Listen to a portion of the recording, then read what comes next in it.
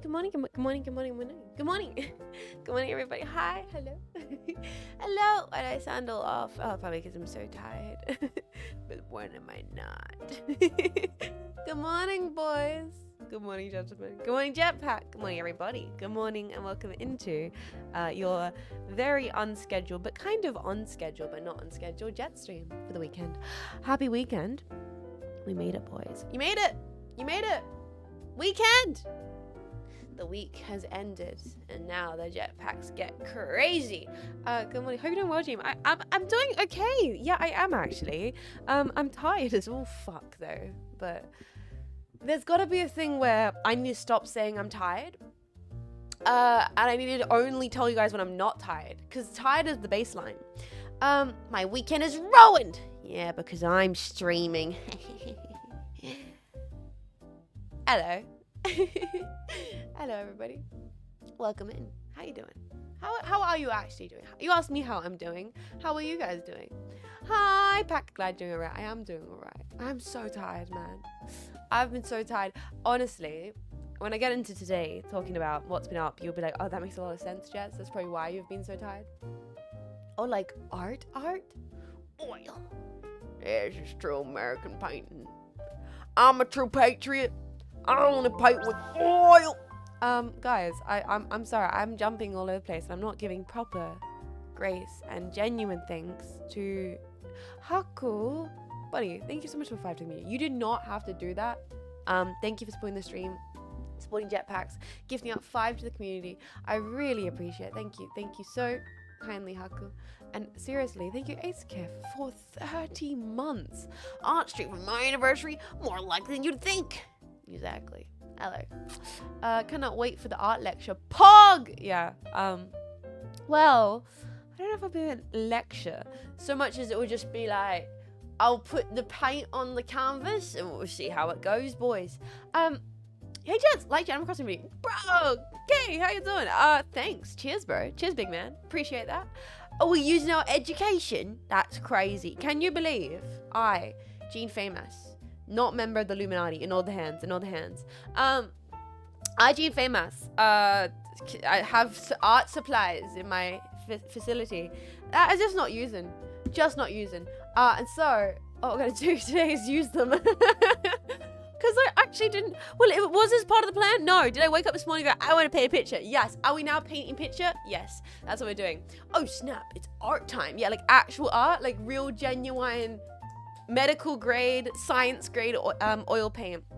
Bullshit. Do we have any arsenic paint? What does it count? An arse is painting with it? That's me. Absolute cheeks, mate. What are we painting, boss? Well, I have some ideas. Are these student grade or artist grade? Fun fact, it's a bit of a mix of the whole bunch. I'm not art biased. I'll paint with anything as long as it works. We've got some language, which is pretty high end. We've got that, and this one, by the way, is so ancient. Look, it's like taped together with masking tape because the bottom broke out. So I was spilling oil, and I was like, "No, mate, we can still get some from this. We can still make this work. I'm not chucking this one out." So this has got about a couple paintings left in it. We've got freaking Schminker Noma range. We've got Chanelier. So I'm not biased. We've got Schminker. We've got Chanelier. We've got Langridge. We've got Artist Spectrum, which is student grade.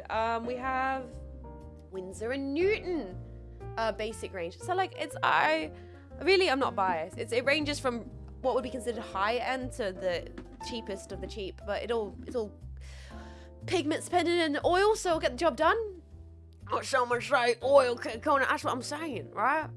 I'm true patriot. We're painting with oil today. I heard if she paints with your blood, it's the right shade for the piece. Here's the thing. First day art school, no joke, have told the story many times beforehand. Literally day one, we are in the studio. They sit us down. They go, class, kids. Hi, welcome in. Bunch of you guys degenerate. I'm assuming a lot of you guys fatherless. It makes sense. First things first, we want you guys to be making art. That's kind of the point where you're here. Second thing second, we do want you to use paint. And they're like, well, yes. And they're like, well, no, but like, you cannot, do not ever, please never, ever use substances from the body. That's not allowed. can't do that. You can't bring that on. If you want it there, like you can do, if you want to do it in your own time, in your own studio off campus, be our guest. But you cannot. You're a fat whore, you're a fat whore, you're a fat whore, you're a fat whore. Oh my God, he noticed, boys. He thinks my cheeks look fat in this outfit. Oh my God, you noticed. Thank you. I have been squatting daily. Thank you so much for noticing. You really shouldn't have though. I was kind of being low key about it. I was being low key about it, but I guess the cat's out of the bag. Yeah, I am built, you know. Mr. Electric, send it to the principal's office and have him expelled. Permission to backseat the chatter. But yeah, guys. So what was I saying? Yo, digital bruv. All right, put him up and give me the paint. Digital brother, thank you so much for 33 months of support. Seriously, thank you.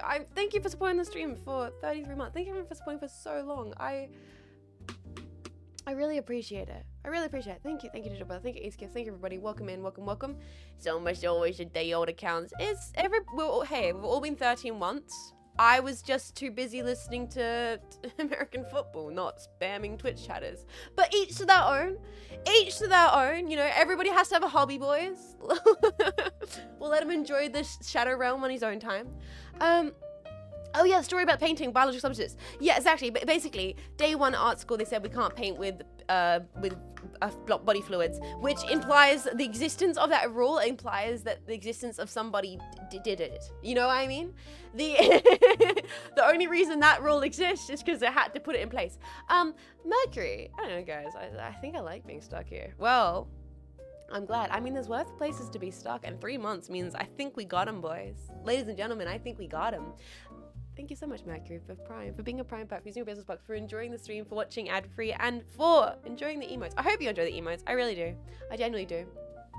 Isn't it like a Metallica album with body fluid on the cover? Yeah, like there's like Andy Warhol piss pieces. There's the whole piss range. Andy Warhol did a series of piss. Just a quick question on Windsor paints. Go for it. Shoot. Shoot your shot, boys. Jets, not gonna lie, I've been zoning out because I keep looking at your mouse and going, that shit ain't ergonomic. It's been 15 minutes and I can't look away. Zona Crow! No, it's deeply not. I actually have a different mouse I use for playing FPSs. This is not my FPS mouse. This is my, I'm working on random typing and art stuff. It's like, not when you're regularly touching it. I have a different mouse when I'm playing FPS. This is not my FPS mouse, fun fact, but it is groovy and it does match my Bayes keyboard, so. This is, yeah, so ladies and gentlemen, this is my carpal tunnel mouse. This is specifically for getting carpal tunnel. It's like those musicians that smoke like a 20 pack so they get the real rasp. I do that, but with this. This is my aesthetic mouse. Cybertron. Oh my god, another jetpack, 3 months. Goddamn, boys. We really got him. Yo, you really got me going. You got me so I can't sleep at night. Buddy, another Prime for 3 months? What the heck? Guys, here she comes. Oh!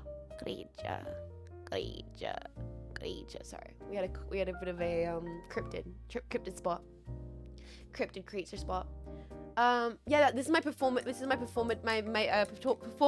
tomboy mouth. Sabido, no, seriously, thank you so much for Prime for 3 months of support. Another jetpack who's joined the squad recently, and I'm really hoping that the one day, hoping you're enjoying your stay. The artist is present. Where's the artist? Is the artist behind me right now? So today we're gonna paint. I really kind of, I don't know. I've never painted with oil painting on stream. What, 4 years of doing this bullshit, and I've never actually got my oil paints out. And why? I don't know. I really don't know. But they're here today. So for the first time, live on the Jean Faymas broadcast, randomly, with no precedent and no setup, I'm going to prove to you all that I can do the thing that I went to university for. I'm gonna. Wait, the jetpack painting was with gouache. I've painted with watercolors, I've been painted with acrylics, and I've painted with gouache on stream before. I painted a Vegemite container, I painted Cleo Aite, and I painted the jetpack. So I have painted on stream before, and I've done digital art, but I've never painted with oil. Now I do want to Oh, we're getting some, sorry, it's one of those things where you shouldn't address random spam accounts because it gives, it's like the freaking, what is it, the, what's the name, the lady with the nose, and it's like you don't mention it, makes people do it more. But I'm shocked, we rarely get like spam. This is crazy. Is it the art category? I'm never in the art category. What they doing fucking with the art category? Let the furries make their personas in peace. Come on, guys. The art category is fairly famous. I mean, I read Barbra Streisand. Thank you, boys. That's the one. Streisand effect. Thank you. But yeah, maybe it's the art category. I'm never in the art category, so that might be what's going on today, boys. The dangers. We're in the danger zone. We're in the dank evil art category on twitch.tv. I've not been in this category since like year one streaming. When I was a little baby PNG. Sorry, Jetpack, they're after me. I'm the fat whore. No, you're not the fat whore. You're dummy thick and your gains look great, bro. Are you going to beat the devil out today? Not today, actually. But I do want to do a Bob Ross stream soon. Actually, I think this might be a test. If this goes well, and I have fun oil painting on stream today, I think I would love to do a full stream where PA-san cosplays Bob Ross. We might do like an actual PA-san paints a Bob Ross painting stream, and full wig, full beard, full blue jeans, the whole get up. Except for P-san's grown out of her blue jeans. Genuinely squats too much. It's a problem. I'll try and paint along. Well, we'll see how that will be because they were painting fan art. Yay! Well, actually, I didn't know what I wanted to paint. I was originally thinking that maybe we'd paint like a Singer Sargent painting. We'll like paint a Singer Sargent masterpiece, and we do like a what's the word I'm looking for? Like we'll do like a study. We'll do like a study where I teach you guys. We'll like look at a master and we'll do like a back and forth, be like, and this is what he's doing, and then we'll like look at him, be like, and this is how we can construct a portrait based on the study masterpiece of Singer Sargent. We're gonna paint a masterpiece. Bro, we're gonna paint the One Piece. The One Piece is real? Actually, talking about One Piece, went out for a business dinner. So I've been busy. I'm getting very distracted. Oh no, I'm getting very distracted. But I did, it's real. I'm jumping around the point. But I went out for a business dinner because our manager at Key Creators is doing a bit of a trip around Australia. I say our manager because I'm referring to like Vishayon, Vivi, Marco, etc. Is doing a bit of a trip around Australia, going to a bunch of brands and catching up with a bunch of talents and stuff, and to kind of just touch base and do a little meeting. And our manager was in the city, and so we went and got like a business dinner. A very, very, very, very fancy conversation of being like, yes, quarters, yes, stonks, yes, business. So executive, so fancy. We went and got pub food, talk business. But, because there's a bunch of us in the area, and all a bunch of dweebs, yes, the conversation did just become half the table talking about One Piece at one point. Like, there was a moment where I've never seen One Piece, so I couldn't contribute to the conversation. But there was a point where you get a bunch of dweebs together in a room for business dinner, they will start talking about One Piece at some point. So that was quite funny. And then people are like, I start reading the comic books. Oh, you have to watch the series. And Pez is like, my son's obsessed with Luffy. And it was very sweet. It was very sweet. His hat really is yellow heart. That was me. That was me sitting there. Because then we got talking about like, TV shows that stuck the landing, and how so many TV shows don't stick the landing. I think that's why we got into talking about One Piece, because like, well, there's a TV show that's never ended. How are they gonna be able to stick the landing? And Vivi was talking about how she watched Friends recently, and then How You Met Your Mother came up, and all the rest of it. And I was sitting here like, I've never really watched these shows. What show can I talk about where like it stuck the landing? And I was like, the only thing I can think of is Twin Peaks, but it sticks the landing for all the entirely right and wrong reasons. And most people do not agree with that take. And turns out I was the only one at the table had seen Twin Peaks, so the conversation kind of ended with that. Odd time. Yes, donks. Yeah, whatever. Everyone's favorite sword. Wait, sword mine is this Zweihander. Odd time, thank you so much for the 500 bits. I'm the local Twin Peaks guy. I am. The fact that it hasn't ended means it's missed the landing years ago. They could do it. They could do it. I love Twin Peaks to death, but I don't go to the stick the landing route myself. And Decaf, I entirely agree with you. That's the thing about me thinking that Twin Peaks stuck the landing on its ending, is if a fan of the show looked me in the eyes and said they disagree, I'd be like, you're right. You're absolutely right. I feel like both people can be right. You can be right by thinking the ending sucks, and you can be right by thinking the ending's good. Dougie Jones MVP, that's true. That's true. I saw the Twin Peaks guy do the funny dance recently online. Oh my gosh, I'm mental blanking his name right now. I know his name. Kyle MacLachlan.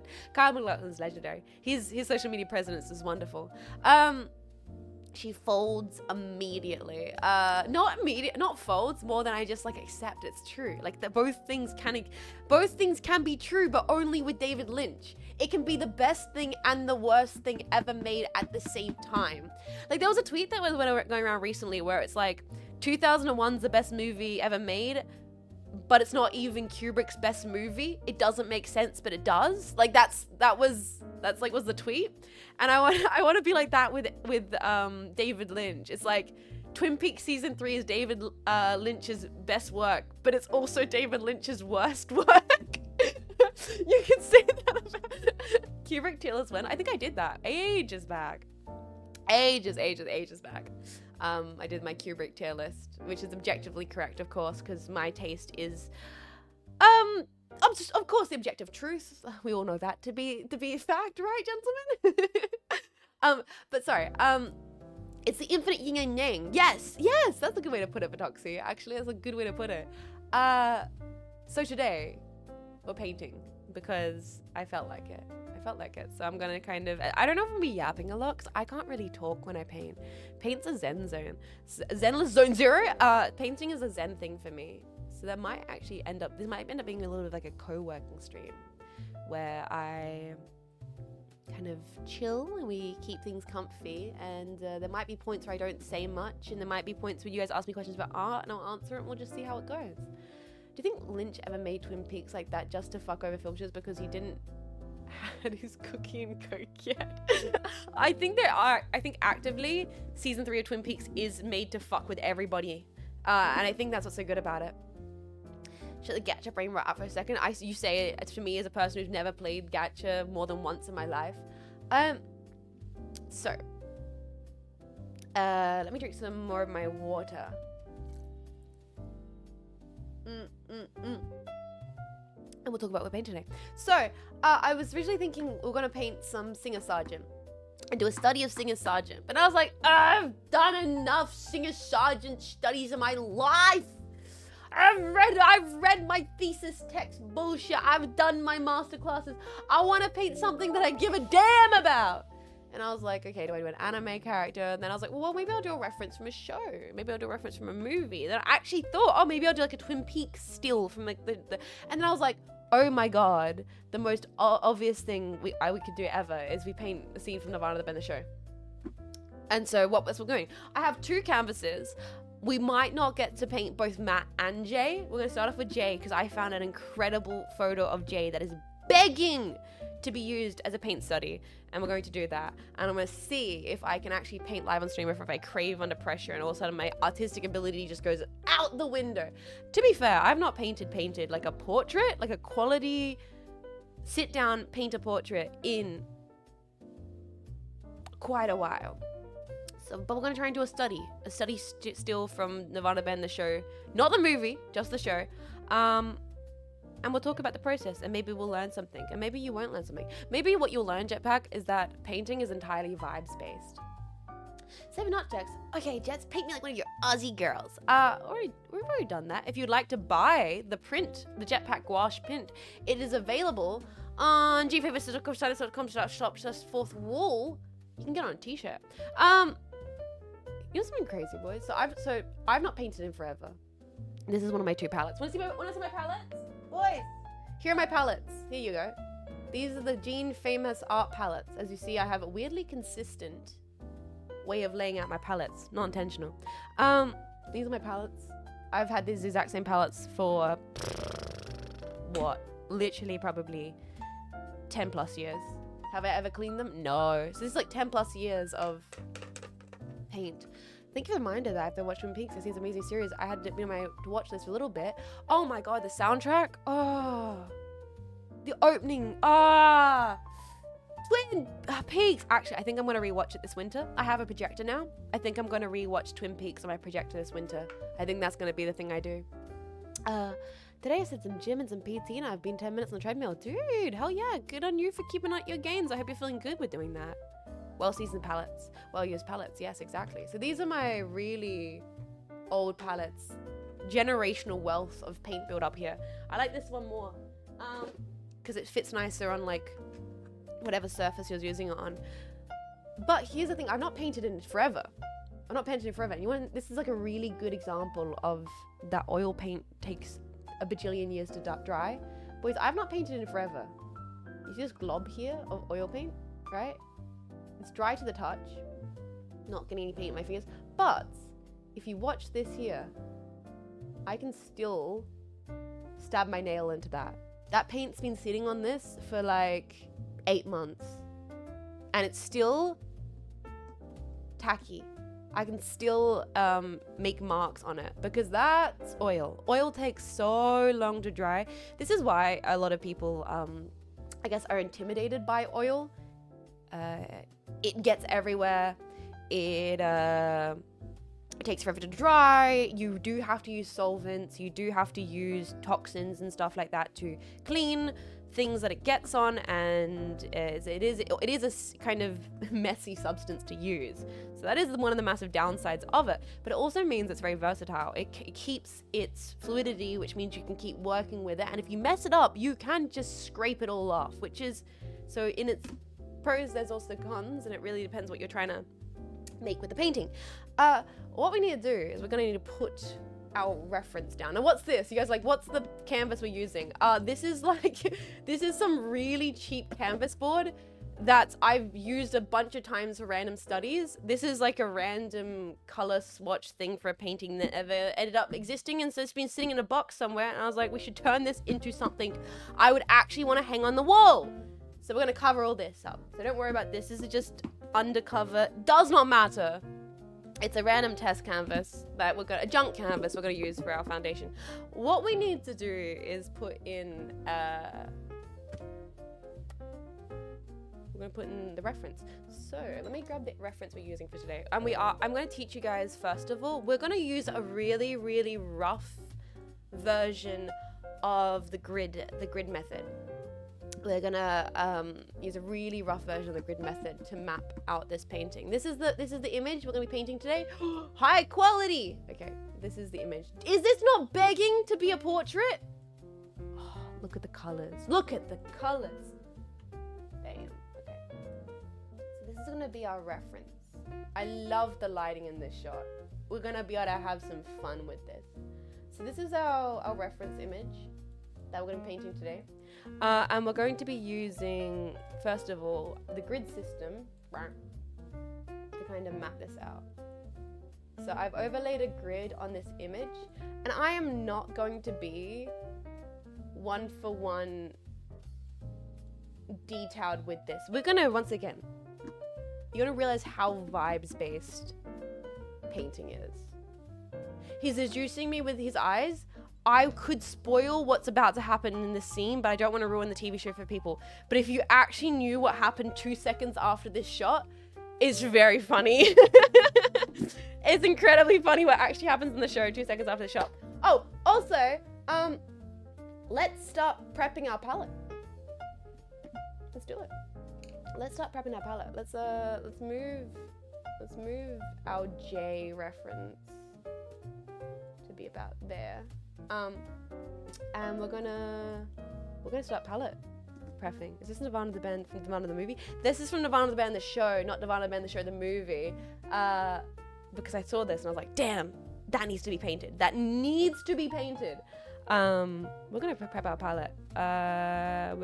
So boys, we have 2 white whites. And this one here is so covered in oil. We got two whites.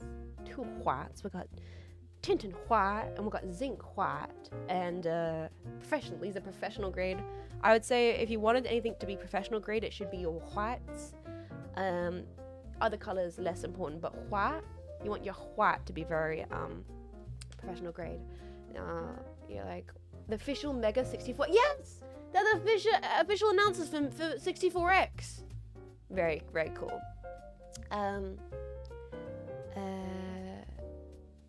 Like, why the hell do you need two different whites? Let me explain it to you. So this is tinting white and this is zinc white. This uses different white pigments suspended in oil. Very, very different ones. This one's using zinc. It's in the name. Now, the thing about zinc is it's an incredibly opaque pigment. It carries really, really well in, let me open this up. It carries very, very well in oil.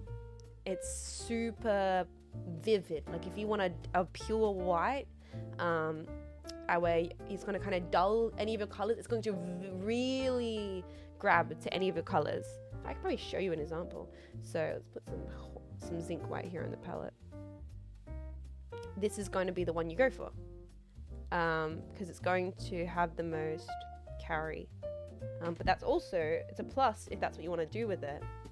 But the negative is sometimes you don't want your colors to dull out. You want your colors to keep their vividness while also being lightened. You don't want to lose the vivid, and that's where you get something like a tinting white. Tinting white is not as an opaque white, so what it's going to do is you're going to be able to add, you're going to have to add a lot more to color to brighten it, but it's not going to lose its vividness, like its pigment. Does that make sense? I don't know if I'm explaining this properly at all. I wonder if I can show it. Wonder if you'll be able to actually see it. Not titanium?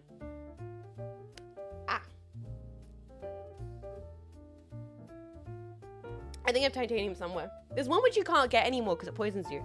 Lead! Yeah, you can no longer buy lead white. It poisons you. That's a little unfortunate. You mean saturation? That's the word. Okay, by the way, I'm very tired. I was up very late last night watching Nirvana the band that showed the movie in cinemas. So I'm very, very tired today. Oh, it's already smelling like oil. Damn, boys, that's already the smell of oil. That's very dank. So I put some raw umber here. This is some raw umber.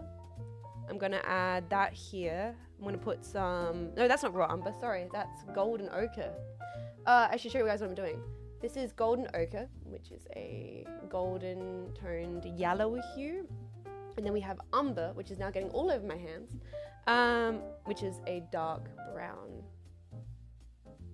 This is gonna be for adding depth to our paintings. I'm gonna put some, we're gonna put that here. We're gonna put that here in the palette. Why? Because I want it to be here. Should I be explaining why I put certain colors on the palette? I guess it's as simple as I like putting paints where they're going to be mixed with other paints. Like if I'm gonna be probably mixing a lot of blue with a lot of brown to make like an almost black-like hue. Look how dank this is. Oil painting is not pretty. This is the oil nubule of doom.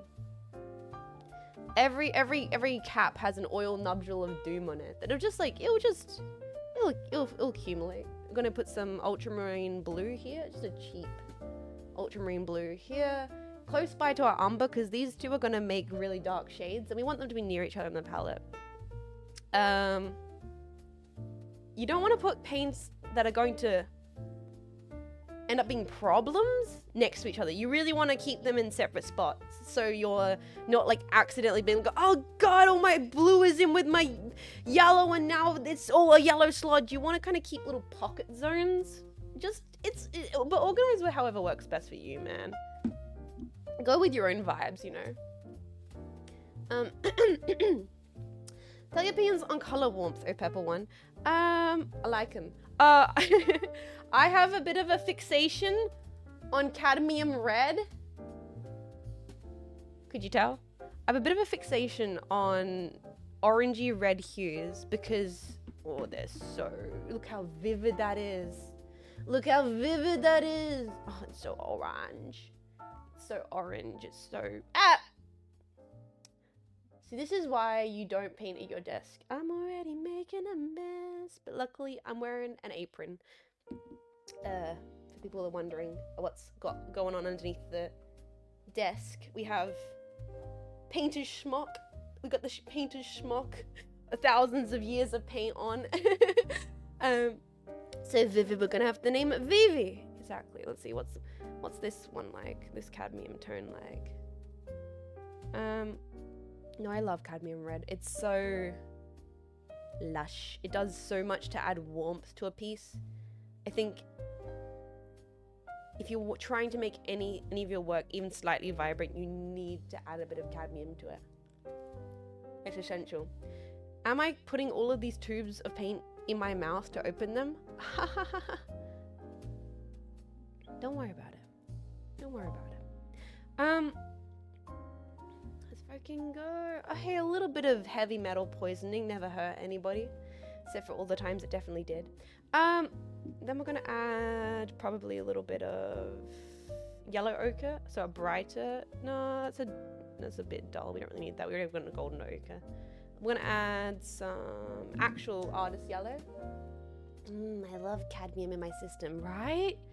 Just really, we're gonna a lot of that because yellow, you need a lot. It doesn't carry well. Yellow is very, very hard to make opaque and hyperpigmented. It will just kind of get lost when you start mixing it to other colors. We're gonna want to add a little bit of magenta, tiny bit. Probably put the magenta color over in our like blue zone, or actually no, we can probably put up here. I clearly put up here a lot, so we'll put up there next to our oranges. That's probably like our skin tone zone. Yeah, let's call it that. Let's call this our like skin tone zone. And then we're gonna call this kind of like our bluey dark color zone. Like that's kind of how this is split up. We've got our like magentas, oranges, umber, like ochres, and our mixing tinting white. And then down here we've got our burnt umbers, our blues, and our kind of greeny yellow tones. And that's what we've got going on over here. The flesh zone. But first of all, we have to like map out the damn painting. You can be really detailed with this if you want to. I'm gonna also load up my brush with a bunch of solvent, and then I'm gonna take a big swig of it just for fun. No, I'm gonna load up my brush with a bunch of solvent because I don't want our underlayer to be all oil. If you add solvent to oil, it forces the oil to dry quicker because you're adding like alcohol, and everyone, as people know, alcohol dries quickly, and the quicker it dries, the oil paints, the more you can build layers on top of stuff. So let's start mapping out our grid here. We're gonna put that there, and like this.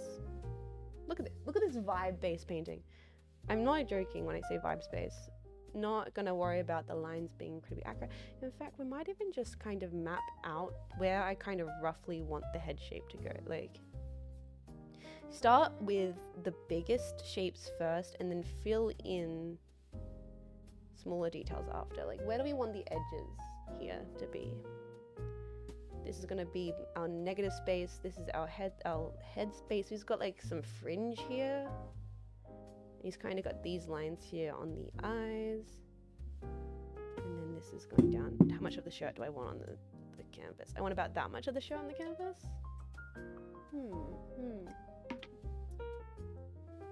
Let's see. Add some more solvent into the paint. Like so, and then we keep doing this. Let me just see. I want about that much shoulder in here, so that brings the collar up. So I think we can make his face probably smaller. Chin can go here, and if chin goes here, then mouth goes here. And if that's the case, we bring the whole face in a ton. Surface. I heard this is kind of like showing that you really want to start with the most general shapes first and foremost. And this is like, I'm kind of almost doing a wash. I'm really watering down the oil. I'm not building anything defined just yet. Then I think I'm gonna probably build some of our lines here. So we've got like a grid here. Let's put some of the lines down on the grid, map it out like so. Drawing my husband, yes. The portrait of the lover, my husbando. Bros, I'm just like you. I'm painting my Oshi, my husbando. We must all make art for our VTuber idols. You should paint Cleo Ite right now. Okay, so as you can see, I'm kind of mapping out this grid. This is gonna help me in a little bit when it comes to building in the actual face. So, very rough. It doesn't really look like much yet. But I'm gonna kind of grab a little bit of the umber color here to darken this red. So, making almost like a dark reddish brown hue. And we're gonna use this to kind of pull in some shapes here. Starting with the kind of where the brow is. And we've got like a furrow here. And then we're gonna go up to like there being about a brow. Like so. We have a pointed part there on the nose, a line. And this one comes about here. So very, very general shapes. Like nothing that's locked in. None of this is locked in, and it's all open to being changed as we continue the painting. It's just kind of throwing on general ideas of where parts of the image could be placed, if that makes sense. Just get in proportions. Just Cleo looks a bit different with stubble. Yeah, but it suits her though, like I gotta say. Cleo, I tell you, damn. Totally done, boy. Hope your day's going well. I mean, we're painting some pictures, so it's gone pretty decently. I hope your day's going well. So that one to the middle of the, what I'm doing, I'm carrying over this line here along the nose to this point here at the ear to see that that's where this part of the hair peaks up, and then the ear cuts back here. So that goes roughly there, down to a mouth point here. Can see, and this is really subtle, but the thing is, we start with really, really small washes, and we're gonna build and build and build. It's, oh my god, boys, paintings are kind of like ogres. It's a lot of layers. It's like onions, like ogres.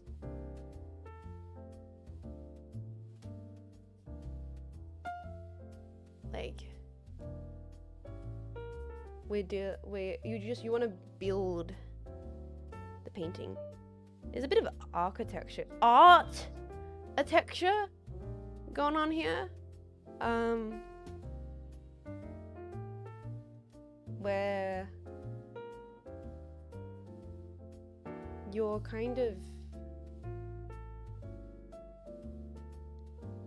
having to lay down the foundation. So Shunny Jim, what you're gonna want to do is you want to lay down a solid foundation for your painting, like building a house.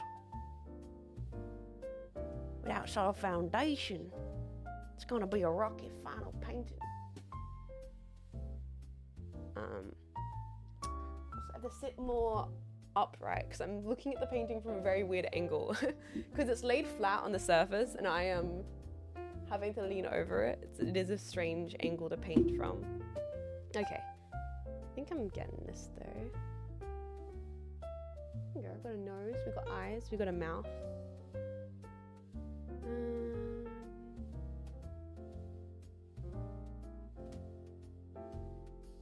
So I have the face.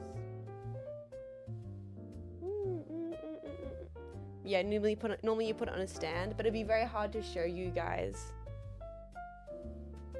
the painting if it was on a stand. That's why I think in the future, if I want to do another oil painting stream, I'll probably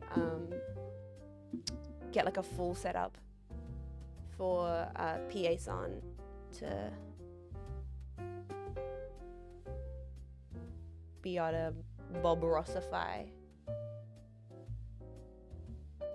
herself. Okay, so as you can see now,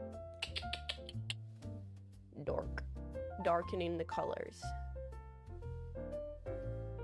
darkening the shapes. Once again, still nothing is concrete. We are just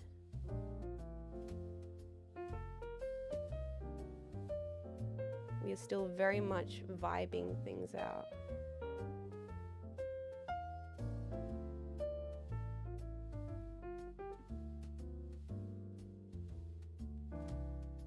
Where they are. Is just painting a sexy jetpack? I like to believe Jay McCarroll would be a jetpack. Yeah. Jay McCarroll would be tier 3 sub, for real. Yeah, Jay McCarroll would definitely tier 3 sub. I think so, for sure. I imagine he'd be tier 3, Jean Faymas. He'd have the Duncan emote. Top donor. Yeah, top donor, Duncan emote, the whole shebang. First time got a founder's badge, you know what it is.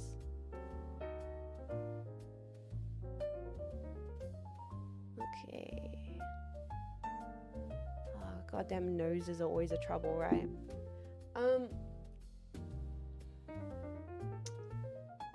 Goddamn noses. Who knows how to paint a good nose, man? Let's just keep mapping it in.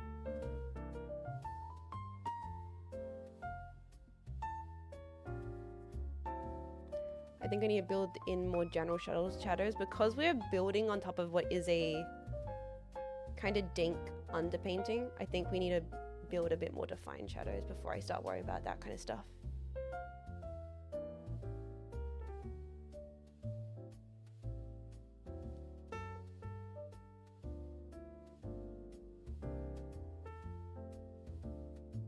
A bit more, like, I don't know what, let's get, like, actually just crazy.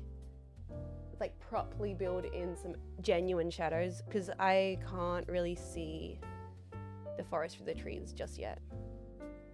So let's just put some freaking paint on this canvas, boys. Let's put some freaking paint on this canvas. Look at that. Oh my god. He could be the dirt man guy. Jetpack, not every guy with a little bit of stubble is the same white guy. You're doing white guy racism. Except for the fact that you're right. They're all white guys with a mustache is the same dude. Actually, real. Actually, genuinely. They aren't? You know what? I take it back. Every white guy with a mustache is the same guy. Hi, Jets. The plane, the stream. That's me! Jean Faymas, the plane, the stream, the show! Hi, welcome in. Thank you so much for the 500 bits, Orion. Crazy that that's like already kind of looking like a person. Like what? How does that make? What? Painting's crazy. Painting is crazy like that. How do we already have a person on the canvas? Huh?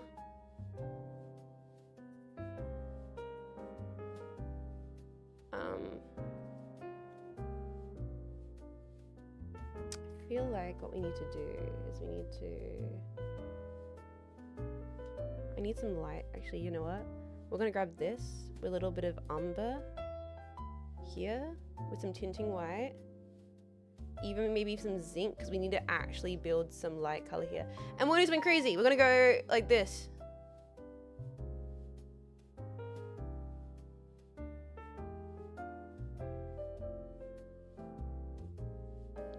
We're just gonna add some bright light tones right here.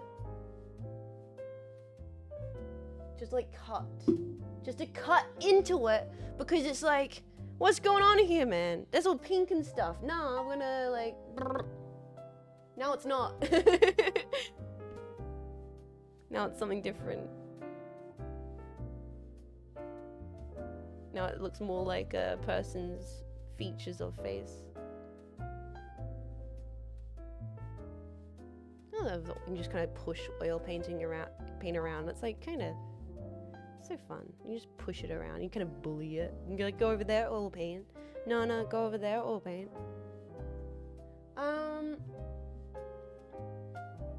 Sorry, I need to like stand up. Give me a second. Give me a second, boy. I need a. I'm like kneeling on my chair because I'm like I can't see from the right angle. All right, this kind of works. I can kind of see the painting more now. Like I'm kneeling on my chair so I can see higher from above it, so I can get more perspective of the piece.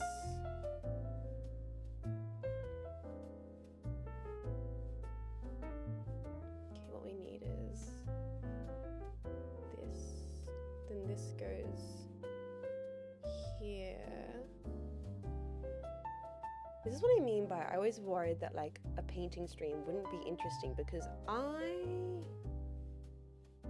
fear I get entirely in the goddamn zone. Like, I don't really think when I paint. I don't know how to explain painting as a person who doesn't really think at all about what I'm doing. I just kind of go, yeah, that seems about right. That seems not entirely wrong. Letting the master work. Exactly, just watch. Just watch.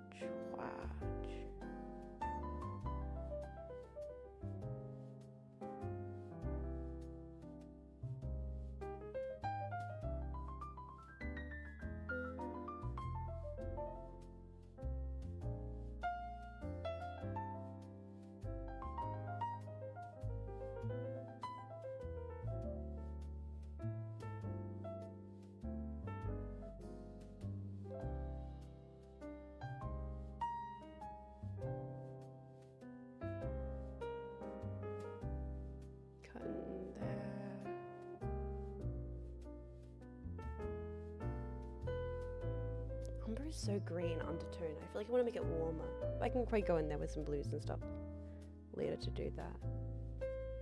Actually, grab some zinc white and then some magenta to make almost like a purple hue, like this. I think we're gonna chuck that in here. Yeah, that's what you can see. You can see there's purple tones through here. And there's a little bit of a purple tone under here in the chin. We go along the jaw, that kind of builds in like there. Yeah. Same coming out here on the eyebrow. And definitely in the eye. We have like purple tones running through here. But you're gonna want to counter that with a little bit of like almost like greeny yellow mixed into the purple about here, and that's gonna need to be built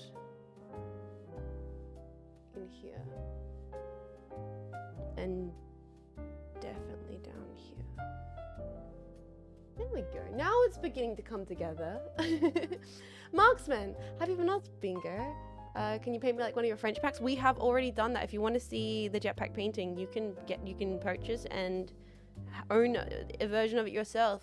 It's on Jean Faymas and Cynapse Shop Fourth Wall. If you would like to. Grab that. You're more than welcome to. I think we need to cut in the background a little bit here. We're missing the background. Guys, I've not been looking at the chat. I feared this would happen. My greatest fear is realized. I kind of thought that I was like, if I start painting, I'm gonna be painting. Like that's where my head's gonna go, man. I also feel like this part here, we need to darken it. We're gonna grab some blues, bluey grey color. We're gonna mix some yellow into that. And what I want to do is we want to dull it out with a tiny bit of umber. So it becomes almost like you want to ash the tone. So it's almost like an olive color. By adding a little bit of brown into the yellow and blue, you get like an olive shade. Now that, I kind of want to build here.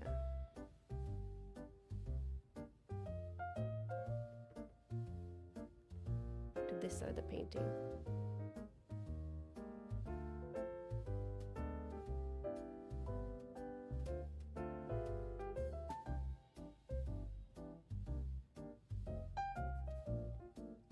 And I love that the orange is coming through underneath. That's really vibrant. Umber, yay! Umber? Bro. Really?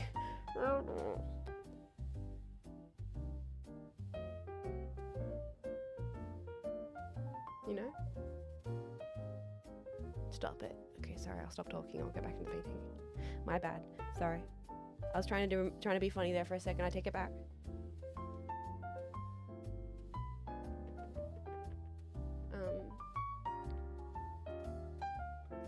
Let's put a little bit of this creamy light tone in here.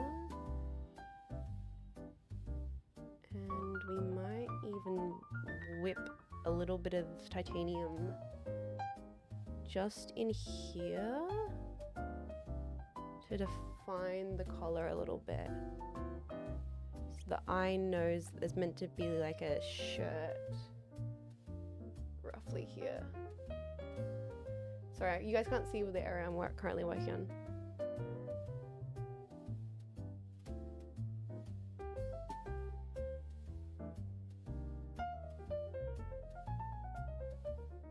You see it on the small screen? Okay, nice.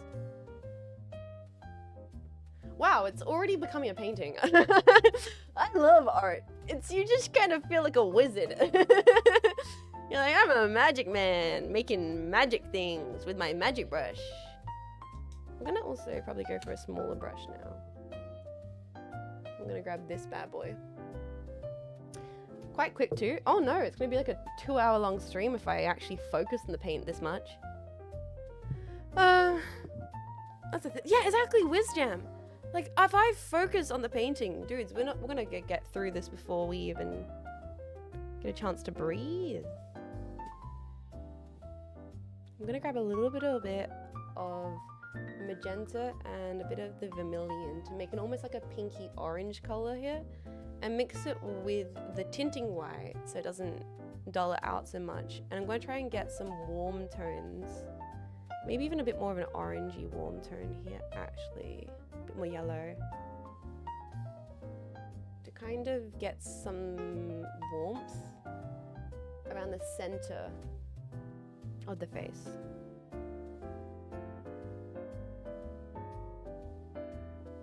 These kinds of areas building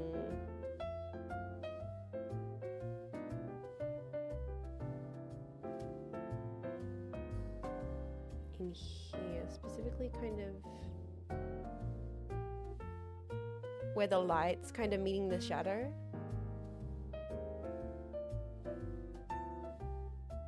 And pushing it into the eye and the eye crevice. There's a face in that painting. It's like when people see Jesus in Cruskets. Seeing the spirit of Jane Carroll in your Pop-Tart.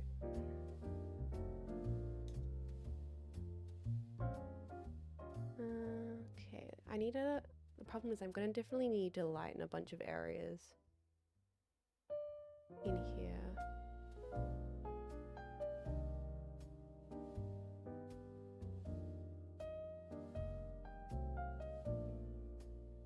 Like that. Religious awakening with the Pop-Tart. Yeah, power of voodoo. Hoodoo? You do. Do what?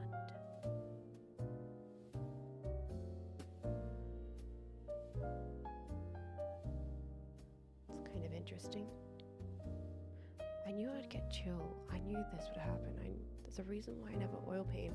Oil paint's like a truly turn my brain off experience.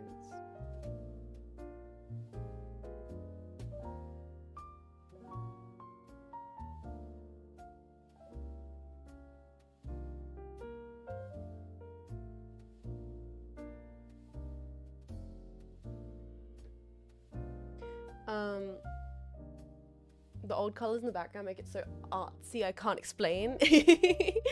Yeah, it's all part of the masterful plan. That's why you should paint over old paintings no longer alike, to make new, cooler, danker paintings that could have only been possible by destroying old shitty paintings. If you don't like a piece, don't get bummed out about it. Use it as an opportunity for something cool and different and unexpected.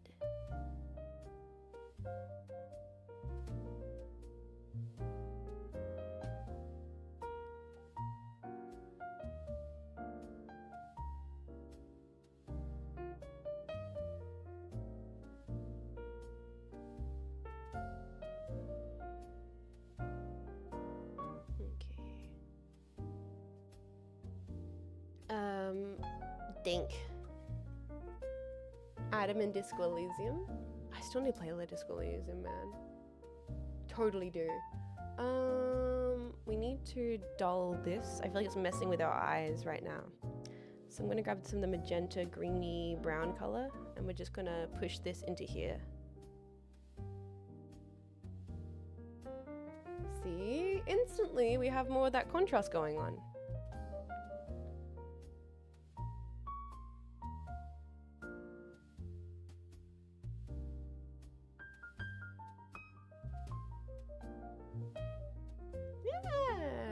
Can see more of the shadows here, and then I think this part here is also messing with us, so we're going to push some more of the orangey purple color into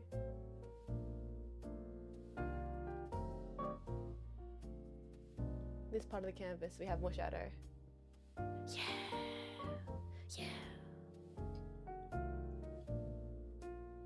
Yeah, gonna make it something cool, different, unexpected, the last thing you suspect.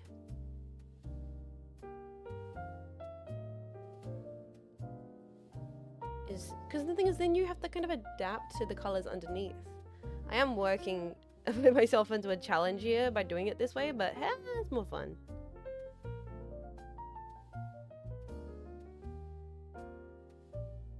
It's kind of fun to then have to work with unpredictable colors underneath the canvas to build something new.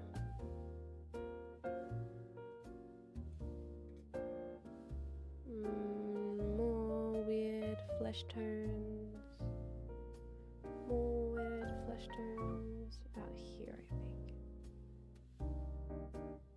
And then on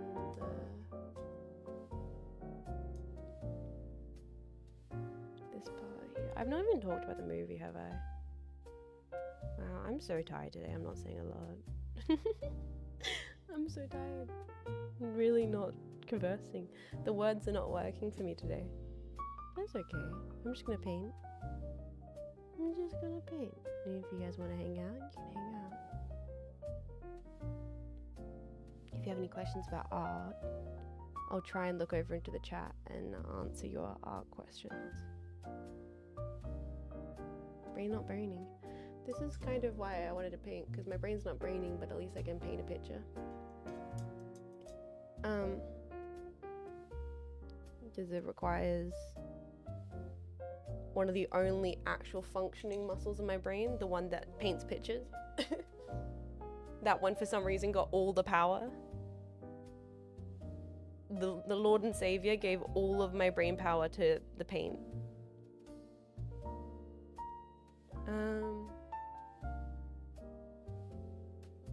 How come your art's so beautiful? That's subjective. That's subjective, isn't it?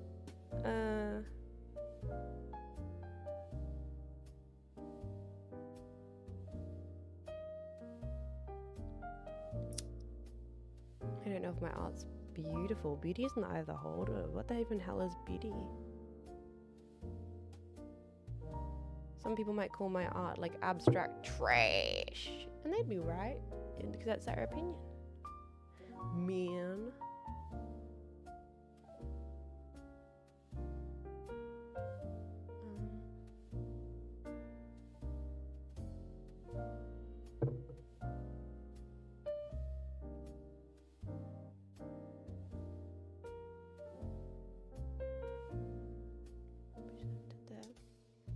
Behold, it make me happy. Exactly.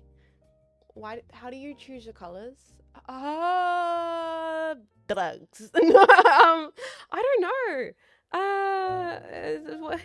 That's just how I see my colors, man.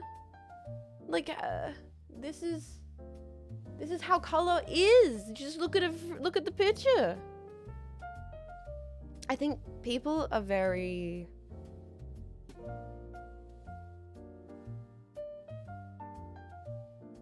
I think people are taught to see color in a very literal way. Brown is brown.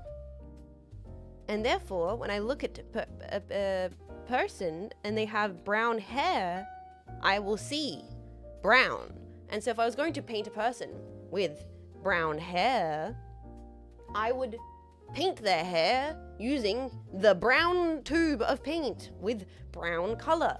Not realizing that, well, brown isn't really brown. Brown's a dark shade of orange, which is kind of red in tone, and sometimes people's brown hair has hints of blonde, and blonde actually kind of reflects scientifically as quite green when put up against different colors.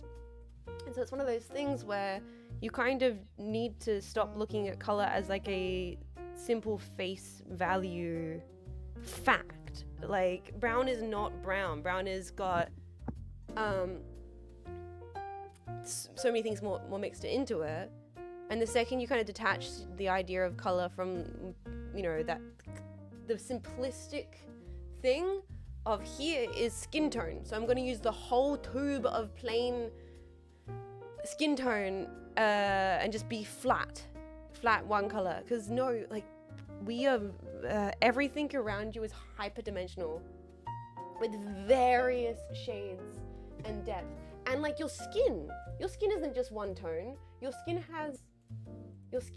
has blood pumping through it and veins, and your veins are blue and red and warm. And so when you're painting skin, you're actually wanting to try and capture the warmth coming through underneath the skin from the blood pumping through it. So you're not, so in the, for example with the ear, right? This part of your ear is very fleshy, but also can kind of, if light catches behind it, light will glow through, and light glowing through will almost illuminate it in like a bright orange. And you'll want to try and capture that luminosity of that part of the face. You're not going to want to just use skin out of the tube. You want a color out of the tube. You're going to want to kind of trick the eye into seeing the illusion of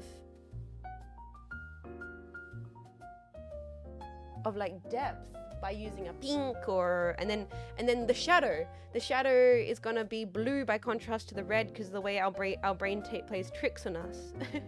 It's all a bit of sleight of hand, really. And I guess that's how I choose my colors. Is I try and allow my brain to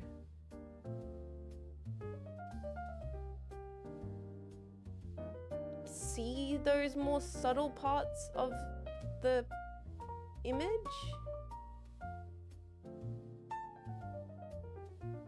And then exaggerate them.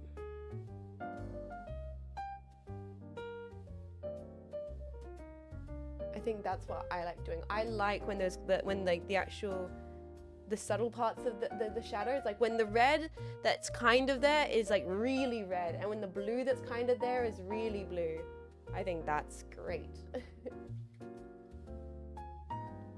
Color theory is really interesting. I remember watching a video praising color use in the opening scene of the first Disney's Aladdin movie.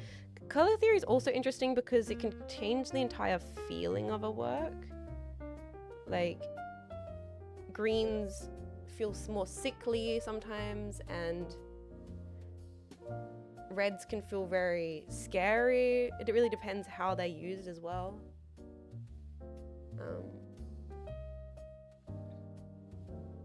Wow, this is really coming together now, isn't it? Slightly, but there's something happening here. I was not expecting this to actually come together. What the heck? Sometimes I even fool myself. How does one learn to see colors this way? It's kind of about, I guess it's about perspective, right? It's about choosing to look for these kinds of things. And you have to elect to try and notice it. Most people don't need to notice color. Most people don't need to be sitting there in a conversation with a person and go like, oh, the way the shadow is on that arm is very blue. You're not thinking about that. You're like, yeah, Tim's talking about trains again. Bobby's talking about Warhammer 40k. You're not like actively searching out color theory in your day-to-day life. It's about the way you like actively try and observe the world.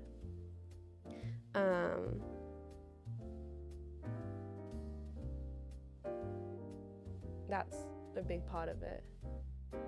But I can't visually break it down like you're able to. I feel like I just see things in the very simplest of terms. I think I'm struggling to break it down, honestly. Like, I don't think I'm doing the best job at explaining this theory right now, because like I said, it's very, so many things are very vibes based for me. Like, I go about the way I look at things, and the things I go, that's interesting, that's cool, that's worth observing, is so vibesy. It's so random.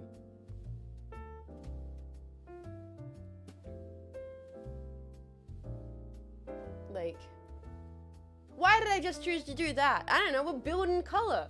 Like, like, it's, even if I'm doing the painting right in front of you guys, right on stream, I'm putting the colors on the canvas in front of your eyes. I don't know why I'm doing it. I'm really not sure.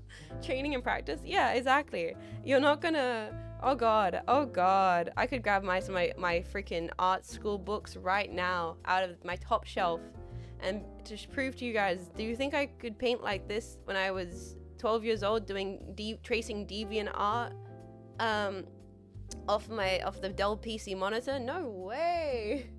Yes, actually true. No, I was a born savant. That's real. That's real. I was born with the abilities of Michelangelo, baby prodigy Jean Faymas. Truth is all vibe based. Like, there's distorted 3D model renders to force perspective.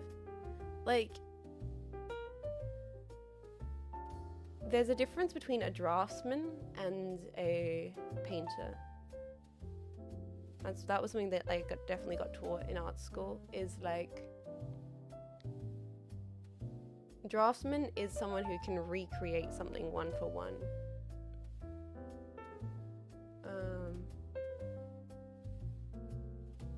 You know, exactly what they see. But if you're a painter, you're not necessarily trying to recreate Depending on your work, of course. You're not trying... How do I say this without sounding so fucking pretentious? You're kind of trying to capture... This is so pretentious. You're trying to capture not what's in front of you, but what you see in front of you. There's no way to make that any less pretentious, I guess. It's like...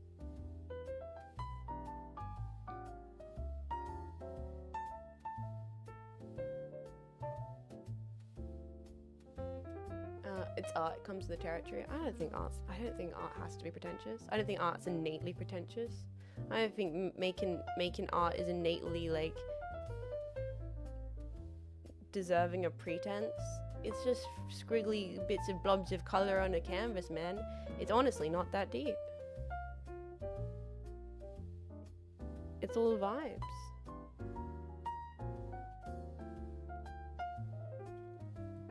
Not what you perceive, but kind of how you perceive it. Yeah! Yeah, kinda.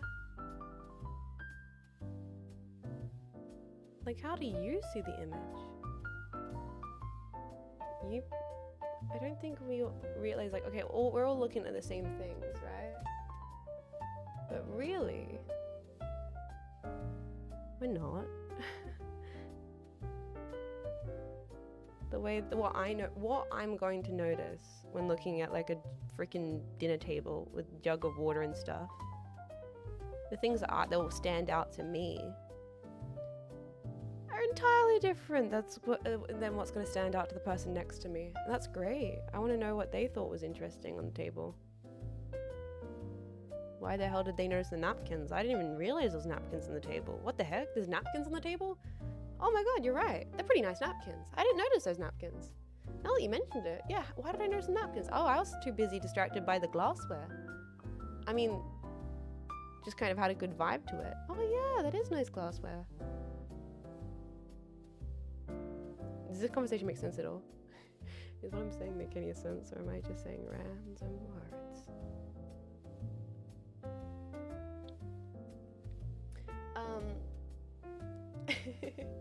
Oh, it's so warm. Sorry, I'm wearing my freaking schmuck, and I am toasty.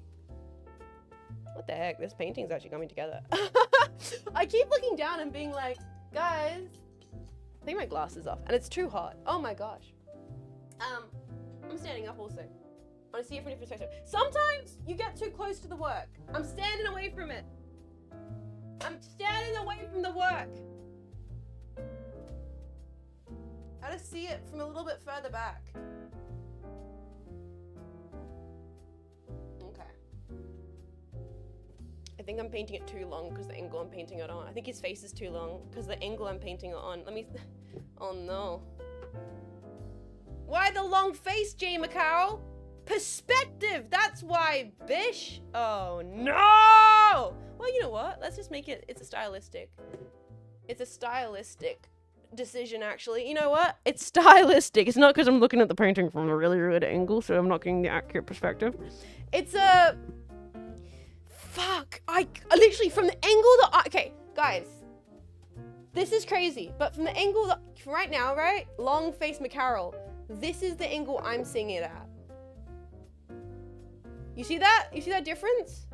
This is what I see. This is what you're seeing. This is what I'm seeing. This is what you're seeing. Me. You. Look's face is too long. Why is it so hot? Oh, I'm gonna pass out. It's the same picture. It's the same picture. You can tell that she's moving around because her arms are completely disappeared. Yeah, exactly. And anime women lose their arms when they stand out. It's a known fact. It's a known fact.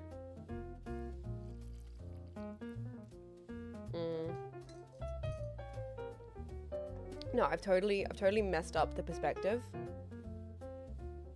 because I'm painting from the angle I'm at. That sucks. Oh, that really sucks.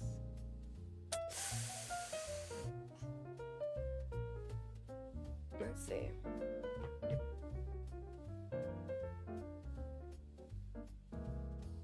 Yeah, it's so hard to do. Yeah, oh my god, the proportions are entirely off. I should have done this earlier. So I could have changed things about. Oh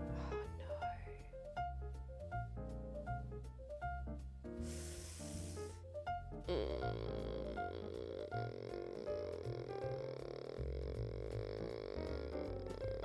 Do I want to scrap it entirely?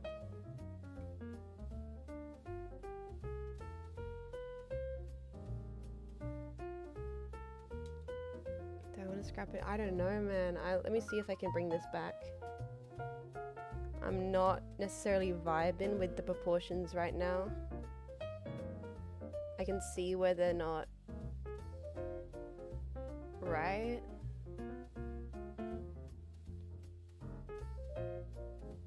But you can save things with oil.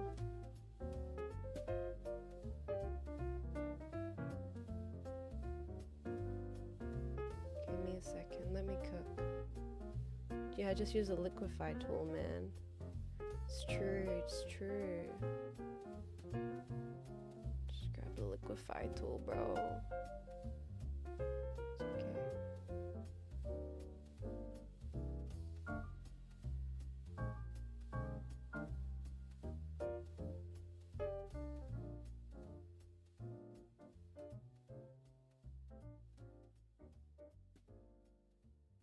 See if I can push that down further.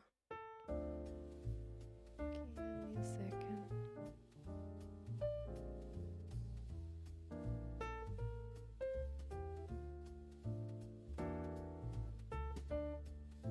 Okay. Change the aspect ratio. True, just like grab it and squish it. I'll try and angle it a little bit so you guys can see what I'm doing. Okay, so you guys can see what I'm doing. I've pulled it upright so I can see where I've messed up, because these angles because I was painting it at like a flat angle and I was looking at it from a weird perspective. His face is way too long. So what I'm trying to do is I'm trying to completely change the proportions, but I have to keep it at this angle so I can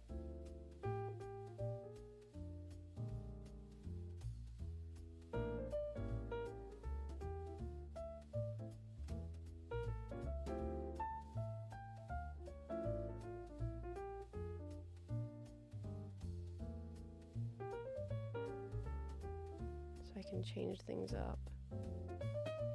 Oh, no. I think what I need to do is I need to push this up here.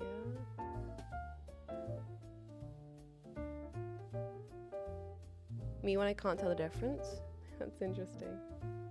That's very interesting to me that you guys can't see the difference.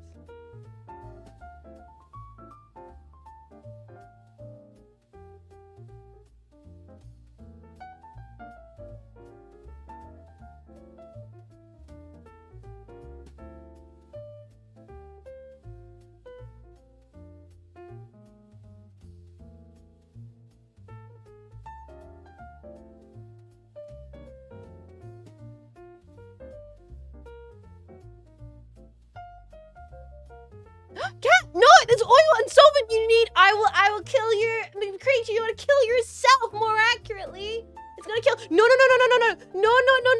It's going to. It's no. You, my God. It's going to literally kill you. Creature. Beast. She literally ran up here, freaking ran over there, then ran back. What was that for? And for what? Just to give me a heart attack? What was that? Literally just to give me a heart attack? What's the purpose of this baloney? Give me a crisis?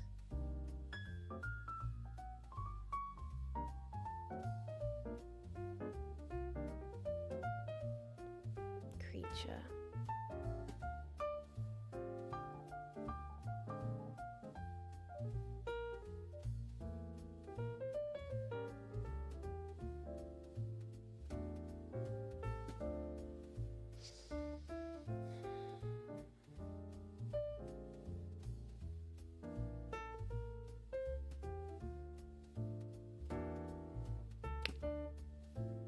this is what it looks like at the moment. Probably looks like nothing different to you guys, but to me, I'm fighting for my life out here.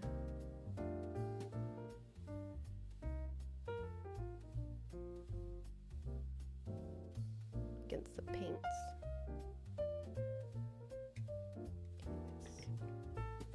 One art please streamer.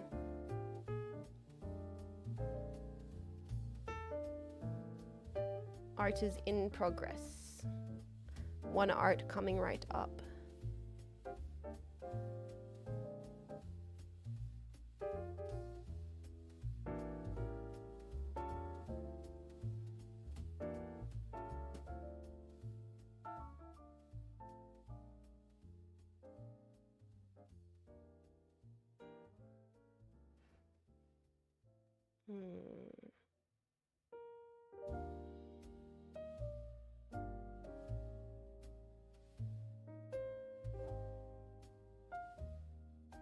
One art coming right up.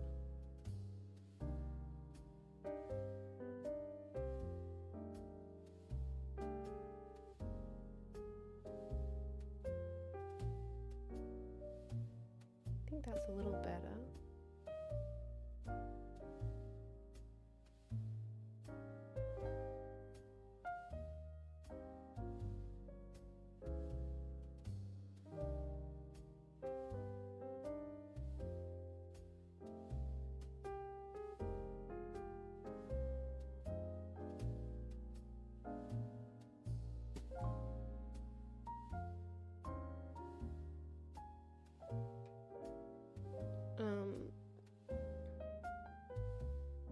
And a glass of cold content. I will I'm not sure if I can help you with being content. I think unfortunately that's a lifelong struggle that you have to go about yourself.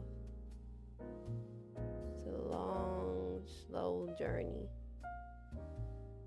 But maybe a little bit of goofy art might distract you from the voices for a little bit. I can hope.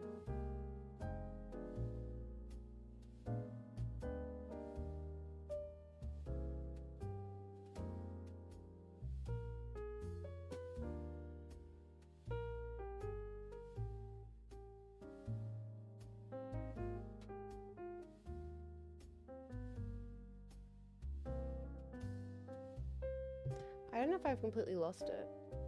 I don't know if I think I might have entirely lost the painting. I think I don't know now. I think I might have entirely lost the accuracy of the painting. I'm not sure. There's a reason why I don't paint on stream, man.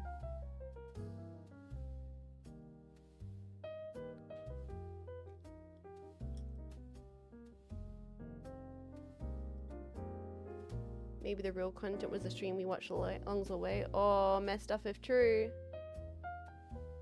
Messed up if true.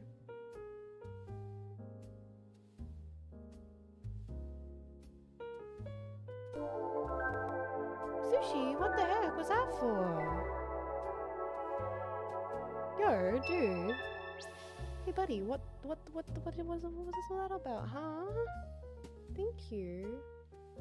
I don't know what I did to have you give through those subs today. I thank you so much for supporting the stream.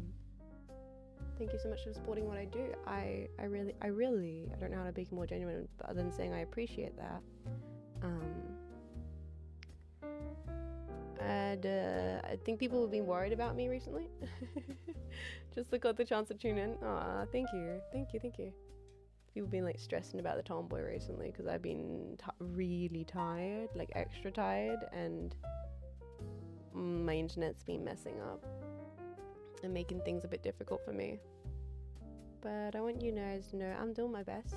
And thank you for still supporting me with what I've been doing, what's going on. Even the streams are a little bit scattered at the moment. Thank you. You did say you're tired, dude. I'm a new level of exhausted recently, I swear.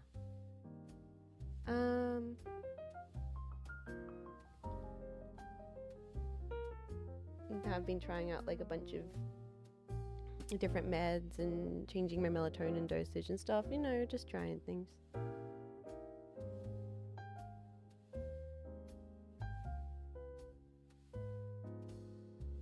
But we keep on chugging.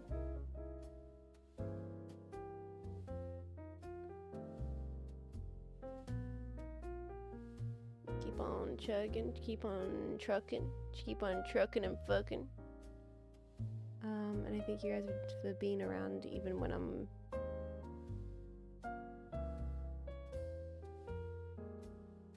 more low, like I have been recently. Yeah, new meds dosage just can hit you. It's this the unsucky reality of it, and like it just takes time for your body to reset and adjust and all that. So you guys have been super patient with me and all of my health stuff over the last year or so. So thank you so much. For real, man, for real, on God. And I think I'm just not a hot weather person. Like, my apartment is not ideal for hot weather, and I spend most of the time like overheated in this apartment. It's just the reality of it. So the combination of like constantly being overheated and the hot weather is like, ooh, it's just a beautiful combination. But once again, me complaining because I have the hardest job in the entire world. Oh my God, I can't believe I have to play video games and have a lovely time with you all. Boo, tomato, tomato. Ah, I can't believe I just have to do that. No, I have such an amazing time, and I'm able to have such good streams regardless of if my aircon's busted or not. So thank you guys.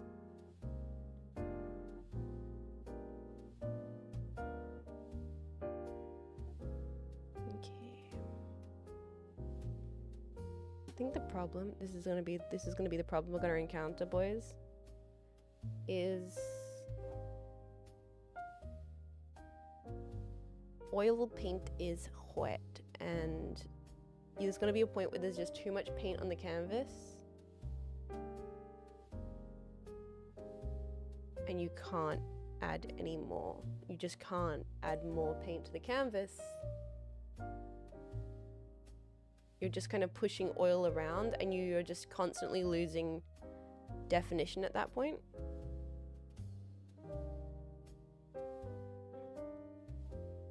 And that's just kind of the point where normally you give it a day and you come back to it. That's probably the reason why I've not done any oil paintings on stream, because there is a point in it where you do need to go, well, gotta finish this one tomorrow. Can't finish this one now. Gotta come back to it tomorrow. Gotta let the oil dry for a few hours. It's a multi-day process. The amount of times when I was in the studio in uni and people had their freaking hair dryers out. I mean, that is the thing. I could plug in a hair dryer. Like, hairdryer strat does work. I could like go get lunch, grab a hairdryer. We could hair dryer down this layer, and then work some more on top of it. Because I think we might be at that point currently where I am just pushing paint just kind of around the canvas a little bit. It does happen. You're not really getting much from it.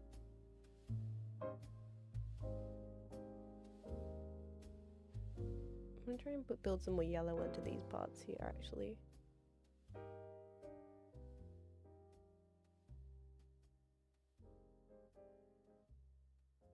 It's so hard. I hate the angle I'm painting on. I hate it. This is why I never paint. Because I hate that I'm having to... I want to lean over. I want to dox my fucking head. I want to put my head in front of the camera so I can look at it from an angle that's like functional, but I'm sitting like at a desk. Just freaking stick my head in the camera. Yeah, there you go. You see my shitty regrowth. I want to be able to see what I'm looking on. Put a cap on. No cap for real, for real. Okay. Like,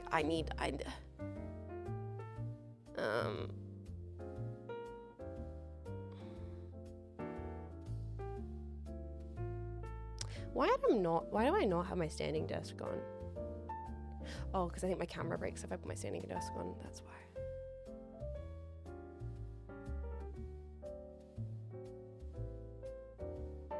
Okay. So I can tell I'm hot and stressed. I just put my head under the camera. That's funny. That's comedy. I think there's a big part of me that just like low key just does not care anymore. my brain being like it is what it is. It also ain't that deep is both a power and terrifying. Like, boys, fear me. I've realized the truth. It is indeed what it is. They don't want you to know this.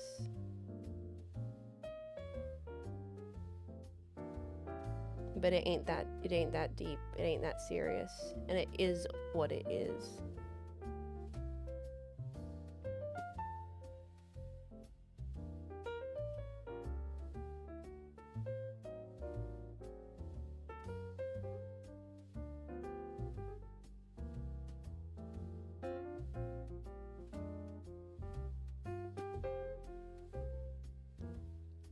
And if it is worth it for the bit, it is always worth it for the bit. Wait, if it's worth it for the bit, then it's worth doing it. That's what I'm trying to say. Anything for the bit is worth doing. That's what I'm trying to say. Anything is worth doing if it's for the bit. I don't know. What am I trying to say? What am I trying to say? I'm gonna stand my desk up. That's what I want to do. I might break my camera. I might regret this. I'm standing my desk up because I can't be painting like this. I can't live in these circumstances. Oh, that's my feet. Oh my god, my toes. Oh my god. Feet on stream for free. It's too hot. My toes are out. That's hilarious. And if I don't see them on Wiki Feet, I'm gonna be so disappointed. I want my wiki to be updated right now. I want my wiki to be updated yesterday. Put them dogs away. Freaking, you put yourself away, bro. I'll get my big toe out if I want to. Oh my god, her big toe. Fuck. So hot. I can't believe she has toes. All 4.5 of them. Yeah, I lost one in the Great Toe Battle. I don't want to talk about it. Sensitive topic. Can't believe you would bring that up. Fucked up, man. Oh my god. You'd bring up my toes after what I went through. What'd you go through? I don't want to talk about it. I don't talk about it. It's like you can't ask a lady what happened to her third toe. You can't do that. That's inappropriate. You can't ask a lady what happened to her third toe, bro. What do you think this is? Freaking the honeymoon? Got tic-tac-toed. Mods. Give that chatter a little treat.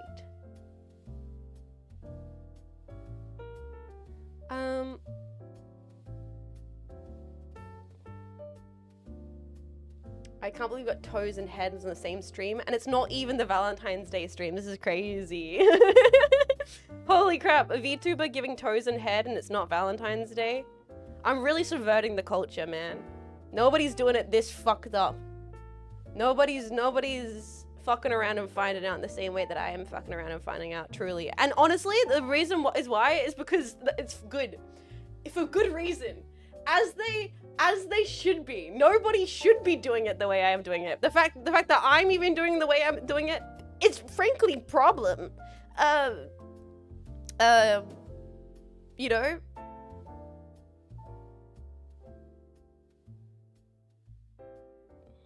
Okay.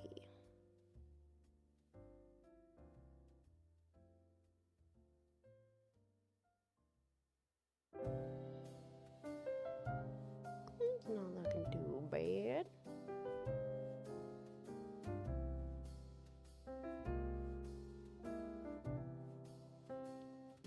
something going on here. I can definitely see it a lot better now that I'm standing at my desk. I'm also overheating. My god! My god! Can you see my head if I do this? I'm plugging my AC in. It's too hot. Oh my goodness! Why is my AC not plugged in already? It's too hot. Ah! She's dying! She's dead, Jim! Women, you didn't have it on? Yeah. Because did you hear what I said my electricity bill was to Marco the other day? Did you hear?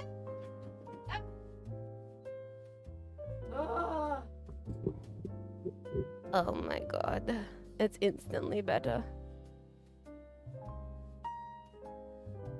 My god.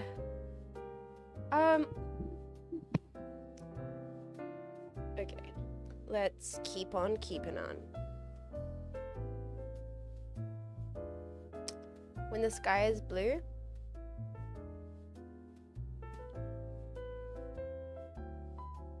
my Roman Empire is the fact I'm always thinking about that one Tumblr post, which is like, what's your favorite color of the sky? And then you have to scroll for 8,000 years, and it's like, which one? And as a kid, you're like, whoa, that's so deep. It's so real. Whoa. And it's like all the different colors of the sky. I'm always thinking about that's my secret jetpack. I'm always thinking about that Tumblr post. They ask me, why is Jean Faymas the way she is? Because she's always thinking about that one Tumblr post. Reblogging it 17 times. Wow. Wow. Life. Exactly, right? Jetpack, what's your version of the Roman Empire? Genuine question. So I fear I'm coming across combative. I think I have to sometimes come across aggressively combative because it balances out the sincerity. Because sometimes I'd be like, oh my god, thank you guys for supporting me, even though I'm a little bit of a sad motherfucker at the moment and I can't sleep because I'm suffering from being Australian, and I feel like you guys are way too kind and understanding. And so I say things like that, and then I have to be like, fuck you all, fuck your mom, already fucked your dad, and also, what's your Roman Empire? So I just have to, you know?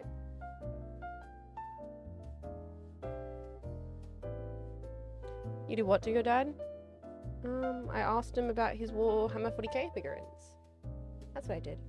Tang Dynasty of China every day? Damn. You're in a very Chinese point in your life. Interesting.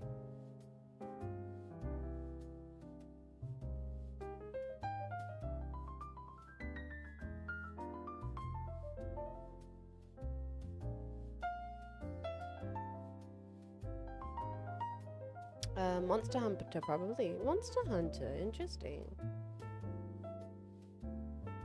Nephites? Am I Roman Empire and they don't even exist? Nephites? You found him? Yeah. Me and your dad going 1v1 in the Waffle House parking lot. I want to go to Waffle House. Jetpack, opinions on pancakes for breakfast. Like, whenever I go out to a brunch place, they always have pancakes on the breakfast menu, and I never get them. Because I'm always like, oh, that's too much right now. That's too much. That's too much. Oh no, that's too much at this hour. Oh, it's too much. It's too much, I can't do that. And then I get avocado on toast for the 8th bajillionth time.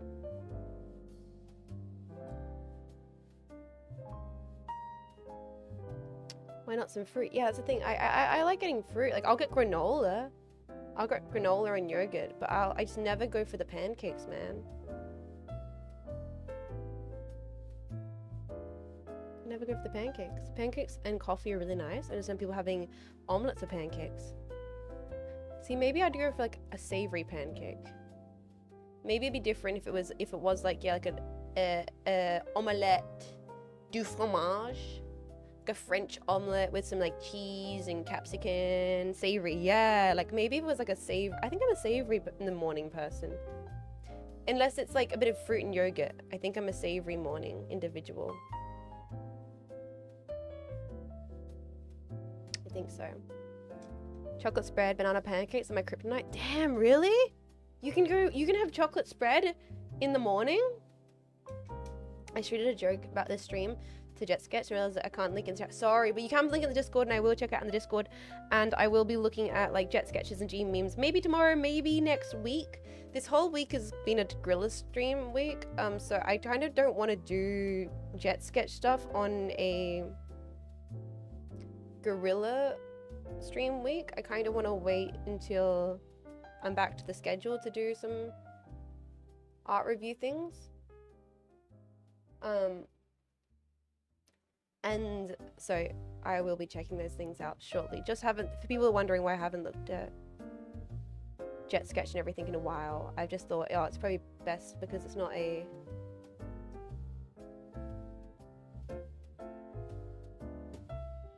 schedule week to not do. Sorry, I'm focusing on the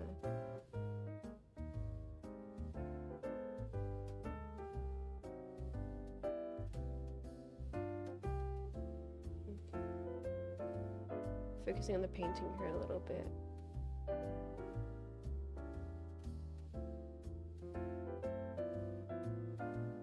Okay. It's looking like a guy. It's looking like a dude. It's looking like a man. It's looking like a dude, like a bird. Like a fella. It's looking like some kind of fella. Lovely result so far. I was doubting it for a second, but that's the thing about painting. It's very easy to doubt and then bring it all back when you least expect it.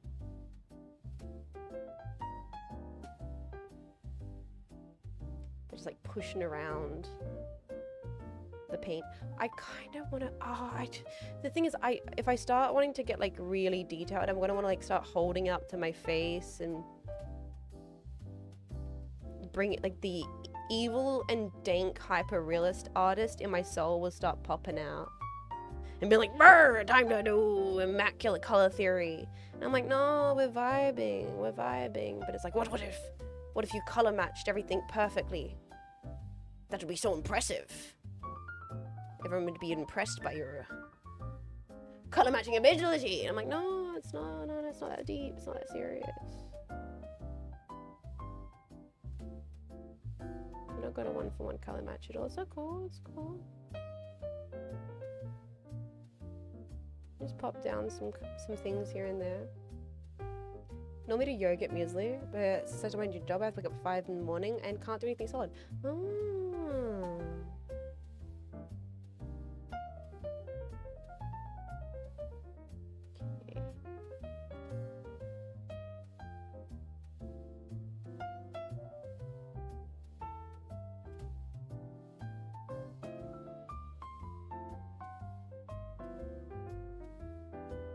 Sorry, I'm just thinking. My neck is gonna hurt like a motherfucker after this. The way I'm doing this is not optimal, and I actually should not be doing it this way. It's actually dangerous. I probably should change my desk even more.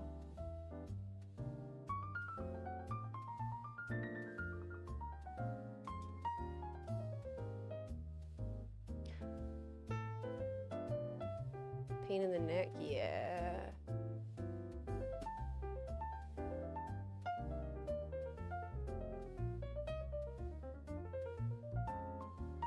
Graph stands, ego stamps. I'm curious why it's called Nirvana the band the show, because I assume it's related to Dave Grohl and Pat Smear's original band. Joke. The reason it's called that, comedy. The reason it's called that, literally yolks. Literally a bit. Literally, them being silly, being goofy, having a funny time. Oh, toes again. Oh, toes. Stop showing my toes. Stop doxing the beans. I'm trying not to break my neck here, people. Can we stop doxing my feet? Jesus. Jesus. God forbid a lady try not to break her back.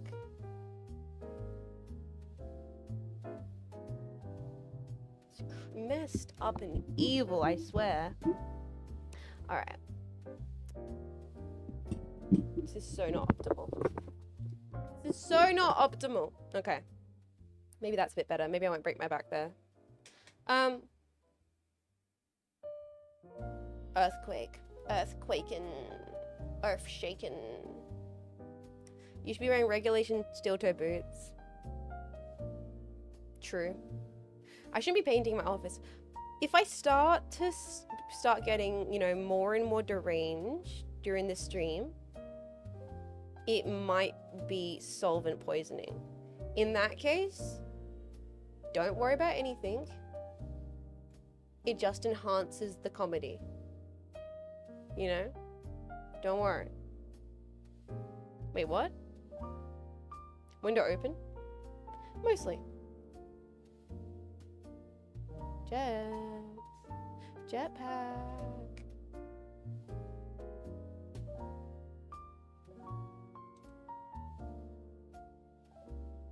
Exactly. So it's oil paint? Yes, we're painting with oil paint. That's why it's kind of a bit dank and schmeary and all over the place.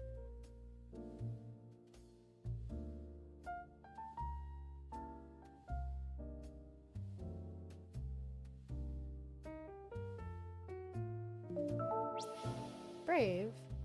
Now this art, fine art, sort of thing I bring tears to the eyes of men. People would come from miles to see us in the museum and take an army to keep safe from all the people who want to see it. And look at that, there's a painting next to her too. Oi! Rude! Thank you, Brave.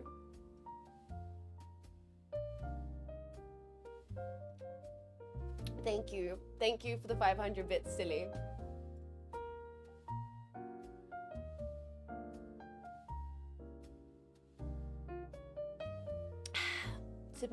I'm sipping my coffee. Thank you, sir. Thank you for your silly kind words. I fear they are wasted on me, but I do appreciate them.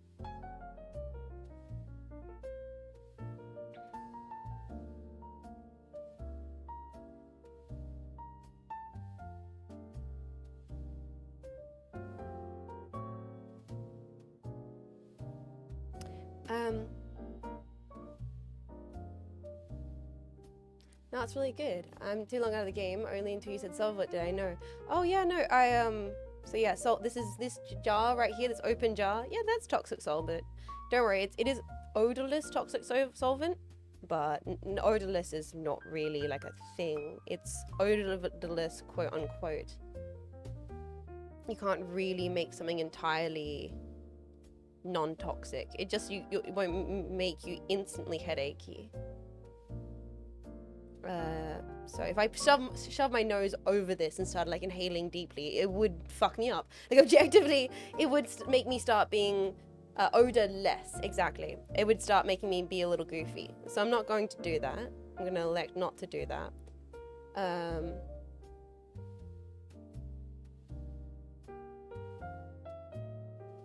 I going to just keep working on this painting?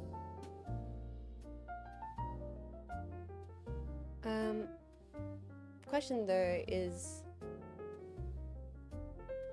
this kills the jets. This here kills the jets. The thing is, if you guys do have art specific questions, I would be down to answer them for sure. As we work on this painting today. I'm surprised how it's coming along. I've not abandoned it just yet. We're still working on the piece. And it actually is slowly coming together in a very roundabout, jank kind of way.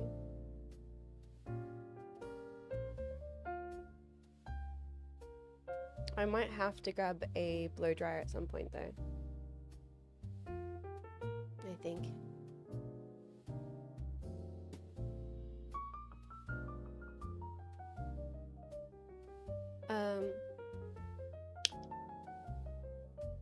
Darth Vader jets would be funny. Do it, do it. Reminds me of a comic of someone who used gun solvent as perfume. Really? Almost 2 years. Nutsol Supreme. Holy crap.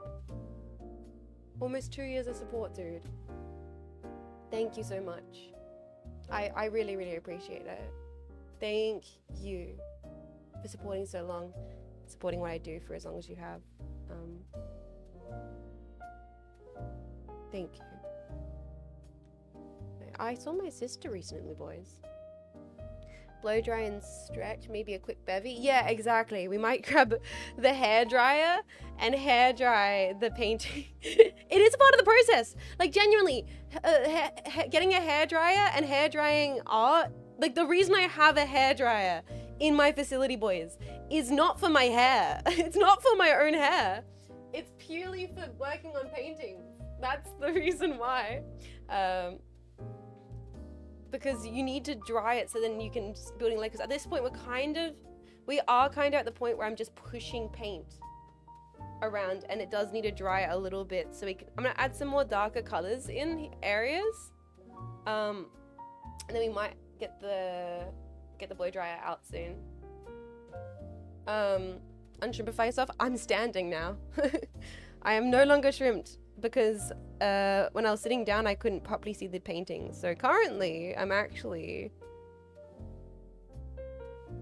standing at my standing desk because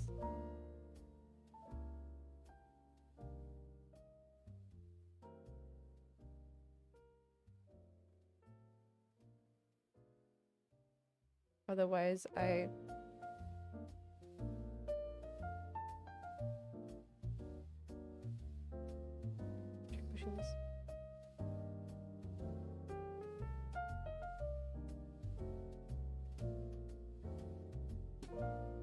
Otherwise I would have been having severe back pain. So we're going to try and avoid the severe back pain today, boys. Put it outside for 5 minutes in the Australian sun. Genuinely good idea. Not even joking.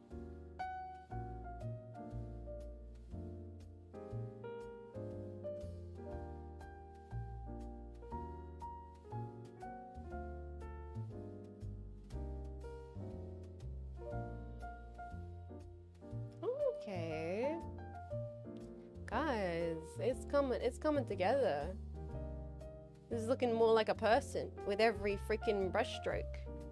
It's looking more like a human being. Real human being.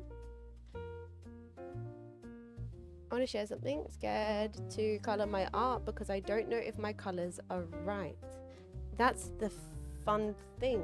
There's no such thing as right, wrong colors, man. Like, you could make the skin bright blue. It's vibes. It's all vibes.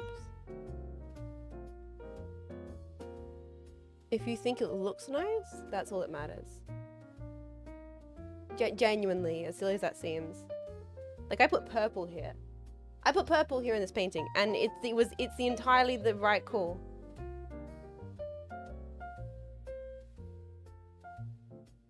The purple in this area of the painting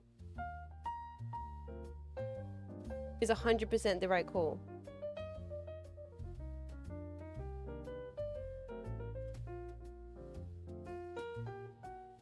This part here needs to be more yellow in tone, for example.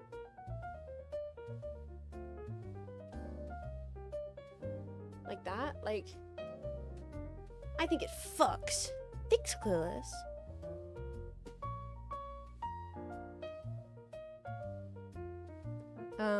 You can get lost in the sauce if you watch art Instagram feeds where they keep talking about the values. Yeah, exactly. And I know. Once again. To me,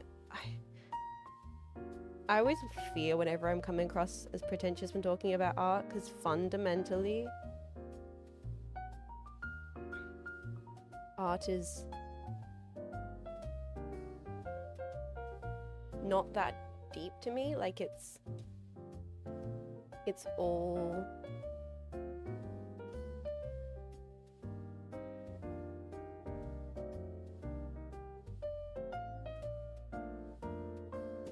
play. I guess that's the word I'm looking for.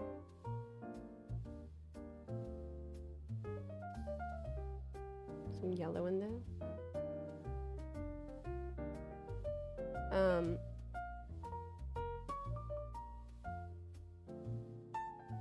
I don't like how much yellow is on this brush right now.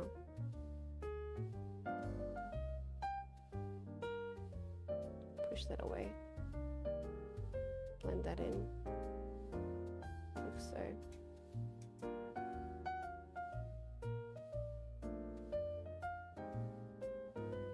Holy shit, I didn't know you could paint. This looks incredible. Hi Marvelous Jack, welcome in.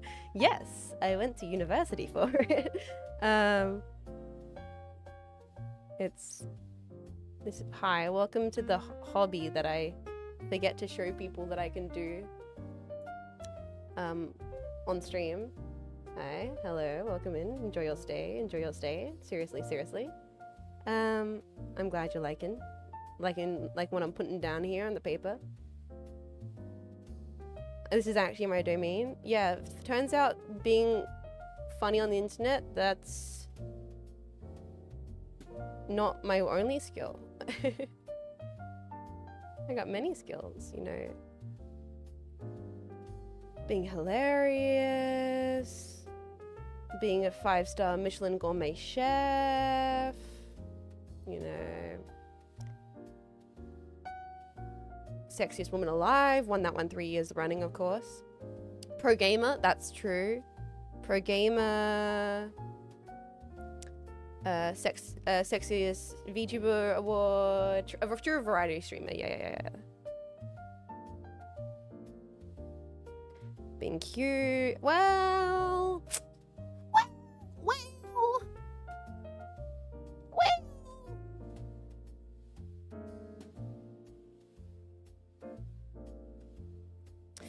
Cutest news guest. ABC's official VTuber correspondent, Jean Faymas.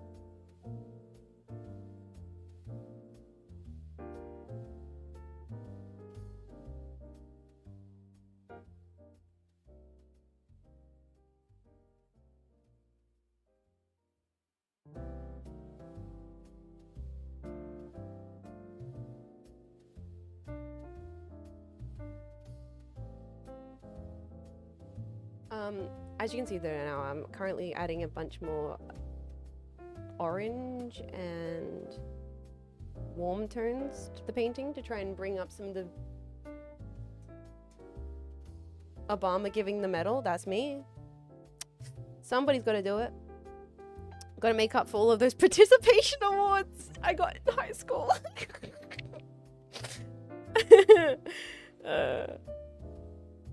Most cash money streamer. True. I fear that people are gonna jetpack. I fear that people are gonna be like first-time chatters and think I'm serious. Do you think anyone's gonna be a first-time chatter and think I genuinely am serious about all the things I'm saying? Like, wow, she's kind of conceited. Wow, she's kind of a bit of a bitch. What's fuck? I mean, like, her art's not that good. Oh no, I'm just like Pulitzer Prize winning. You know, I do have art in the MoMA. Like, you know, a Young Savant Award. Truly, they called me the Da Vinci of my time. Get a lot of the head on this girl. Like, I kind of want some people to genuinely believe this is my real opinions. Like, and then people start sharing, like, secrets. Like, oh my god, I've heard that Jean Faymas chick is, like, really funny. Like, you know, people say that she's the funniest person on the planet, and also just the most talented. That's crazy. Have you heard that about her? Miss Worldwide, all all of it. You know how it is. That'd be so funny to me. It kind of goes like full circle. The fumes. Oh no! You're right. It's like I just keep being like, wow, I'm just the best. I'm just, and I just pass out. At some one point, I just pass out on the artwork. And everyone's like, oh, it wasn't confidence. It was asphyxiation. Maybe it's Maybelline. Maybe it's mental illness. That should be the tagline for my streams, honestly.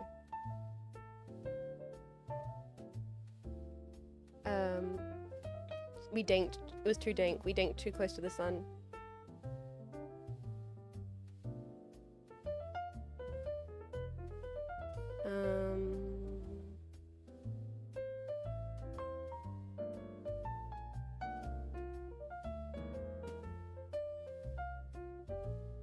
Lighter colors in here.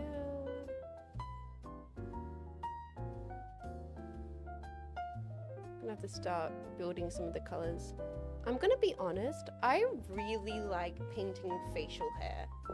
I'm gonna say I rarely get to paint facial hair. So rarely. It's only like if I'm ever doing like character studies from like movies and stuff. But I'm gonna be honest, it's a world of fun to paint. I think that's not a popular take. Because people think they have to paint every single hair, and I think that's what people get caught up on. They're like, I hate painting facial hair. I have to paint like every single individual strand. You don't gotta do that. I think people get all caught up in trying to do every single detail. But if you break it down into like color fields, not so much painting every single hair, but being like the general shade of the area.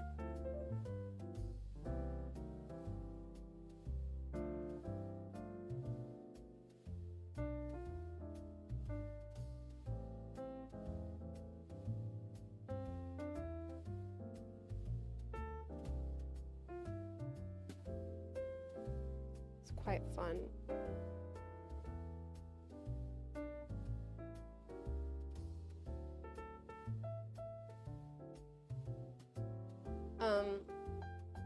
I like your list of colors. Thank you. You guys are being nice to me. I gotta balance it out by being evil back. Gotta keep it proportional. For every nice comment I get, I'm saying something diabolical.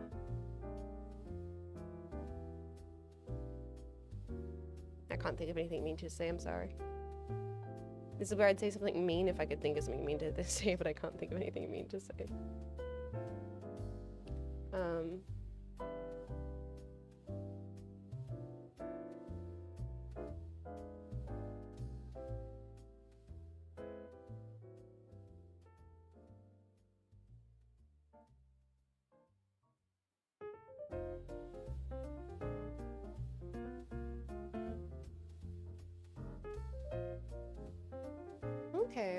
Okay.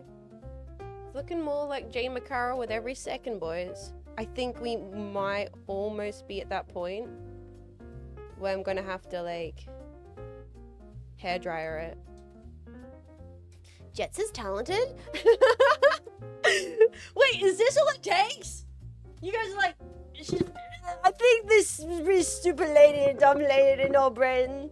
So dumb lady, no skill. Well, oh my god, I think. Wait, hold up, bros. Have we been in the presence of Da Vinci himself? Have we been? Is it Da Vinci? Da Vinci on existing? No way. Bro, I think my VTuber is Da Vinci. It's funny. It's like I don't. Like I do what I think is talented. They gotta do open heart surgery. You know, I think a silly silly skill that I'm really, really, really good at, and a degree I have that I use never. A bit not to put the color on the freaking canvas. I can do that really well. But in a crisis situation, I'm fucked.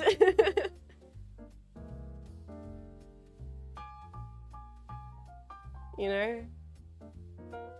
There's someone on a plane and they're like, anyone here is a doctor? And I'm like, I've got a doctorate in color theory. Does that? No? Oh shit. Oh fuck. Well, I can tell you that your blood is vermilion, not crimson. Is that helpful? Is that helpful? Could paint their last and final moments. True. So true. And that, honestly, that's the thing a lot of artists have done. Andy Warhol be like, my friend just threw themselves off of the building. I wish I had my camera with me. A thing he actually said. A thing that actually happened. Evil man. Evil, evil, horrible man.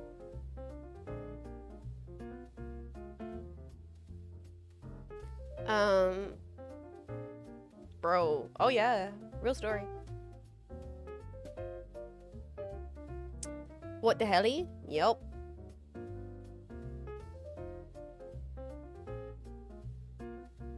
This is looking good. Whack. As one does. More proof we should not give artists rights, including me. I only believe in artists' wrongs, because being an artist is wrong. What do you mean? What do you mean? You like look at a person and go, damn, the contour of their nose is freaking sick, y'all. Bro, get your head in the conversation. Yeah, artists more like fartists. Exactly, this is fart class with Jean Faymas. Hi, I'm the teacher, Miss Fatass, and I'm gonna teach you some fart today. That's right, boys.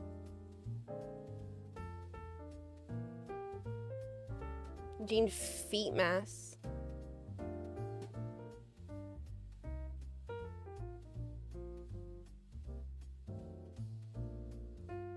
I shouldn't say this because I fear that some actual young jetpacks that are like, I would like to be an artist. I would like to be an artist. I don't want to actually say this and then sound like put anyone off pursuing art. I don't actually mean it like that. Because here's the truth.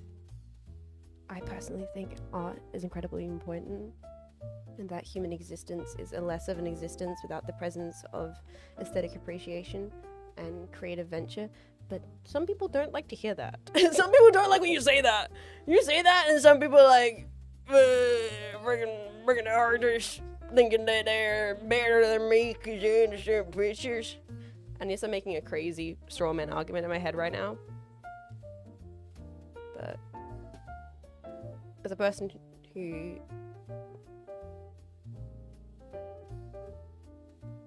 does appreciate, like, does genuinely believe that the world would be a worse off place if we didn't have the way to creatively express ourselves, and that it's actually, I genuinely believe, and this is totally, I don't know if this, you know what, there might be science. There might be science. There might be science out there, like that science that says like eating ice cream every day is legitimately better for your health. Like they did studies and proved that eating ice cream every day genuinely makes your existence better. I kind of feel like art's like one of those things where I think it's almost crucial for human existence that we're able to express ourselves through art, and we are able to engage with visually stimulating and beautiful things and challenging things. I don't think art has to be beautiful to exist either. I think art can be fucked up and horrible and uncomfortable and still exist. I mean, art therapy is a thing. There's definitely some work done with that idea. True. I also eat ice cream every day. Dude, I'm gonna start doing it. I'm starting doing it because science told me I should.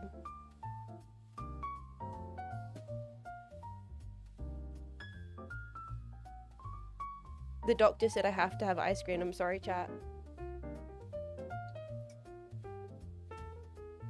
Doc said I had to do it. Jets, I'll be looking at bones and shit to learn what big lizards did in their spare time on a Saturday night.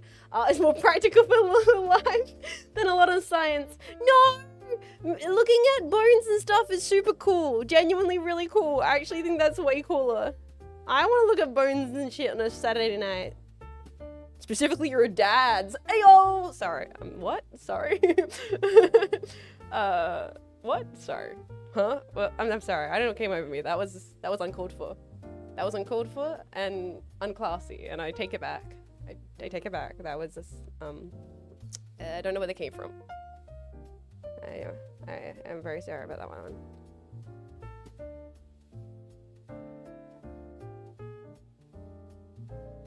Damn, this is looking like a painting. Damn, this is looking like a painting and stuff.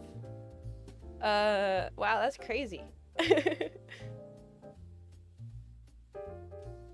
I kind of want to like, I think I do want to get the hairdryer.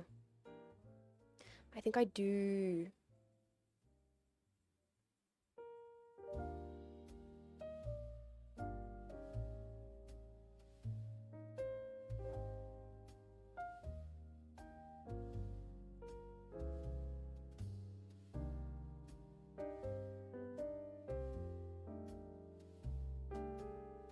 I need more bigger generalized color fields. I think I'm getting too caught up in the details a little bit here.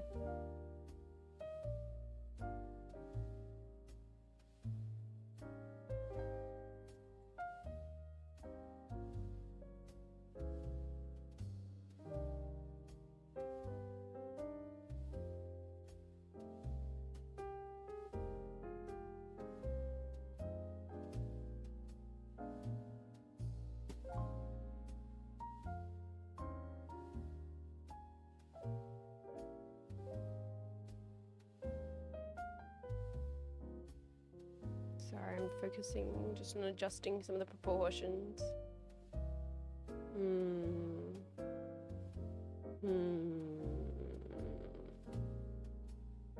Because he's still too long. The face is still too long. I'm never going to be able to fully fix that because I started off on a bad foundation.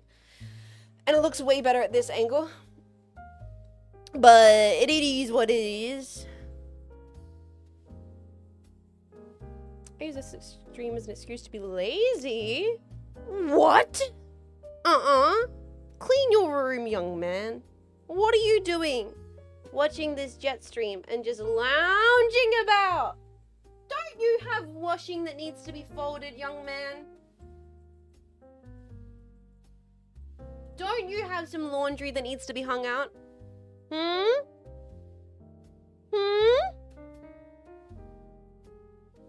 Washing's on the line? Alright. Well, you should make yourself a nice beverage or something as a treat.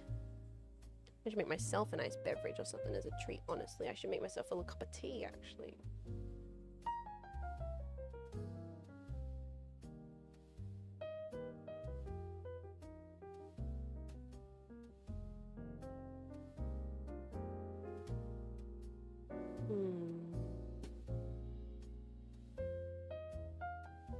I think we're at the point we might need...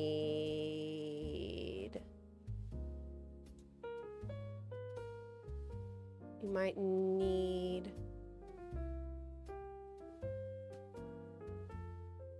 the hairdryer.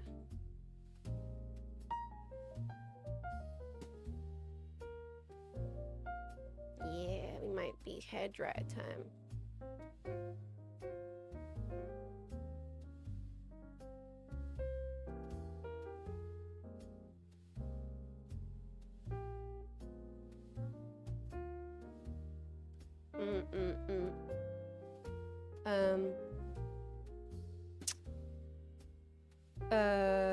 Step away from the fumes. Step away from the fumes, Jean Faymas. No, but the fumes are too making me feel kind of loopy, a little funny, a little wacky. Maybe that's why Bob Ross was so chill. All the paint fumes, man. And the weed. No, I feel probably like he probably was around a lot of paint fumes. I don't know if they probably kept those PBS studios well ventilated.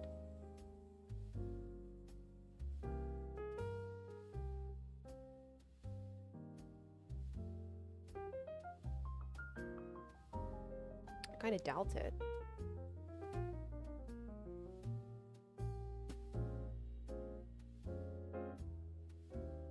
I'm realizing something kind of funny, Jetpack.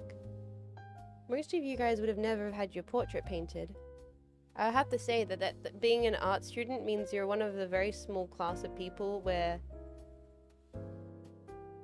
I've definitely had my I've painted my own portrait hundreds and hundreds and hundreds and hundreds and hundreds of times, and I've painted like friends and housemates and siblings. But most people in this day and age have not had to sit for a painting or have seen themselves painted. And that's kind of interesting, right? Oh, no, you know what? I take that back. Just run it through ChatGPT. Just run it through ChatGPT. That's right. You don't need, you know what? You don't need to experience that. You don't need to sit down and experience the whole thing of someone looking into your, deep into your soul and capturing your essence. Nah. You got ChatGPT for that shit. True. On God. Just make the robot do it. We don't need it no more. Grok, give my self-portrait massive tits. Grok, do it.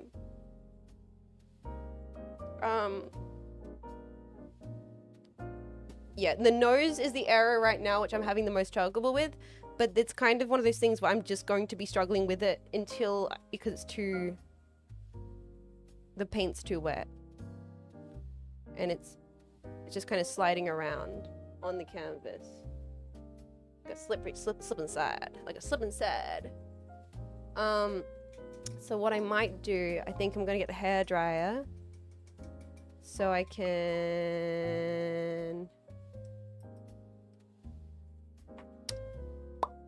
dry this baby up a little bit.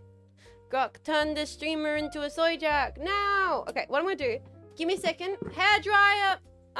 Maybe I'll put you guys on BRB. I'm gonna put you guys on BRB, and then I'm going to go grab myself maybe a little snack, another coffee, get the hairdryer. I'm gonna blow dry this thing, try and get a tackier dry surface, and I'm gonna go back in now that we've kind of put in a lot of our foundational tones and colors, and then try and do some detail stuff on like the eyes and the actual features to kind of like sharpen the whole damn thing. Alright, be right back.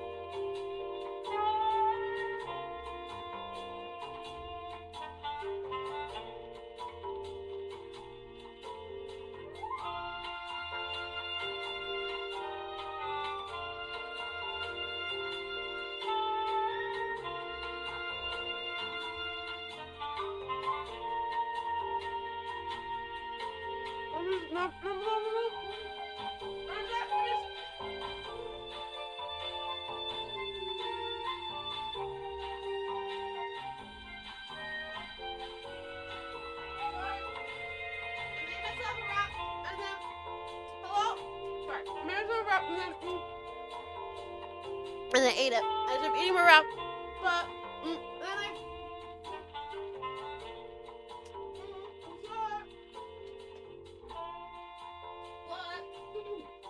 Can you hear this? Wait. Can you hear this? Okay, so I got myself a cup of tea.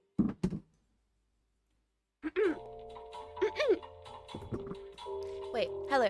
Hi. Hi. So. Hi, hello. Hello.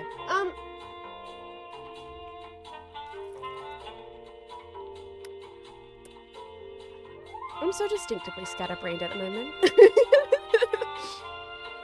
There's a bold new, like, even for me, this is like a bold new scatterbrained existence. Got some water. I just smashed a wrap. And I got myself a cup of tea. And got a fan. Well, not a fan, a hairdryer. Guys, I fear. Why is that doing that?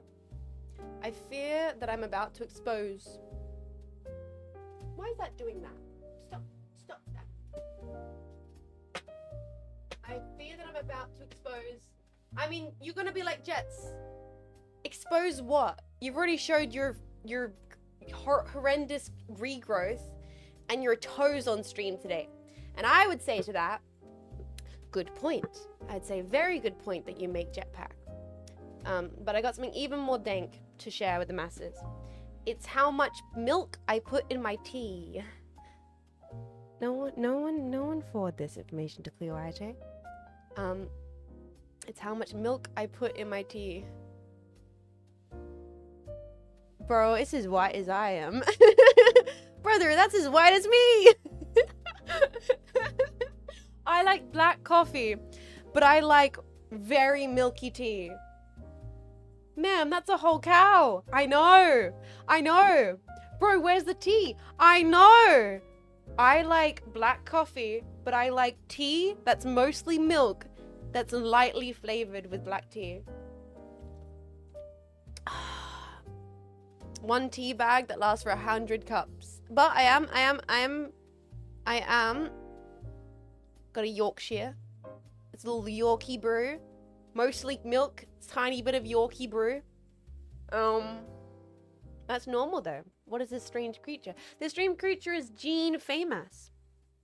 What kind of tea? English breakfast. Having it at midday, because I can. You like milk with tea flavor? Yes, I do. So, took a little bit of extra time because I had to brew the tea. Like, did you brew the tea? Because it doesn't look like it. I had to brew the tea. I smashed a wrap. And I had to go hunting for my hairdryer. Because if you can believe this hairdryer is not in my bathroom. It's in my art kit. So I had to open a bunch of boxes and rummage through my art kit to find my hairdryer. so we can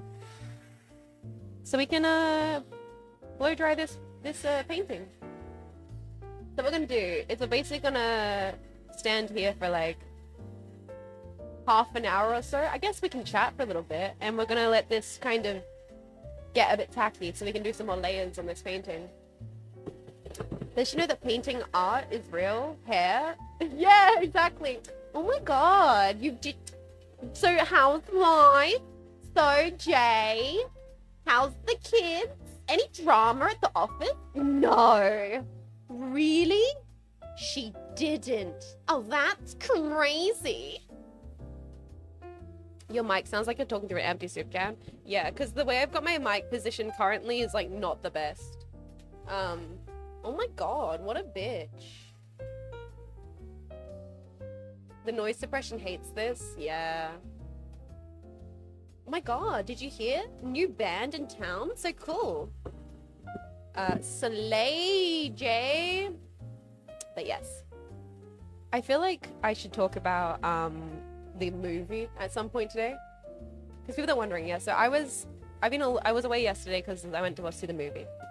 I went to go see Nirvana the band, the show, the movie, finally, after 10 years of waiting for it to be released. I had like the day before I had like, yeah, a business dinner. And then I went to watch a movie. I actually hung out with my sister earlier in the day. And then I went and watched the movie in the evening. And there's this like crazy thing happening in... Whoa! Why is the AC decided to just go crazy mode? Not AC, the hairdryer. What the heck? There's this crazy thing going on in the state I'm in. Hair detected. Hairdryer. Domain expansion. Hairdryer. Ghost. Hair. Wire. You shouldn't turn the heat off.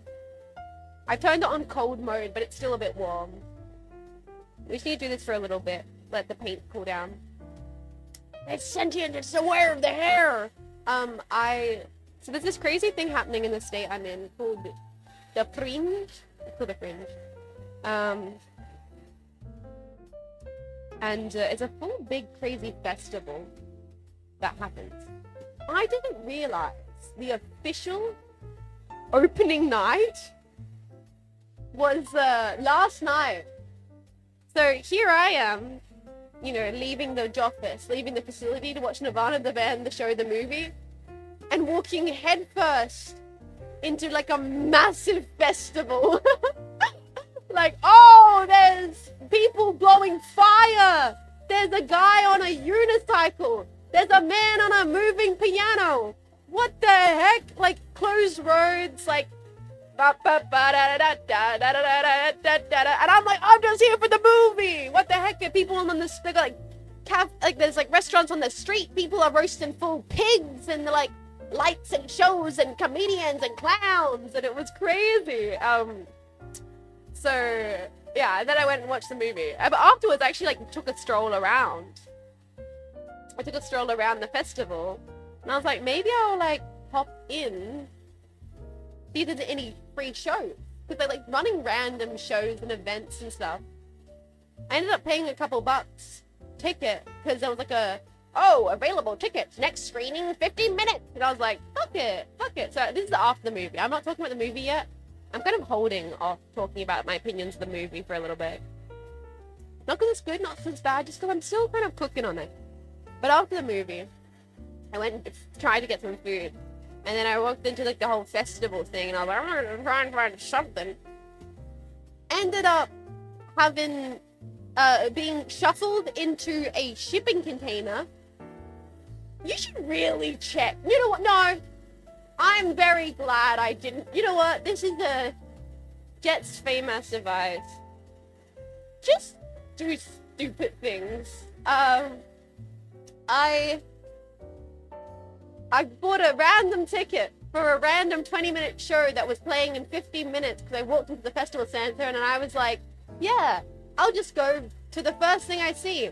And there's like only about not even 10 of us in the line because it's like a small little thing.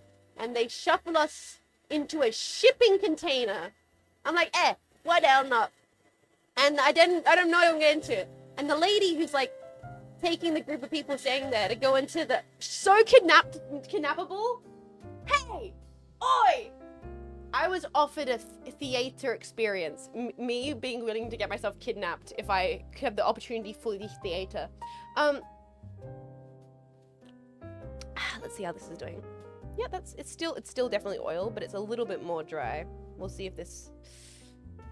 I'm gonna let this sit for a bit, sit my tea, and we'll have this conversation. Try and let it dry. Yeah. So literally, me and a group of like 10 people walk into like a shipping container, and before we go in, the lady who's like the guide is like, "So this show's entirely in the dark." What? So we're gonna need everyone to take their smartwatches off, put them in their pocket. We're gonna need you to make sure your phone is turned off in your pocket, no notifications. You're gonna go in there, there's gonna be seats, there'll be headphones in front of you or headphones behind you. You're gonna be indicated that goes beam, beam left, beam, beam right. Warning, if you do have any fear of the dark, this is probably not the show for you, but otherwise, have fun, enjoy. And I was like, what the fuck have I signed myself up for? So I sit down, I put the headphones on, the headphone goes beep, beep, left ear, beep, beep, right ear. And then the headphones go, you're about to see a show in entire darkness. If you do not like the dark, this is your final warning to leave the container. And I was like, oh, buddy, I paid like 20 bucks for this already. My ass is seated. So yeah, put these headphones on, and normally the Dommy Daddy ASMR just calls me a good girl, but this one, it was full like surround sound audio experience of like, I'm the invisible man, and then like he like grabs a person through the crowd and like the sounds of him murdering the guy, and then he was like in your ear like, I'm right next to you, aren't I? And I'm like, what is happening? It is crazy. I always say, I was sitting there being like, God, why is Vivi not here? Why did I not bring Vivi? Like, Vivi would love this. I got hit with the good girl shit at the freaking Fringe Festival. I was not prepared. I was like, oh, it's gonna be like a weird soundscape thing. There was a point where like all the walls fell apart and then they blew breeze on you, like you were outside in nature. And then he was like, run, Danny, run. And then you hear a guy running and then you hear him being fucking murdered to death, and it was crazy. I will admit though, that after it was over, I think, boys, as a VTuber and as a person who's like aware of ASMR as a concept and aware of things like VR, a part of me was like, that was good, but I think it was like cool to me. It didn't like blow my mind because I'm like, there's VTubers out there doing this production kind of quality value for free on YouTube. Like this is just good girl ASMR GFE puppy dog experience. Like brother, this audio tape already exists out there. Like, something you could appreciate, something that somebody could appreciate. I unfortunately am not an ASMR person, so to me I was just like, ah, fuck, this is ASMR. The wind blowing was cool. I will admit, when like the entire like they started blowing like fans at the audience and it had the illusion that the walls fell out around you, I was like, that's nice. That's a fun gimmick. I can appreciate that. That was really cool. But yeah, so I ended up stumbling into a dark room. I didn't get murdered, though according to the audio experience, persons in the scene next to me definitely did. And it is a story to just fuck around and find out. I'm glad I did it. I genuinely thought I wasn't gonna like go see anything this year for the Fringe, but I just stumbled into a show and made me think, fuck, maybe I should go like back into the city some other day during like this month and just randomly go to some other shows if they're available. Like Russian roulette, but for theater. Russian roulette but for theater kids. Will you ever go again? Like, the thing is, I want to, but will I actually? No. I'll probably just end up working and streaming every other day of this week. G'day, what a story to wake up to. Dude, it was crazy. And it was one of those things where I literally only went in the city to go watch Nirvana, the band, the show, the movie, and I ended up in a shipping container. And that was the craziest thing that happened in my in that evening for me. It wasn't even going to see this movie I've been waiting for 10 years. Maybe you should climb into more strange shipping containers this streamer. Honestly, I should. You guys say kidnappable, I say an opportunist for a venture. This sounds like the best outcome for the situation. By the way, I do like the purple and the blues used as shadows. It gives a nice contrast against the warm yellow of the cheek, but I also think the coffee stain circle in the corner would go hard as fuck. Yeah, it needs a coffee stain circle in the corner. It also needs like burning it, like when you were a kid and you had to make like treasure maps and you burnt the side of the paper and you dunked them in tea. Go do that. Open to opportunities. That's me. Jean Faymas, open to opportunities. I think this is almost dry. We might be able to start. It's still very damp, but I think it's slightly more tacky than it was beforehand. So I think we can maybe keep going in on the painting. Next part is we're gonna start building detail. The nose specifically, I don't like. I don't like the nose. So I'm gonna zoom in very close to my reference, and we're gonna try and fix this situation, boys. I think we need to really exaggerate contrast here. When do you know a painting's finished? 80K, you are asking one of life's most difficult questions. Like, what's the meaning of life is almost as impossible to answer as when is a painting is finished, because the answer is a painting is never finished. It's not. I think it's a good learning life lesson, actually. Like, it's like you can learn a lot about life by asking yourself the question, when is a painting finished? Because the answer is it's not. Life's never finished. Experiences are never finished. There's no such thing as finished. It's basically to the point where you kind of get sick of it. Like, it's either when you kind of like, yeah, I can't be bothered to work on it anymore, so I guess that's it. Or you go, that's good enough. Or you go, I guess I'm afraid that if I keep on working on this, I'm gonna mess it up more. Like, you really gotta trust your gut and hope that you're calling at the right time. The thing is, okay, there's ways, okay. That's the pretentious answer. Let me give you the actual helpful answer. Sometimes you're bored and you got better things to do. Honestly, that's when the painting's finished, when you got other things to do. Now let me give you the genuinely helpful answer. The person who maybe wants advice as an artist and wants to get better at their skill. It's very personal, and there are ways for you to test what you think is finished for you. And the best way to actually do that is by doing timed experiments. So what you're going to want to do is you're going to want to give yourself a reference, maybe like a life drawing, maybe a face, maybe like a picture of a person or a character you like. And what you need to, this is purely educational. I'm sorry. Hi guys, you're getting my degree for free. Enjoy this. What you're going to want to do to kind of learn what you think for your style and your art is your set point is you want to do timed constraint experiments. Give yourself one reference, then go, I'm going to give myself 2 seconds to draw this. Okay, you have a timer. You go 2 seconds. You draw the image, 2 seconds. Then you go, you give yourself 5 minutes. Draw it, add as much detail, and then stop. 10 minutes. Draw it with as much detail as you want, stop. And then 20 minutes. 30 minutes, give yourself an hour, give yourself 2 hours, then give yourself 4 hours, and then keep increasing the amount of time.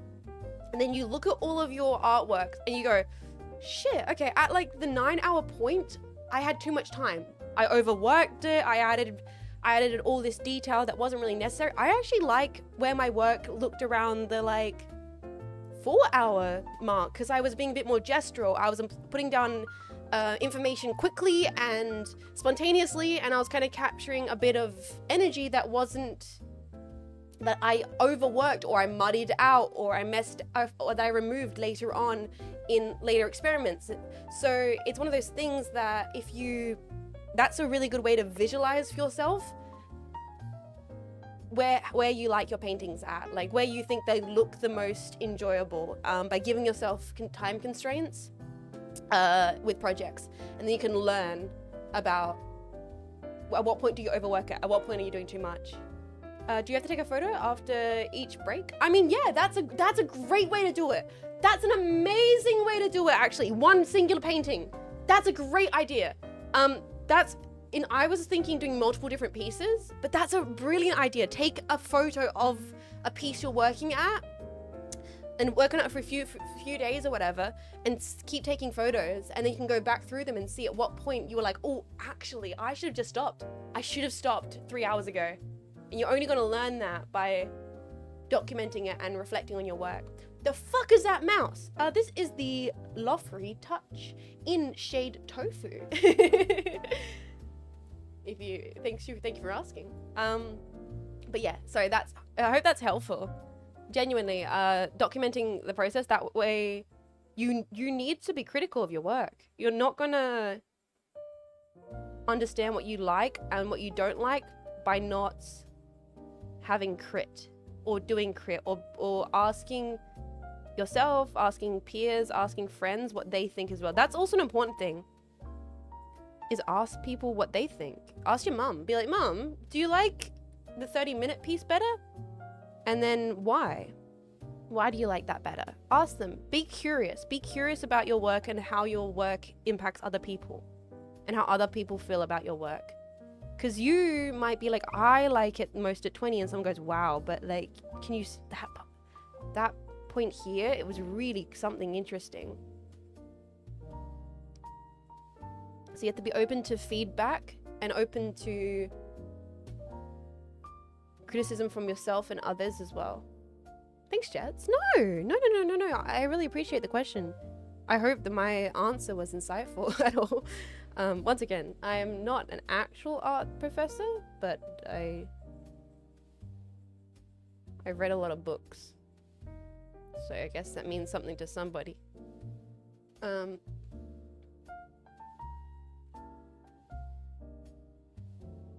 I've done a lot of painting in my time.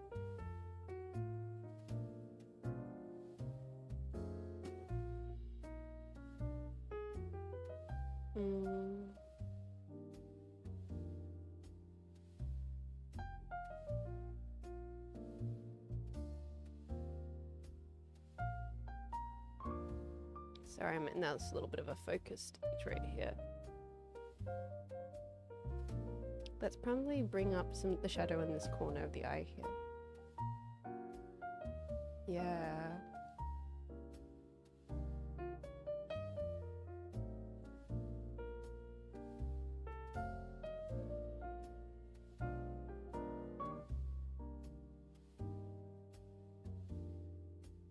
Like that. Your hands are pretty. Aw, shucks, bro. I think I have a very working class hands. I've got hands that do the job, get the job done. Ooh. I should probably take more care of my hands than I actually do.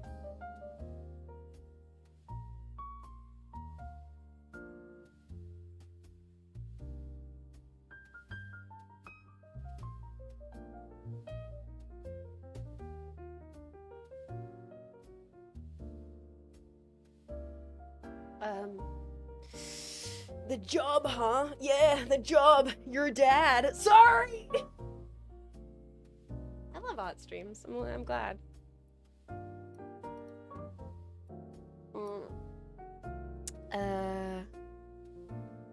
Stop making love to my dad. I'm sorry. Jets, can you stop seducing our dads for like 1 minute? Oh, first it's like, Jets, when you gonna get a boyfriend? Jets, when are you gonna get a husband? But now that I'm having sex with your father, it's a problem? Jesus, God. Can't please anybody. I thought you wanted. Nobody's happy in this goddamn society. What the heck, man? You can't win. Jets can't get no bitches this, Jets can't get no hoes that. But the second I'm in a loving, compassionate relationship with your father, that's crossing the line. This is legitimately a really good bit for a sketch comedy. Like some this is like when like your parents are like, yo, so Timmy,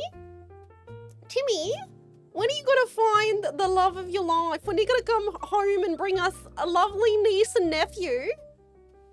And it's like something really deranged, like... like the crazy guy next door. And we're like, we're not the crazy guy next door. It ain't anyone but that. So it's okay if I call you mommy. Alright. Let's not go that far.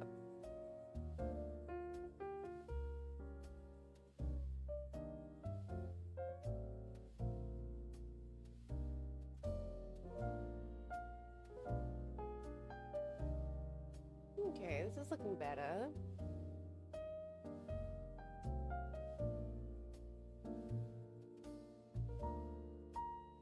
But that is the way you do it though.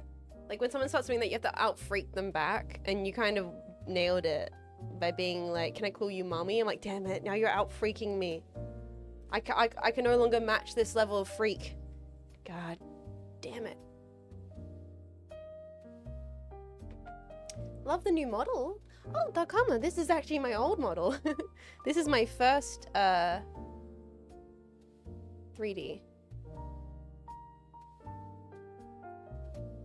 But I'm glad you like it. I've just been using my beach model recently more, and using my PJ model more recently. So we might have not seen it. That's fair.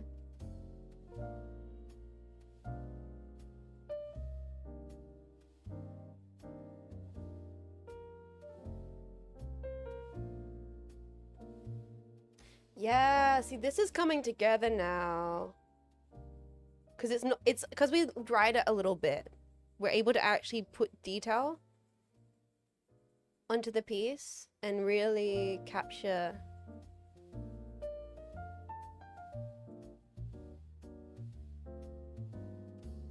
the expression. Jetpack, weird random question. Who rigged your hands? My mom. Give him a wicked monobrow for the bit. Great idea. Comedy. If they replaced Jean Faymas with like a fake Jean Faymas, like AI Jean Faymas, what would be our Turing test to find out who's the real Jean Faymas? Like, that's not the real Jean Faymas.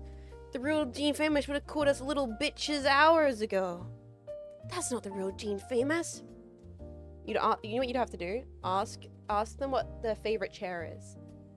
You have to be like, hardly know a joke. True.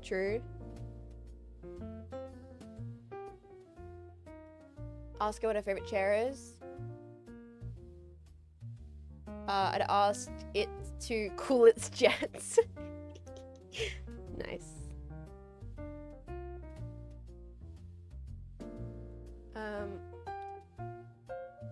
I'd say painter, and if they don't say painter, I hardly know her, then it's fake. Oh, it's true. So you guys say I'm predictable. I'd say I'm consistent, and this is good because it means that I can be mimicked, but never. My stupidity could never be fully reproduced. Okay.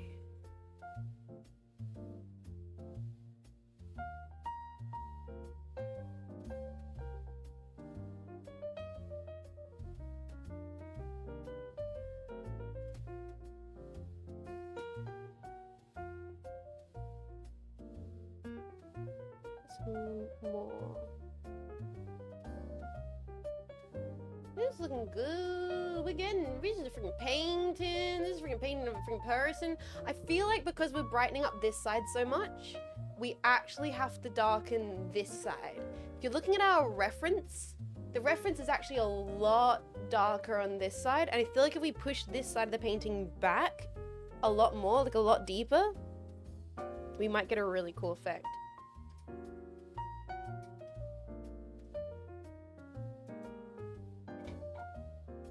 Ask if she will wear wigs. Great idea. So put a little blue tone in this eye here. Yeah, needed that.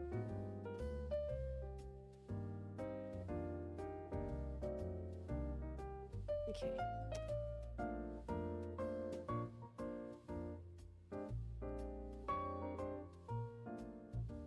whole area can be a lot darker, I feel.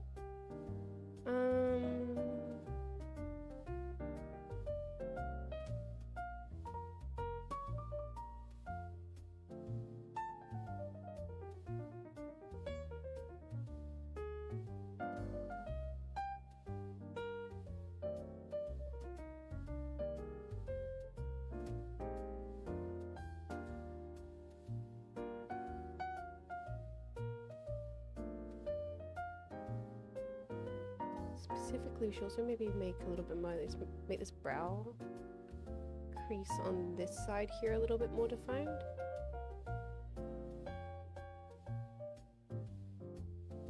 Yeah, I can see that making sense.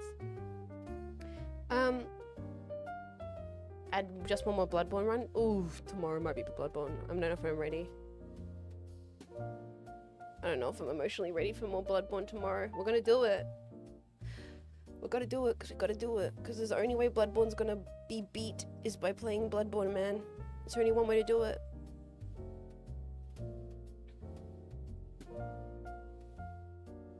That Bloodborne ain't gonna Bloodborne itself.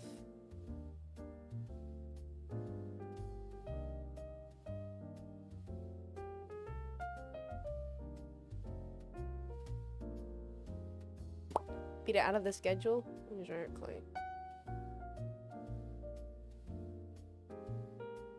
Okay.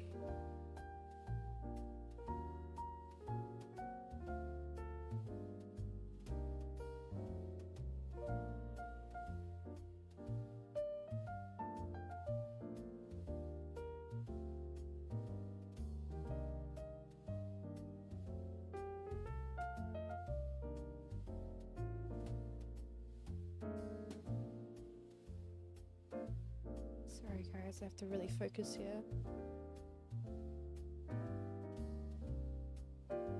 When you're working with like the eyes of a painting, this is when like you can kind of really lose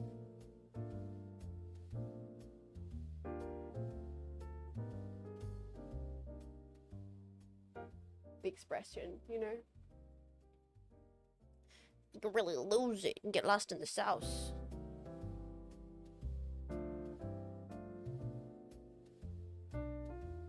I saw an interesting fun fact the other day, which is like Julius Caesar was not born of cesarean. He couldn't have been, because his mother lived through childbirth, and cesarean would have basically guaranteed that she would have died back in the day. And so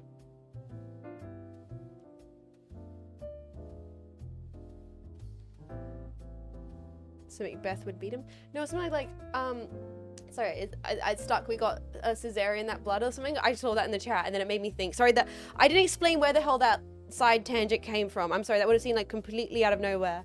But no, like, I saw a thing which was like, yeah, talking about how Julius Caesar wasn't born of cesarean. It's like a boldly, like a widely misheld thing. I'm lost if this is a fact or a bit. No, I think it's a fact. Correct me if I'm wrong, chat. I mean, maybe someone just went on the internet and lied to me. That happens. But I'm pretty sure it's one of those things where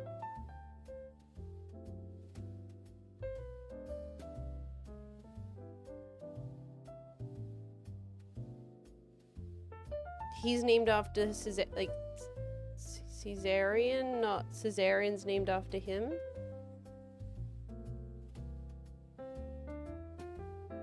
Happens a lot more than you'd think. Oh, about like known fun facts being... Yeah, oh my god, yes. So much, all the time. We just constantly... something will come into the public zeitgeist, and then we'll be like, yep, that's the fact. And then you very rarely have it challenged. Popular culture is one hell of a thing.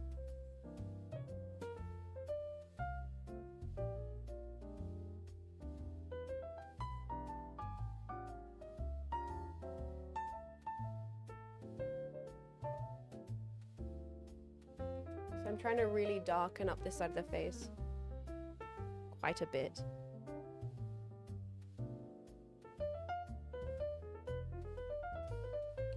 I think that's actually good.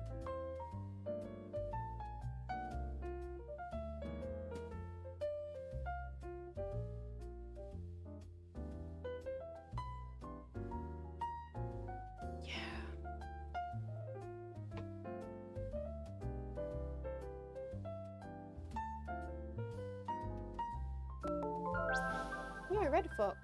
What's up, dude? How you doing, man? She's cooking? Hell yeah, I am. Hell yeah, I'm cooking. They let me in the kitchen once again, boys. They're like, Donnie! Get that Tom boy making some 5-star Michelin. She's at it again, boys.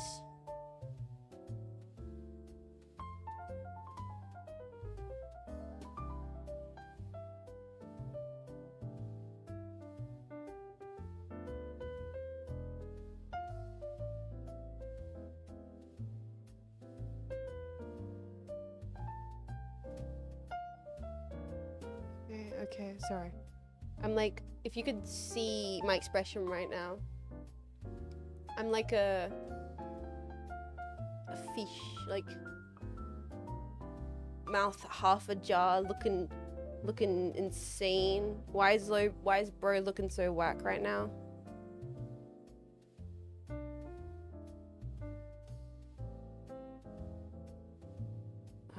It's too much. Paint's getting wet. It's too wet. The problem is I'm just losing it because I don't have. I'm gonna have to use the hairdryer again. We're gonna have to bring out back our old friend, the hairdryer, because everything's just kind of smearing together now. It's becoming like a big smudge of nothingness. All right. Do it again. More hairdryer time.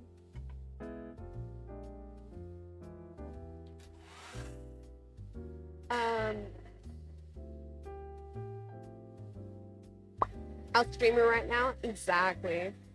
Have you looked in so hard that you drool? No, I'm not that.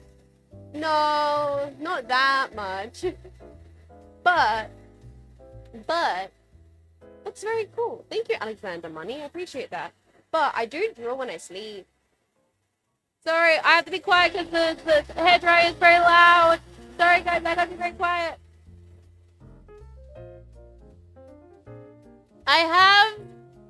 I do drool on my sleep, and so I have to regularly change my pillows. What? Speak up. Sorry, we can't hear you. Sorry. Sorry, we can hear you.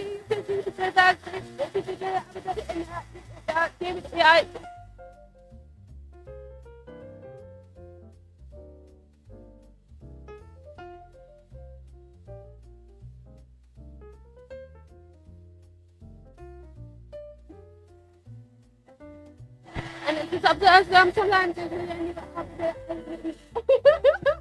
It's so loud. Okay. I do need it to dry off though. It's like playing with it.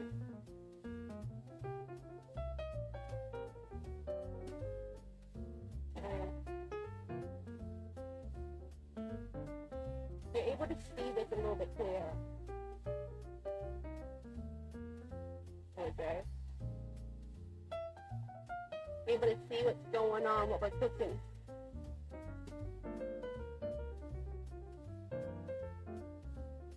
It's coming together. It is.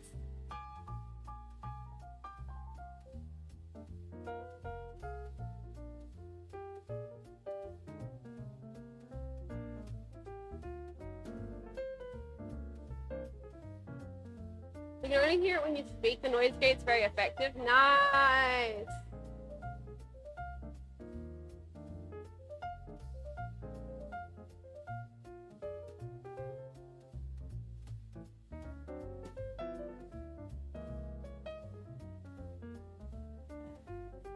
enjoy the nice and quiet while I blow dry my painting.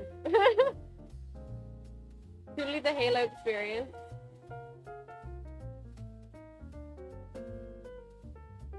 This is why I've never done oil paint on stream before. I'm now realizing it. Boys, I hope you're enjoying this stream because we're never going to ever do Jetpack. I hope you're enjoying this stream because we're never going to do this ever again because honestly, like, this is ridiculous. Like, it's not something I'm ever going to be able to do. Like, it's just like, it's like one of those things where, what? I don't think I'm ever gonna do oil painting on stream again. What? Page 2, come in, Sophie. Mainly because it's like, this is ridiculous. It takes multiple days to paint oil painting. It just does. You do have to be patient if you want to use oil. It does require a degree of patience.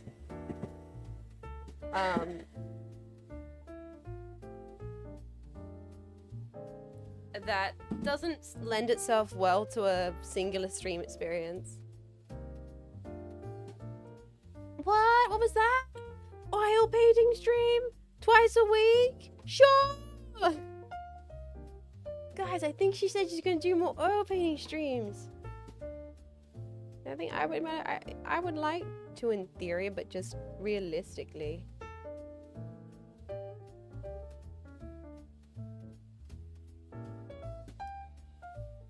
You can only do so much.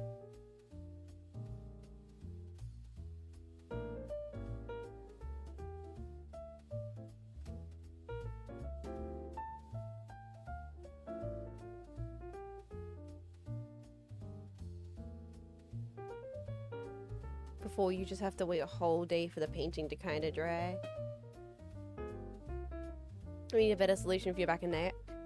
I mean, the thing is, if I do a Bob Ross painting stream, that will be different.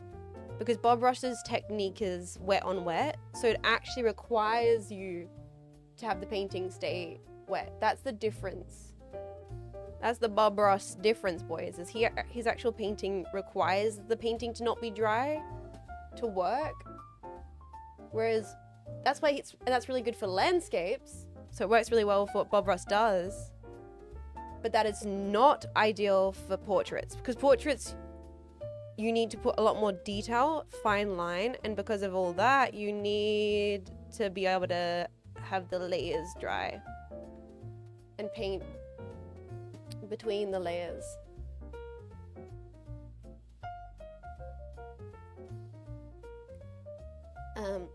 Have you tried putting a happy little tree on his face? You know what? That's probably what's missing.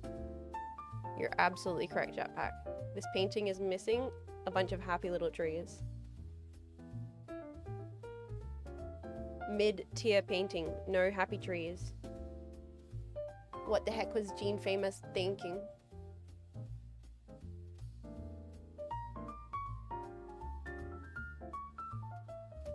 Who's in the photo anyway?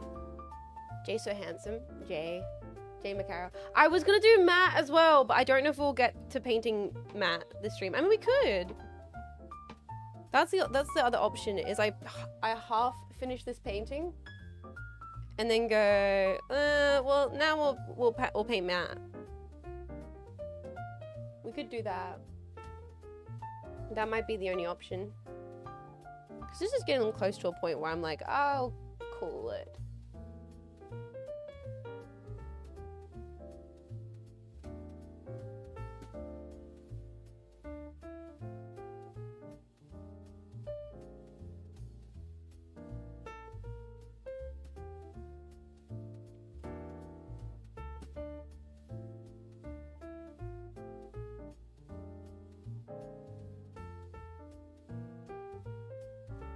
Like, we are getting at a point with this painting where I'm like, yeah, it's kind of getting close to being done.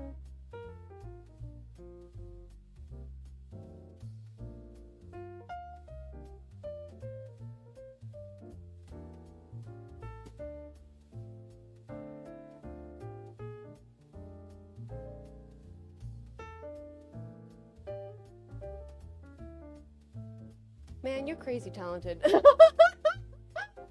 Sorry, it's sad. Every time someone says that, I shouldn't laugh. I'm sorry for laughing. I'm not laughing at you. I'm laughing at me. Please know this. Whenever I freak out laughing, when you're giving me a sincere compliment, like, holy shit, Jess is talented. I don't know how to feel about that. I don't know how to feel about hearing that. I don't know how to feel about hearing people saying that to me. I'm like, huh?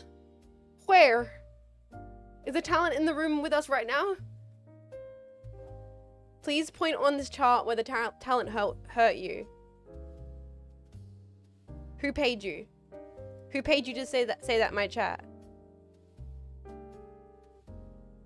Like, I typed it out because I meant it. Ah!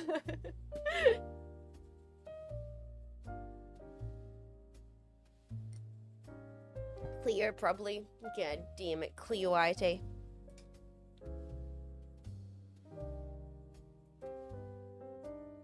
We're getting somewhere. This looks like a painting of a person. What I might do is I might put it to the side and we'll start painting Matt.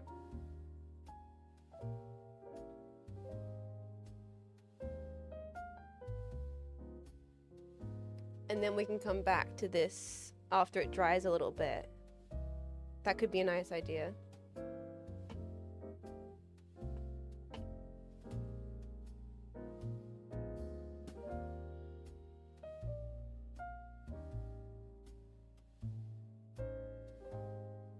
That could work. 99% of talent is the willingness to do something every day. Dude, it's real. Just to wake up and do a thing every day. Just do it. Just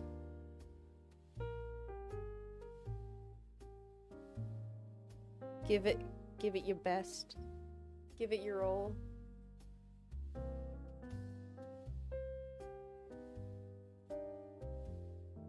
That's all you can do, man.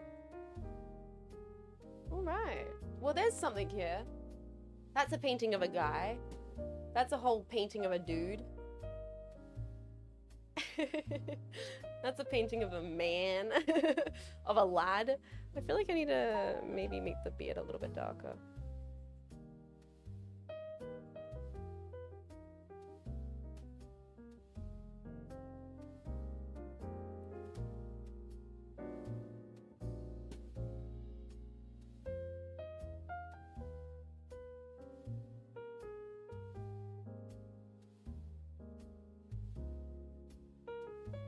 Like that. Proper lad. What do you think, gentlemen? How are we feeling about the reminder that Jean Faymas is able to put paint to paper? How are we feeling about that? How we're all feeling about that one? Gorg. Yo, Gorg, make this painting real. Gorg. It's pretty cool. It's pretty cool. Never doubted. Let me see. So my thought is, I kind of want to do, comparatively, I want to do this painting of Matt.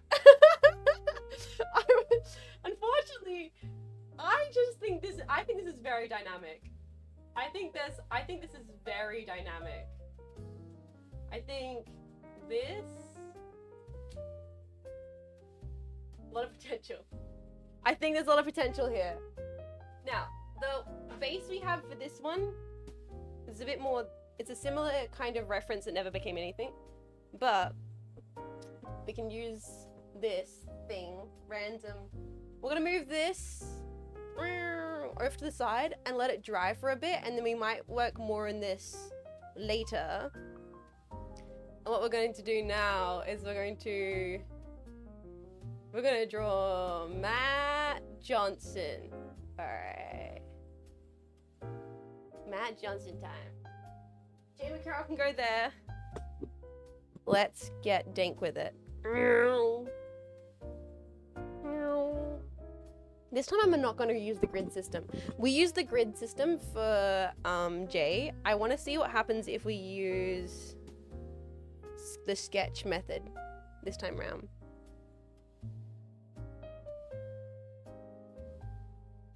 And see if we can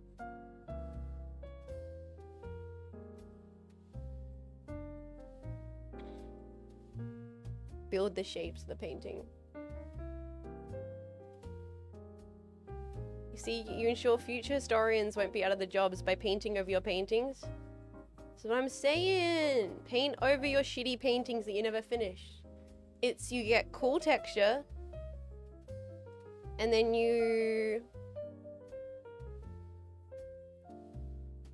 get cool undercolors you can build on. It's great. Look at this. We're already doing something here. We're already building in some color. This one might use a lot more color, actually.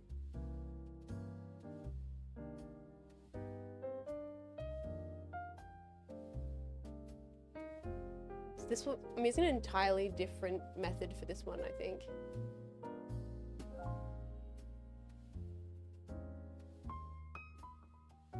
We're gonna almost like sculpt him. We're gonna bring him to life like a sculpture.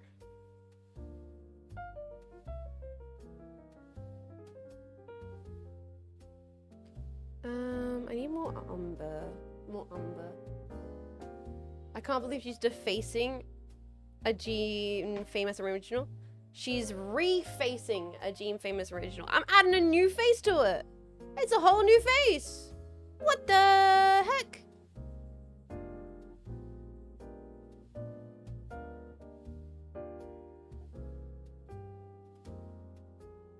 Scary. The problem with this method is it's kind of terrifying.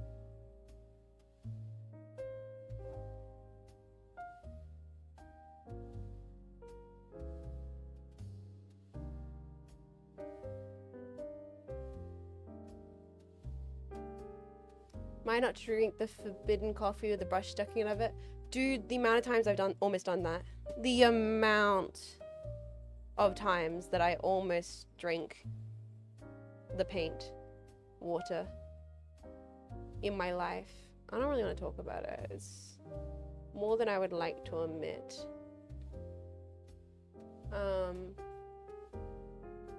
Ew, not so much ew as literally poisonous, and you could die.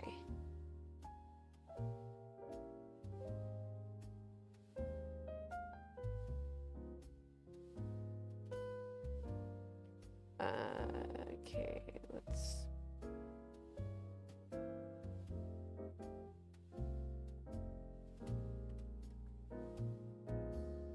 This is great. This is so dank. This painting's already so beautifully dank and kind of horrible, and I love it. I'm loving it.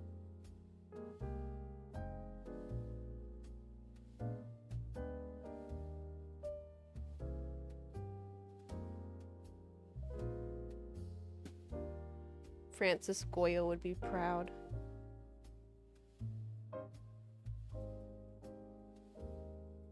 Saturn eating his son, but it's Matt Johnson and Jay McCarroll.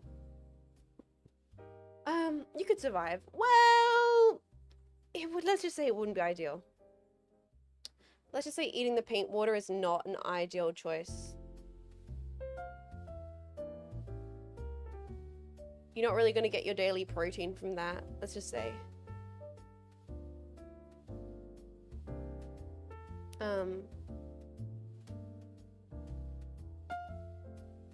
Okay. Holding the wrong end of the brush in your mouth, dude. Dude, that is the...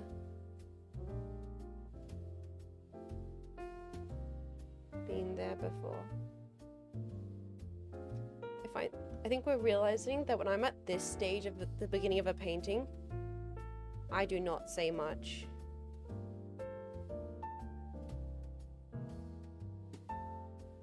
Because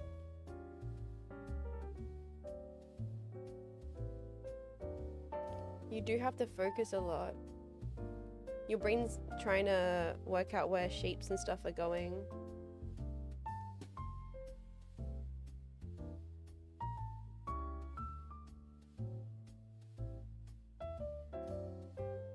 I'm looking in, exactly.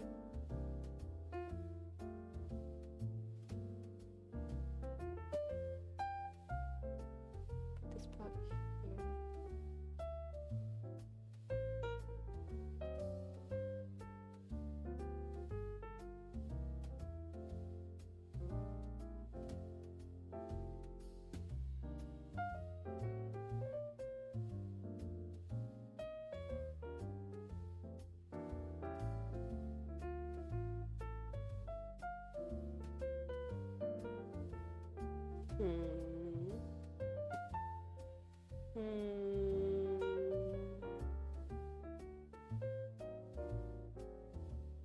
So you guys want my opinion on the movie? I'm enjoying the little art noises. That's the thing, making art noises. Me going,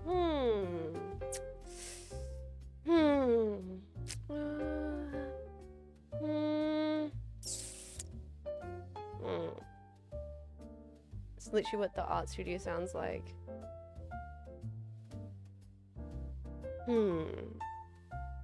That and Bjork is playing loudly in the background. That's some demon shit. Hell yeah. You guys had we had the suave painting. Now we have the demonic painting. Both sides of the art world.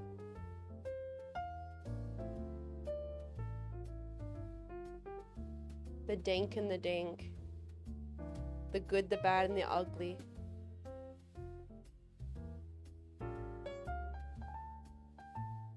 It's an accurate depiction.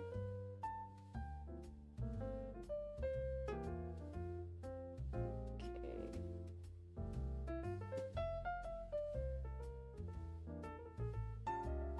So again, we're at the early stage of it, so it's gonna be a bit weird.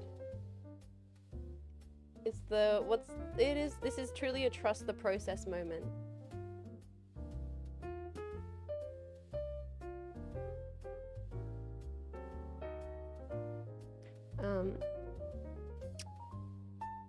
The facial expression is so funny.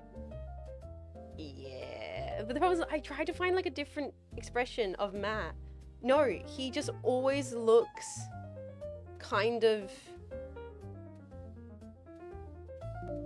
concerned and shocked in every single photo I could find. There's oh my god, Yado, thank you so much for 1,000 bits. Jets is painting Disco Elysium portraits. Oh, am I? Am I? Yo, Disco Elysium devs, hire me. Pay me $1 billion. I'll do the art for future games. Pay me, you know what? I don't even need $1 billion. Just give me at least 2 McChickens. I'll be good. I'll take 2 McChickens, please. Thank you, Ghetto, for the 1,000. What the hell, dude? Thank you for the 1,000. That's ridiculous. Thank you for supporting the stream.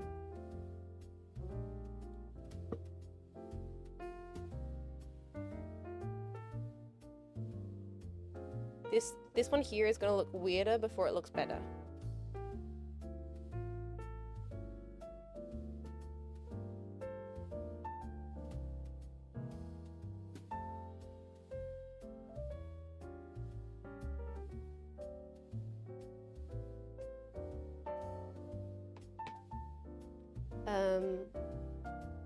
Which one of the 5 sister studios would you like to pay you? I don't know, whatever one is willing to give me a McChicken.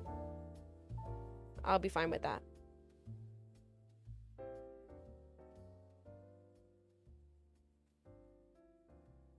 Whatever one is willing to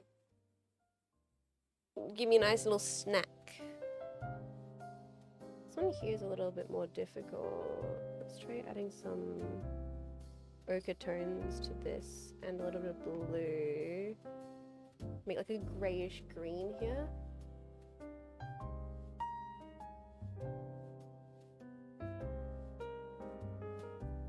I think we need to just fill in a lot more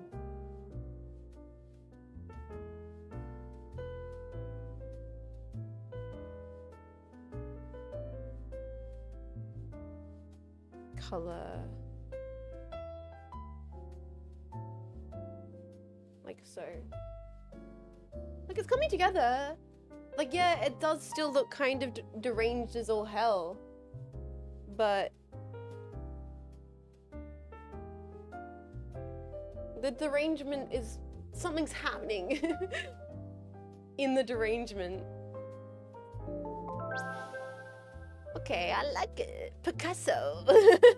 Gag Tray, thank you. Thank you so much for the 30.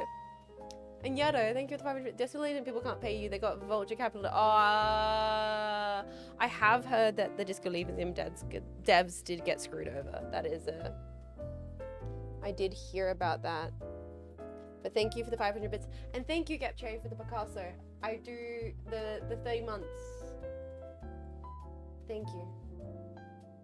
Thank you, everybody. I'm glad you're just enjoying the random noises of me just being like, art, drawing, making art, drawing. Because that is what this stream has devolved into. A lot of drawing.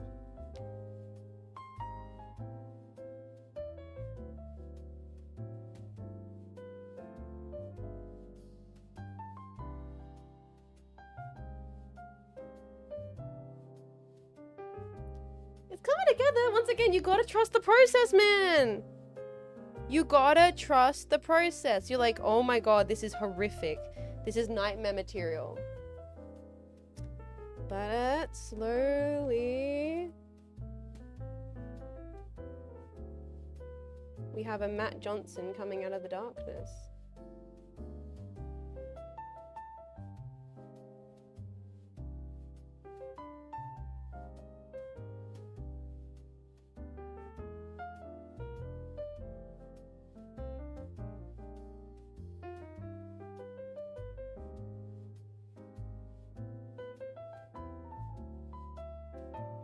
I kind of dig the nightmares.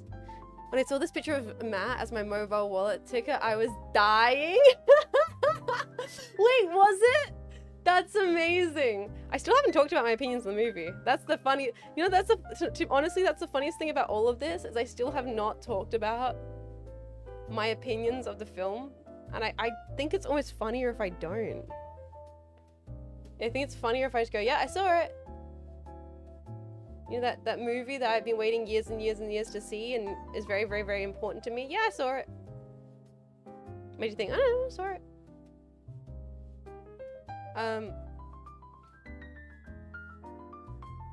Though people were saying like, oh, you don't have to watch the TV show, you don't have to watch the web series to enjoy it.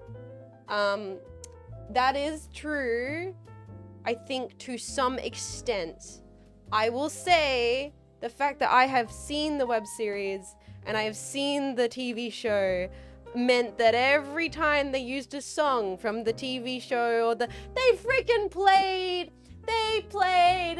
So I thought about the army that sits on your fucking high. Yeah, I thought there's a first for everything, so I took my advance of high sad semesters. It was only 16 grand, and instead I thought about the army, dropped out, and I joined the band instead.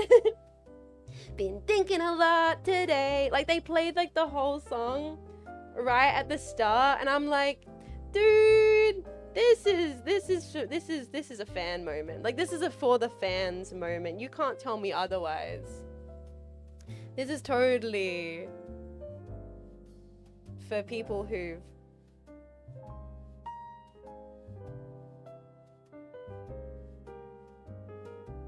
seen the show before. And this is totally for people who know the series. And they use a lot. Like, a lot of the music from the show. Like, every musical note, I'm like, that's from an episode. That's from, like, episode 4. That's from, like, episode 3. That's, like, from episode, you know, that's from episode 2, season 1. Like, that's, like, they did it so much. I didn't get any references. The whole thing's references, man. I do think it's going to be a legal nightmare for them. There is going to be some degree of legal nightmare when they were saying like this whole thing, like if you're even watching this in cinemas right now, be lucky because this probably never make it like to streaming or whatever. I think they're entirely right. Like there is a high possibility that the movie will have to be aggressively edited for like streaming release. How good is that? Hi, Seven Tross. Been thinking a lot today, so I thought about the army. That's on your fucking time. And I thought, yeah, there's a first for everything, so I took my old man's advice. 3 sad semesters. It's 100% filled with copyright. Yeah. It's great, every single second of it. It's what's so good about their stuff. It's what's so good about their work and their vision and their movies. It's all their damn brilliant use of the copyright system. I'll say, as a person who loves the series and has watched the web series and has watched the movie and has watched the show, has watched all the stuff, it was, of course I was gonna like it. Because it's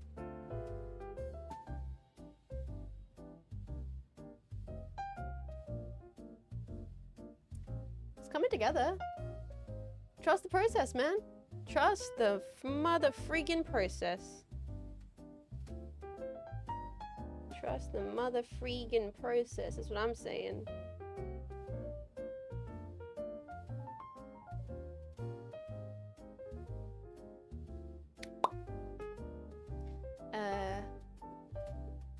Every single, I feel like painting's so fascinating because it really is like every line you put down.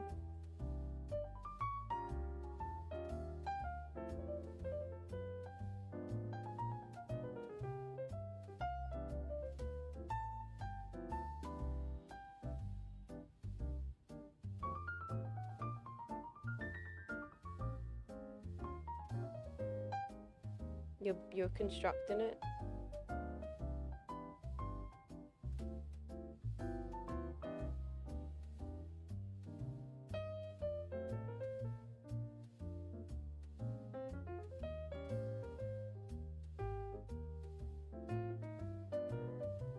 Those things where it's like, you're like, oh, that's creepy, but it's in a weird way. Creepier, like more expressive faces, more faces that are have more going on to them, have more character, that's what I'm looking for, character, more character, faces with deeper character. So much more enjoyable to paint.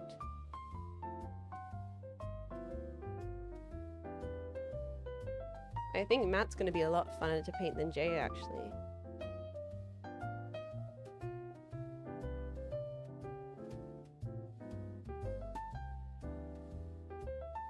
Thank you for the flowers, Casman. How are you doing? Welcome in.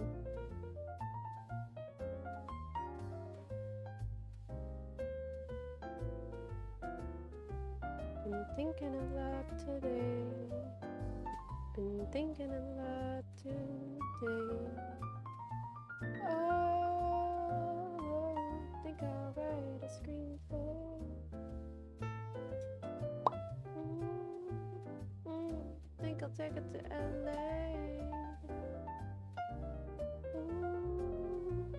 Think I could have gone yesterday.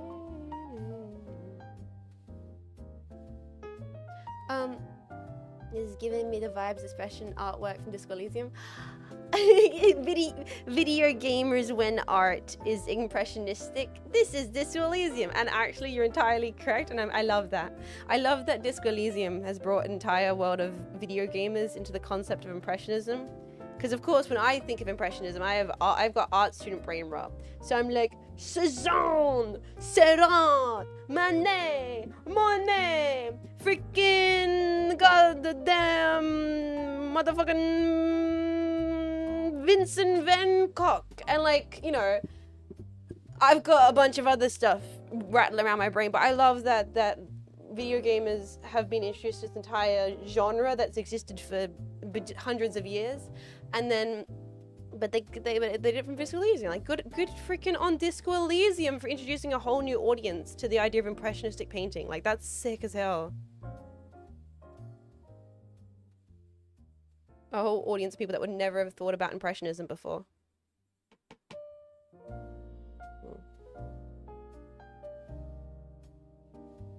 A classic artist thinking of money and Van Gogh. An artist thinking about money? Brother. An artist seeing any money in their lives? Brother.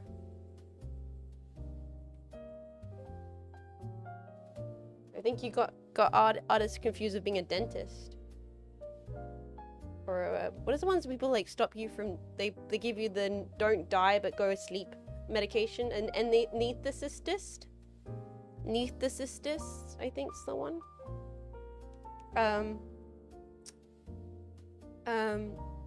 It's a good intro. Yeah, exactly. It's one of those things where I don't actually dog it. It's similar thing to so many people having their introduction to like older music be from the Fallout games.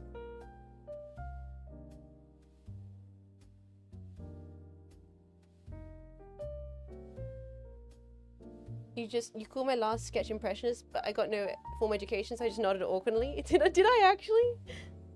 I mean, you don't need a formal art education. I can teach you the differences. I mean, once you notice it, it's a lot of it, guys. Here's, you want to see him, like, you want to this is Jet's guide to pulling art ladies. I was gonna say art bitches, but no, we respect women in this house. You want to pretend you know what you're talking about when it comes to art? Fun fact, it's all very easy because it kind of does what it says on the tin, right? So when you look at a painting and it kind of looks like it's the impression of the piece, buddy boy, you'd be like, yeah, hot babe at the gallery. Yeah, that's like, I really like this impressionistic piece. And she's gonna be like, oh, how do you know? And you go to the one next to it, right? It's a bunch of dots, right? It's a bunch of dots on the canvas, like, and the dots are all kind of coming together to make like an impression of the painting. See, you would see like dots, kind of like points, like tiny little points on the canvas. You go, this pointillism piece. Oh yes, this piece with a lot of little points on the canvas that kind of creates an impression of the scene, and comes to, this is kind of this pointillism piece is really interesting. A lot of it is, this piece is kind of like you took the object and you broke it into a bunch of pieces. You kind of abstracted what was in front of you.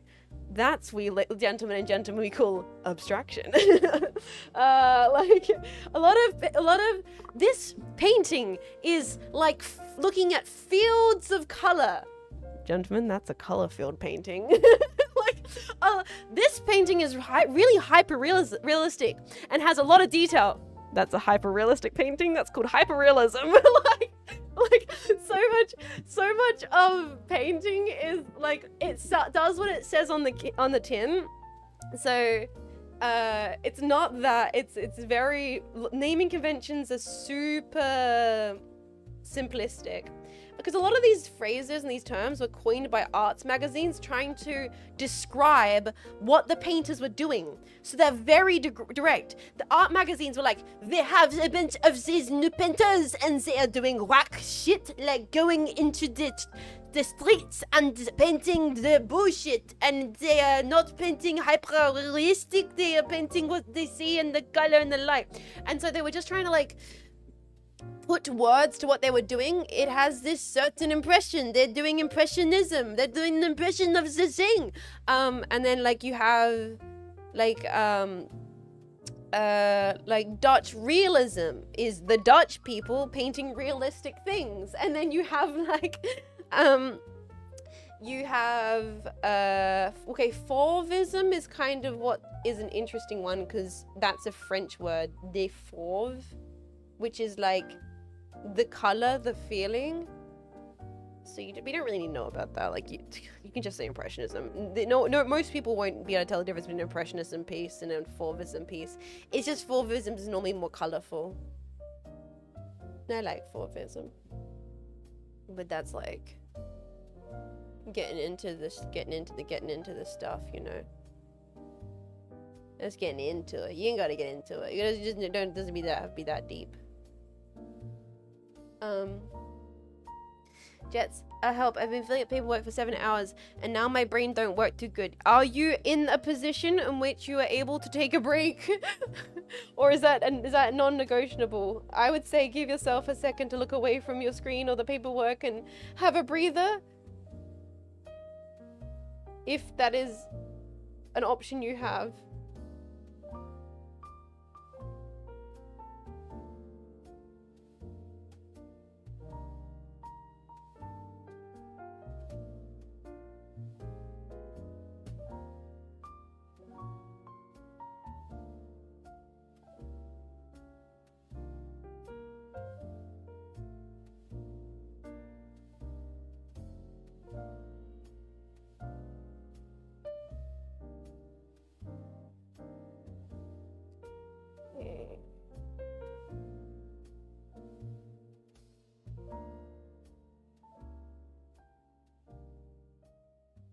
God damn, trust the process is a crazy beast, man.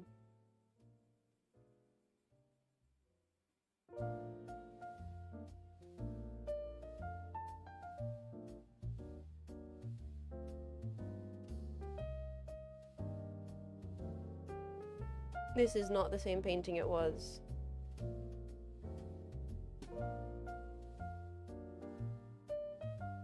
Quite a few hours ago.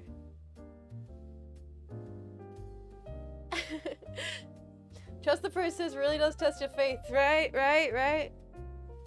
Working on a painting, having a come to God moment because the process needed to be trusted. Like, damn.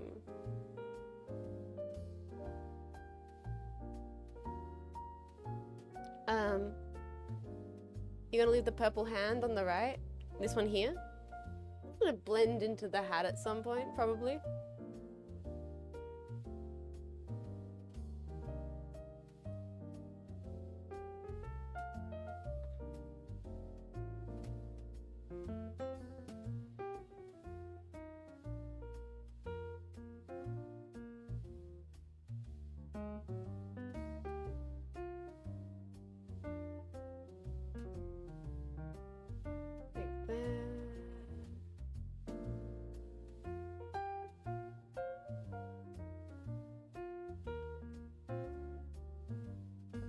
Holy shit, is this the same painting?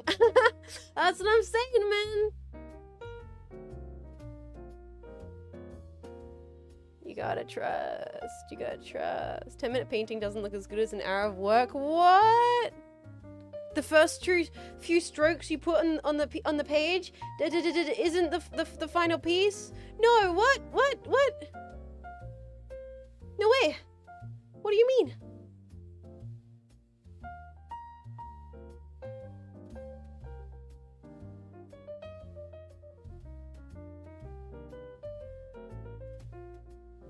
It takes time and effort to construct a full conceived work? No. I want my results now, ChatGPT. Sorry, I keep saying that. It's just an easy joke to make.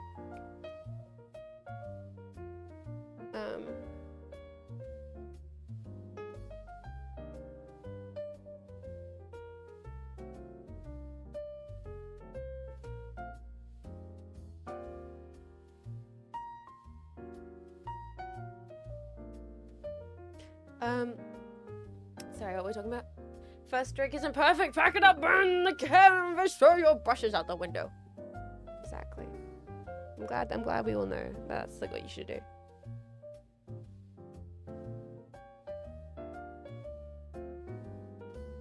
I'm glad we've all realized that. That's good.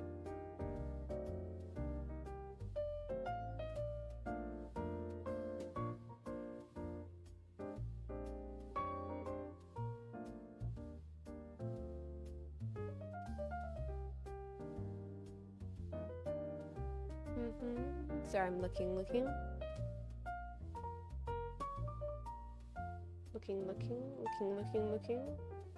Looking, thinking, considering, pondering that freaking orb. Pondering that painting, pondering. Considering. Art making noises. Taps a sign. Art making noises. Looking. I see. Yes.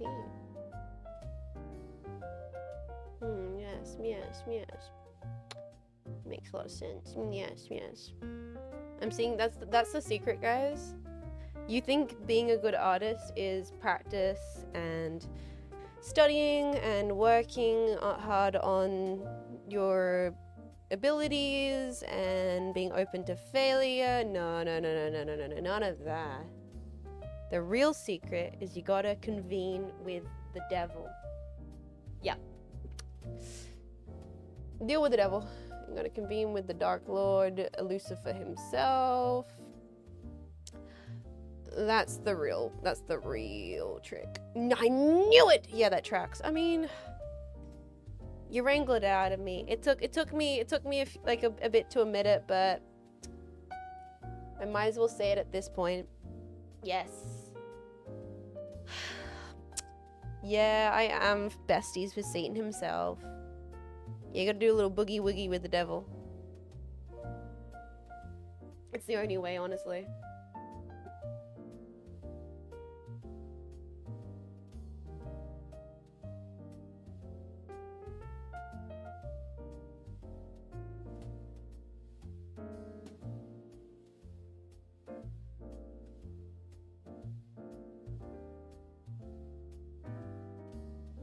I feel like this needs to go further out here. The proportions are slightly off.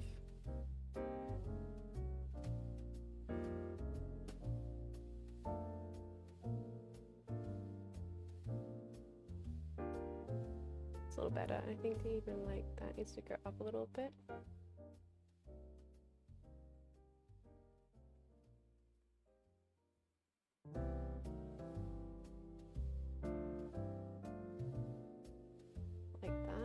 Yeah, something there. 2006 YouTube was talking about this and they tried to silence them. Yeah, they were. They were.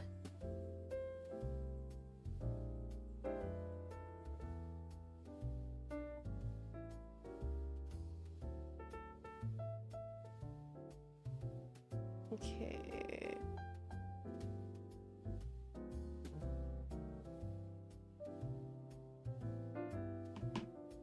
This one's taking a lot more of the way I went about doing the sketch for this one, because I didn't use the grid system. I'm having to really now think about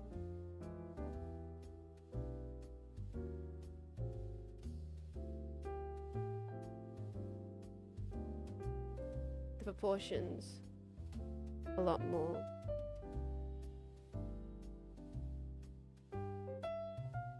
At this stage. The painting.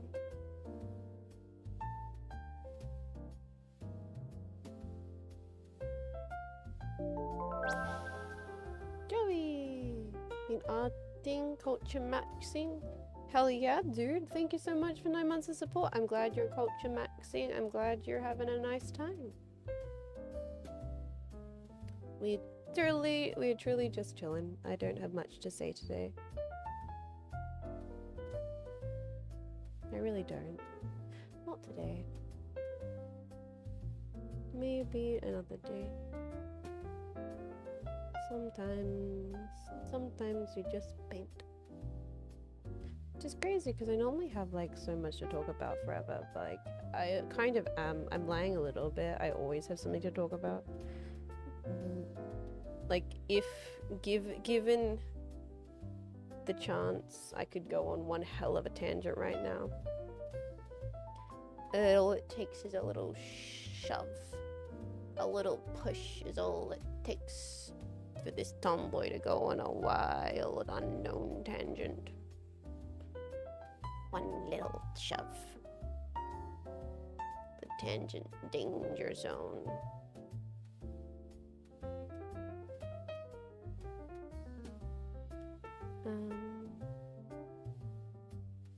Marco, how you doing, Marco? Welcome into the stream.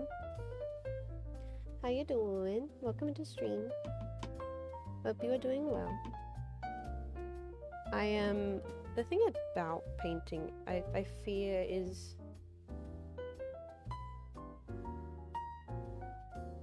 it is truly lucid. Like, a part of me is not actually here. I'm in there. I'm in that right now. I'm in whatever that is.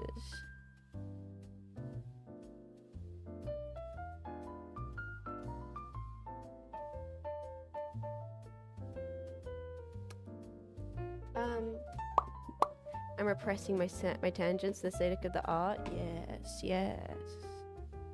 Exactly.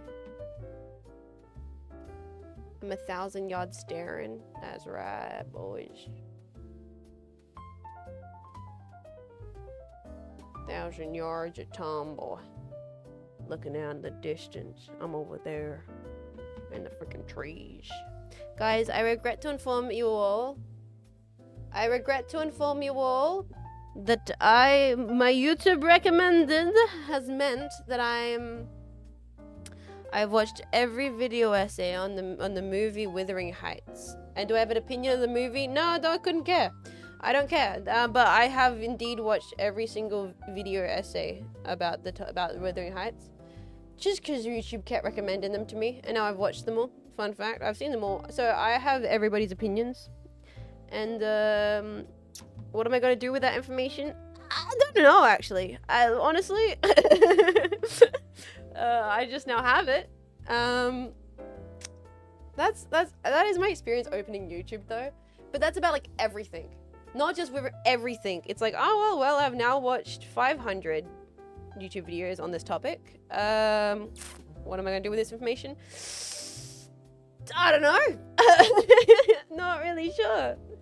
Not really sure. But now I got it. I find it funny. Consumes entire genre of entertainment through YouTube video essays. Like, yeah, probably at this point, I've watched the runtime of Wuthering Heights, the movie, 5 times. Purely in video essays. I could have just watched the film and formed my own opinion. But no, I'm gonna watch like 20-ish YouTube video essays on the topic, culminating in spending more of my life on it. In fact, I like watching video essays and things I care less about. I actually, crazy enough, I kind of never want to watch a video essay on something I care about. No. Like, if I have an opinion on a topic, then I don't need your video essay, bro. I've got my own video essay. It's called my goddamn mind. Like, but if it's something I don't at all know really about or care really about, I'm like, microorganisms of the Brazilian deserts, sign me up. Like, I want to know about them. I want to know about Click. Yeah, no, please. Yes, I will watch an 8-hour video essay on Adam Sandler's Click, a movie I don't care about, don't want to watch, and have no interest in. Oh, yum, yum, yum, yum, yum, yum, yum. Like that. Like, I actually prefer someone telling me all about a thing that I have absolutely no interest in at all. Brazil mention, true. Brazil mention. I think that's the way to go about it. I think that's just the way to go about it, man. At least that's how my brain goes about it. There's very few people that I enjoy listening to talk about a topic that I genuinely like. And weirdly enough, also prefer talking about things I don't really care much about. Like, I don't like, the reason why I've not really like went into much detail about Nirvana Band, the show and movie, like I'm not, like I could maybe talk for hours and hours and hours about it right now, but I'm like, well, I liked it and I have my opinion on it, so that's it. But if I hate a movie or I don't really care about it, I will talk to you guys about it for 1,000 years if it doesn't really matter that much to me. The more something matters to me, the less I kind of want to talk about it. Is that weird? The less I want to vocalize it, like at least on stream, like have a conversation about it. Like, I guess that's why I don't do a lot of art streams, or I don't really like talking a lot about art, and why I don't know if I would actually be able to do a legitimately good art like lecture. Because it's too real. You know, my opinions on art are too real. They hit too close to home. And I just wouldn't know how to articulate it. Like, I totally understand. Like, because it's something I genuinely care about, then I'm like, well, I would want to do it justice, talk about it properly, and then I don't know. Then I kind of get stun locked almost.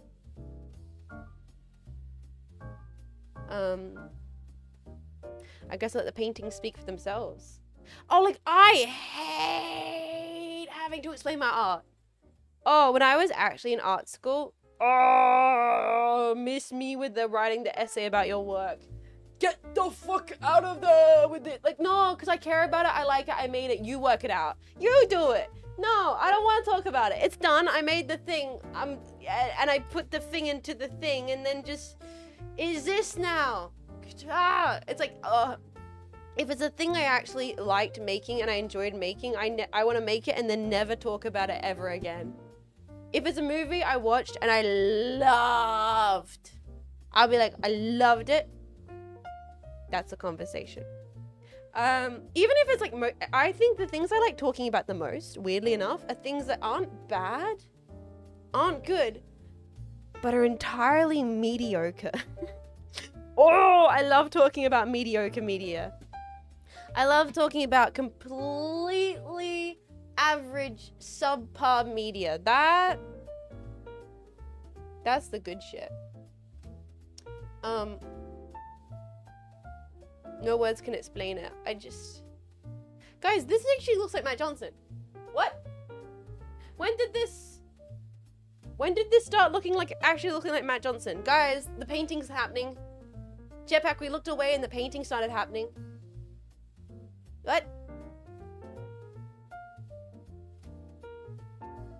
Real. I blinked and now I have a painting?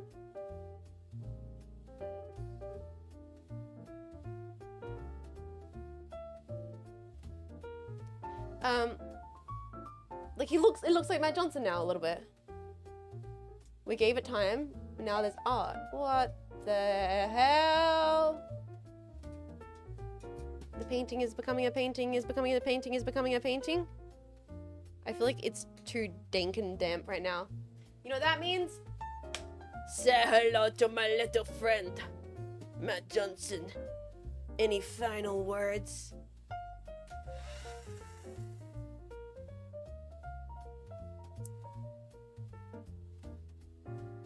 That we're putting this baby in the dryer.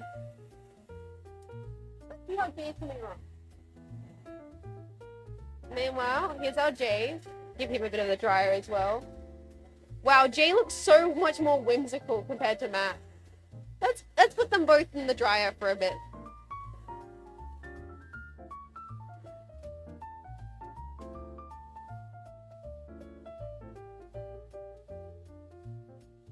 Witch.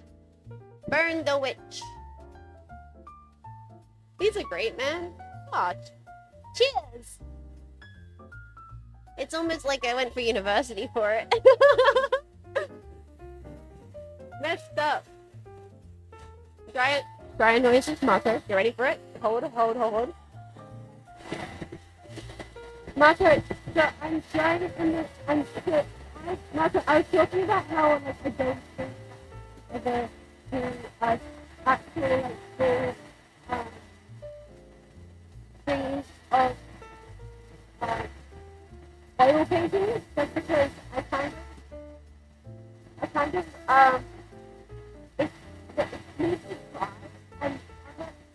You know what? So, help!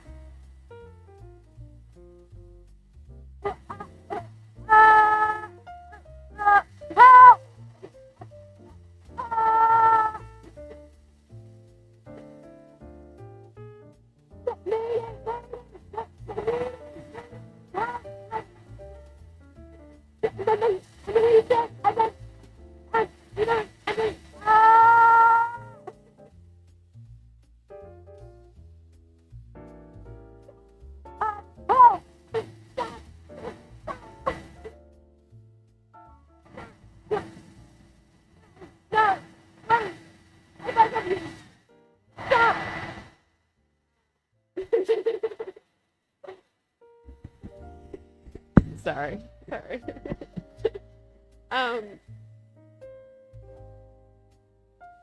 Very cool. Very cool. Woo! That one there's hovering by the nuke. You understood all of that? I'm glad you're picking up what I'm putting down. These are very... You know what? I always want to... Hold. You know what? Am I just kind of happy with... Are these done? Sorry, looking at both of them, I'm like, they're kind of...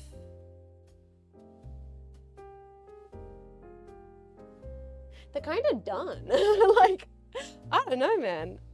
I wonder if I push them further, if they'd lose something. Like,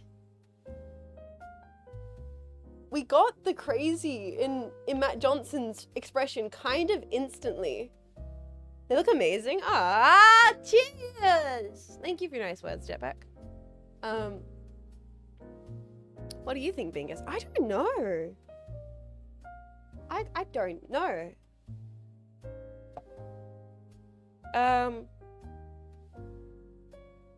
They're both funky. They're both... So here they are, if you were wondering. Instructions unclear. Writing the atom bomb right now. Uh-oh. Somebody... Who gave the jetpack the codes again? What did I say, boys? What did I say about having the nuclear codes, alright? Have you made your bed? You get to go on the nuclear codes after you clean your bedroom. Uh-huh. After. Alright, not before. You're gonna finish playing, clean up your other toys before you're allowed to go on the nuclear codes. So let's have a look at these properly. Let's have a proper look at them side by side. There we are. There we go. There we go. There we go. Let's have a look at them both side to side here. Wow. Yeah. What do we think, boys? We got Matt. We got Jay. Very cool. I forget I can do this. I'm gonna be honest. Weird to say? I kind of forget that I am able to do this. Is that insane to say? Is that weird to say? Is that strange to be like, yeah, I kind of forget that I can, you know, do that whole, like, painting thing. Oh, it's crazy to say. We need to do this. Grab a little bit of this here. And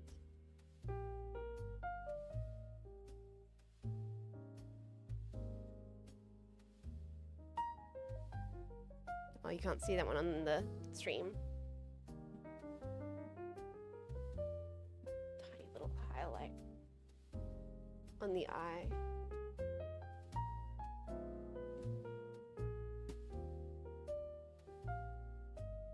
Nice.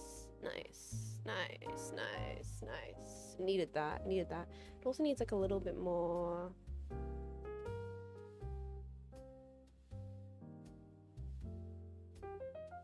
Down here.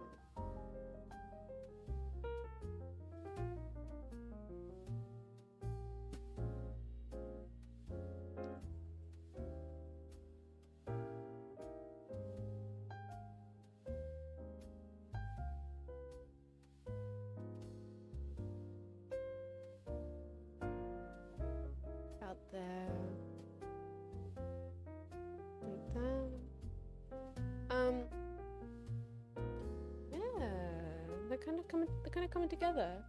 I definitely feel like I could work more on mats. Like mats is definitely like less rendered than J, but weirdly enough, I feel like this piece benefits from being more rough.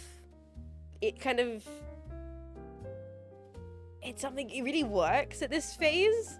Like it definitely, I could add a bunch more details down here, specifically to the mouth, adding some like, okay, maybe I'll try adding a little bit of that in here. It's a little bit of lightness down in like here a little bit.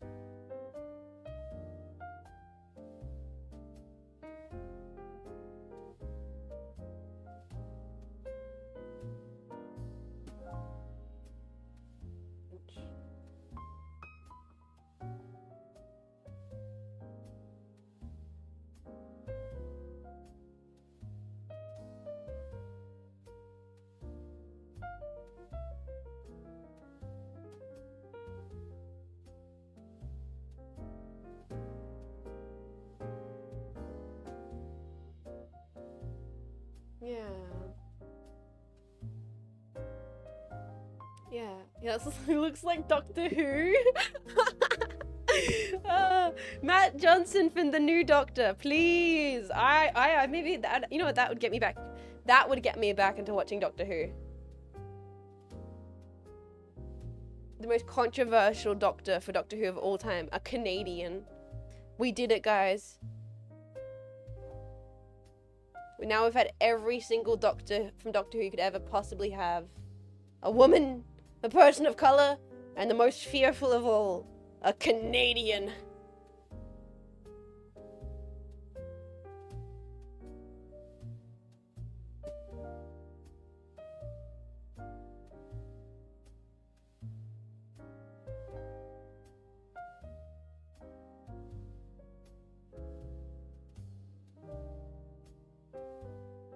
Oh no, I need to, see, this is what I mean, I fucked it! I can fix that, I can fix that. It's one of these things where I feel like I need to stop touching the matte piece, because it's kind of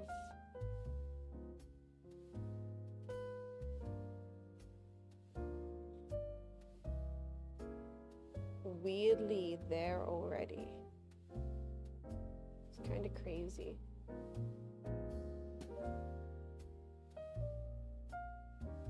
Kind of already works how it is.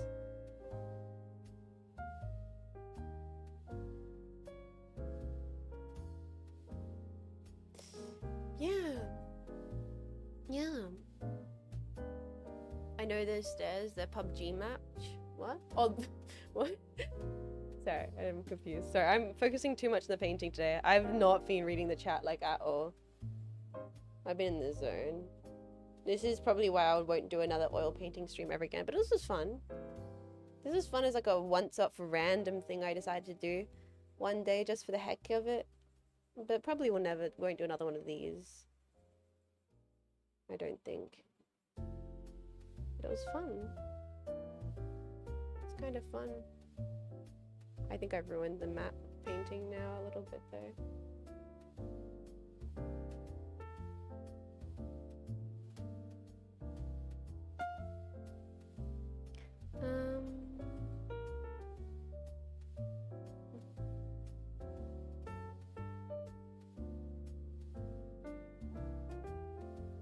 Yeah, nice surprise. That was fun.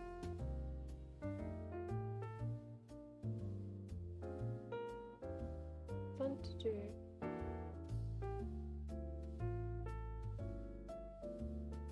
Because I need to let it dry. I think that's it. I can't add any more unless it dries. Unfortunately, I can't keep painting these because the paint, it's just wet paint. It's just wet oil paint, and every time I add more to it, I'm just pushing the paint around more, which is just, it's at that point where I can't add more without kind of smudging what's underneath it.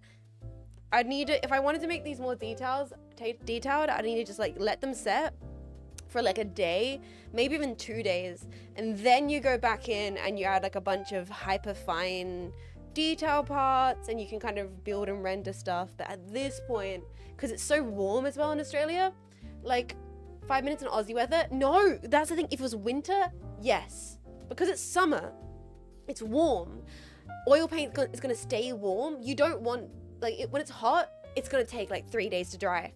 The heat keeps the oil kind of warmed and fluid, and it's just going to not set, and that's why it's like kind of smearing around everywhere.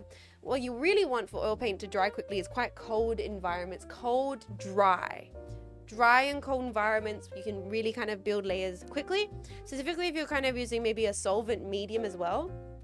I didn't use any solvent medium on these ones here because I thought that they would maybe be too glossy, but if I was going to do another layer on them, I'd probably go back in with like solvent medium and get a bunch of like fine line details on like the eyes and around the mouths and stuff. But for now, I think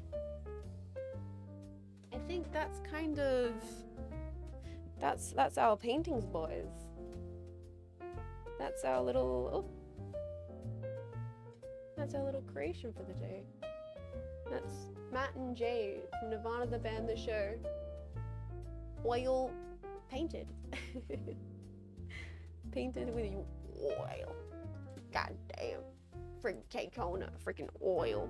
I will say, I'm definitely hitting a wall. I mean, I wanted to stream today because I wanted to hang out with you guys, even if I've been so exhausted. So thank you guys for being chill and relaxed and hanging out with me while painting some pictures. Because I didn't really have much else in my brain power that I could have done today. But I still wanted to stream. I still wanted to hang out. Here we have, here's our J. So look at that, you can see how wet that is. You see this, see the canvas? You see how it's all shiny like that? That's all wet oil paint. You can kind of see here. So here in the hair, where you got the underlayer, that's the dry layer. And everything around that is wet oil paint. So whenever I'm putting color on, it's just kind of sliding around, almost like, I guess, like marbles on glass. You're not actually, the paint's not sticking to the canvas. It's kind of just being shoved about. So what you need to do is you let that dry for a day or so, and then you can come back in and you can actually build more colors, because you can't actually put more oil on top of wet oil. It just smudges down with the layer underneath it till it becomes a big muddy brown mess. And that's one of the big things about it, is you can see there, look at that, it's all oil. But you learned a little bit more about the process today, boys, of oil painting. It should be a shame if you did these again. You're really good. Shut up. How do they do with alla prima? It's all the same, right? Alla prima? I don't know what an alla prima is. Is this a different terminology? Is this an Italian arts term that I'm not aware of? I wish you could do this again. It's very cool. You should do more. No, I don't know. Maybe, probably not. Probably not. I don't know. Maybe if I get like a setup that is designed for oil painting, like if I got a oil, because it was very difficult to paint at the angle that I'm painting. I have to stand up currently, awkwardly at my desk to make this work. These are crazy. I know, guys, I now own 2 oil painting pictures of Matt and Jay from Nirvana Band the Show. That's a kind of insane person thing to have.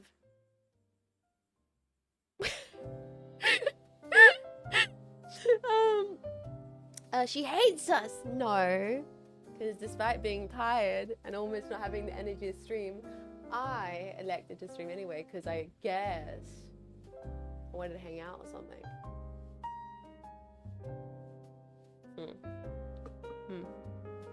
Or something, or whatever. Thank you for the stream. Thank you for being here. Seriously, thank you for hanging out. I love that you just realized this. Yeah. So now I own 2 oil paintings of Matt and Jay from Nirvana by the movie. What do I do with these? What do I do with these now, boys? The heck do I do with these? That's the thing no one warns you about making art. Is when you make the art, you then own the art. The heck do you do with it when you own it? Auction? Make them kiss? Dude, I would have just smeared the oil all over each other's canvases. You know what's the craziest thing? I have the power right now to just run my whole hand over this and destroy it. I could just go right now, I could just go, and it would completely destroy the paintings because the oil's wet. Like the oil right now, like you could smear it. You could go like this and it would completely smudge the entire painting. That's why oil is so different to other mediums. Acrylic, it would be dry like this. Watercolor, dry like that. Oil, this is entirely malleable right now. In a second, if I didn't like these paintings, I could grab a cloth and go like this and completely rub the painting off the canvas and start again. Which is a really, really cool thing. Like if I absolutely hated the Matt Johnson painting, I could just, and then we completely could repaint it from the start. Which is cool to mention because it kind of reminds you how flexible oil is. Least intrusive thoughts. I really love it. When people come over to my facility, I have like a bunch of paintings and stuff just hanging around. And my favorite thing to do is to like throw a painting at a person. I'll be like, here, catch! And they're like, what? No, isn't this like precious and nice? And then I'll kick a hole through a canvas I spent like 3 days on. And they'll go, what? And I'm like, it's just fucking paint and oil, man. I'll like step on a piece of paper. I'll like push open over a stack of canvases. And people will be like, what are you doing? And I'm like, I made it. I can burn it if I want to. Like, it's not that precious to me. It's just a bunch of silly squiggles on a frame. It's just a painting, bro. Like, what? Like right now, I could snap these. I don't care. I could just do it again afterwards. It's just the power. Exactly. Think fast. Just throw a painting at somebody. Oh, those are actually fire. Embracing the crazy artist style. Oh, I love that. Fun, okay, fun thing.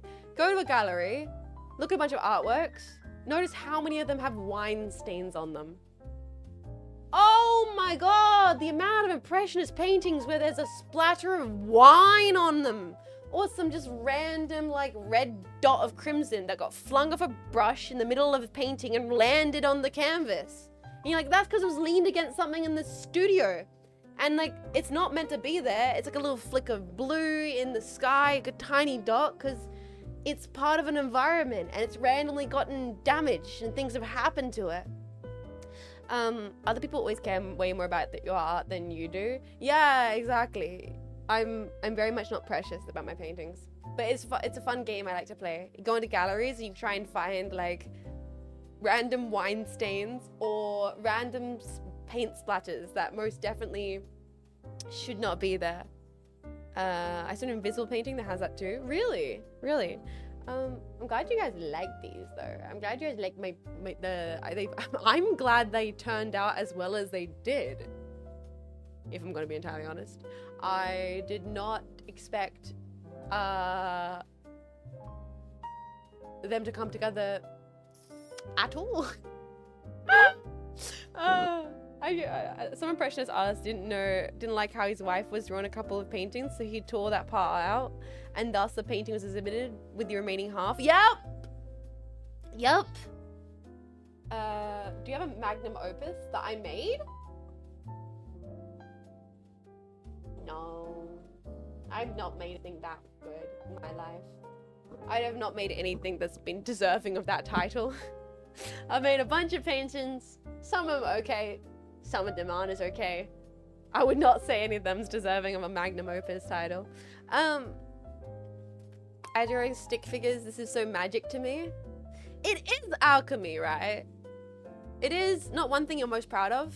No, I hope maybe one day I'll make something I'm like, yeah, that's sick. But no, I can't say anything particularly where I'm like, yeah, that goes hard. Some paintings I like more than others, but nothing I would be like, wow, this is the one. This is the one. Magnum Bingus, maybe. I could maybe say it's Magnum Bingus, but what's I saying? It is alchemy. I guess I take for granted that I can do this. And it's not a thing that everybody can do. It sounds so stupid, but it's so real. It's so dumb to say out loud. This is magnum opus, his lower half is model. You guys rarely get to see my legs. How does it feel to have legs famous on stream today? Just Matt Johnson staring at us manically, by the way. I should swap it out. Put Jane McCarroll in center stage. Because I feel like Matt Johnson's giving us the crazy eye. There you go. There you go. There you go. You can look at Jay. Oh, it's just that easy for her. Flicks hair. No, I feel like I lose a part of my soul every time I put pen to paper. But like, that's just a sacrifice I'm willing to make. Like, hey, do you guys wonder why I fall off objects so much in video games? Every time I make a painting, I have to sacrifice a part of my brain cells. It explains a lot, right? The way I am, it's because unfortunately I have had to. It is the deal I made with the devil. So every time I paint something and it looks good, I do lose my ability to platform in video games. You know what? You gotta take sacrifices.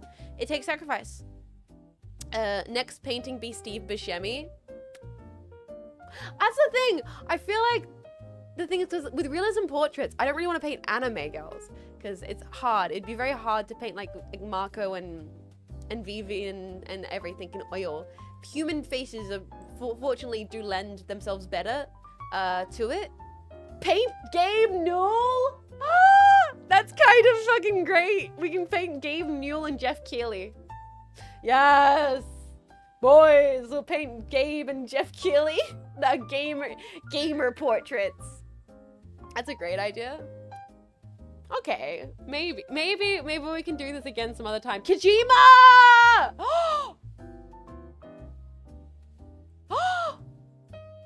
Actually, that's a great idea. Maybe I paint Kojima. I could do that. I could paint Kojima.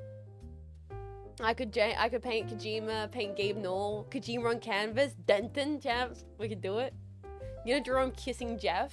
I repaint Gustav Klimt's The Kiss, but with Jeff Keighley and Kojima. Amazing. I recreate what's his name? Guy who did the Scream. I know his name. Edvard Munch. Repaint The Kiss with Jeff and Kojima. Just crop Kojima W.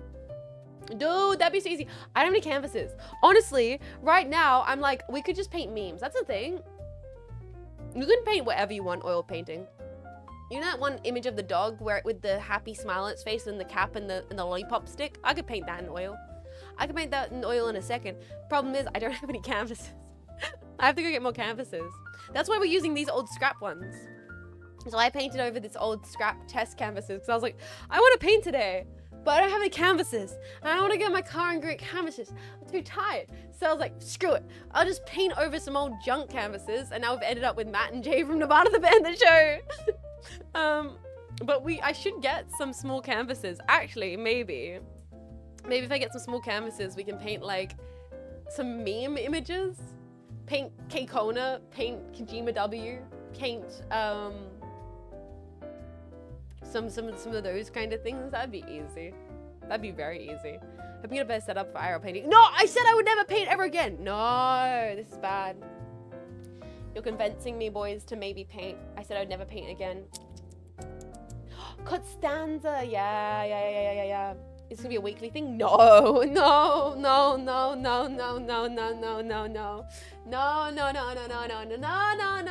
Because I end up just like sitting in silence for most of it.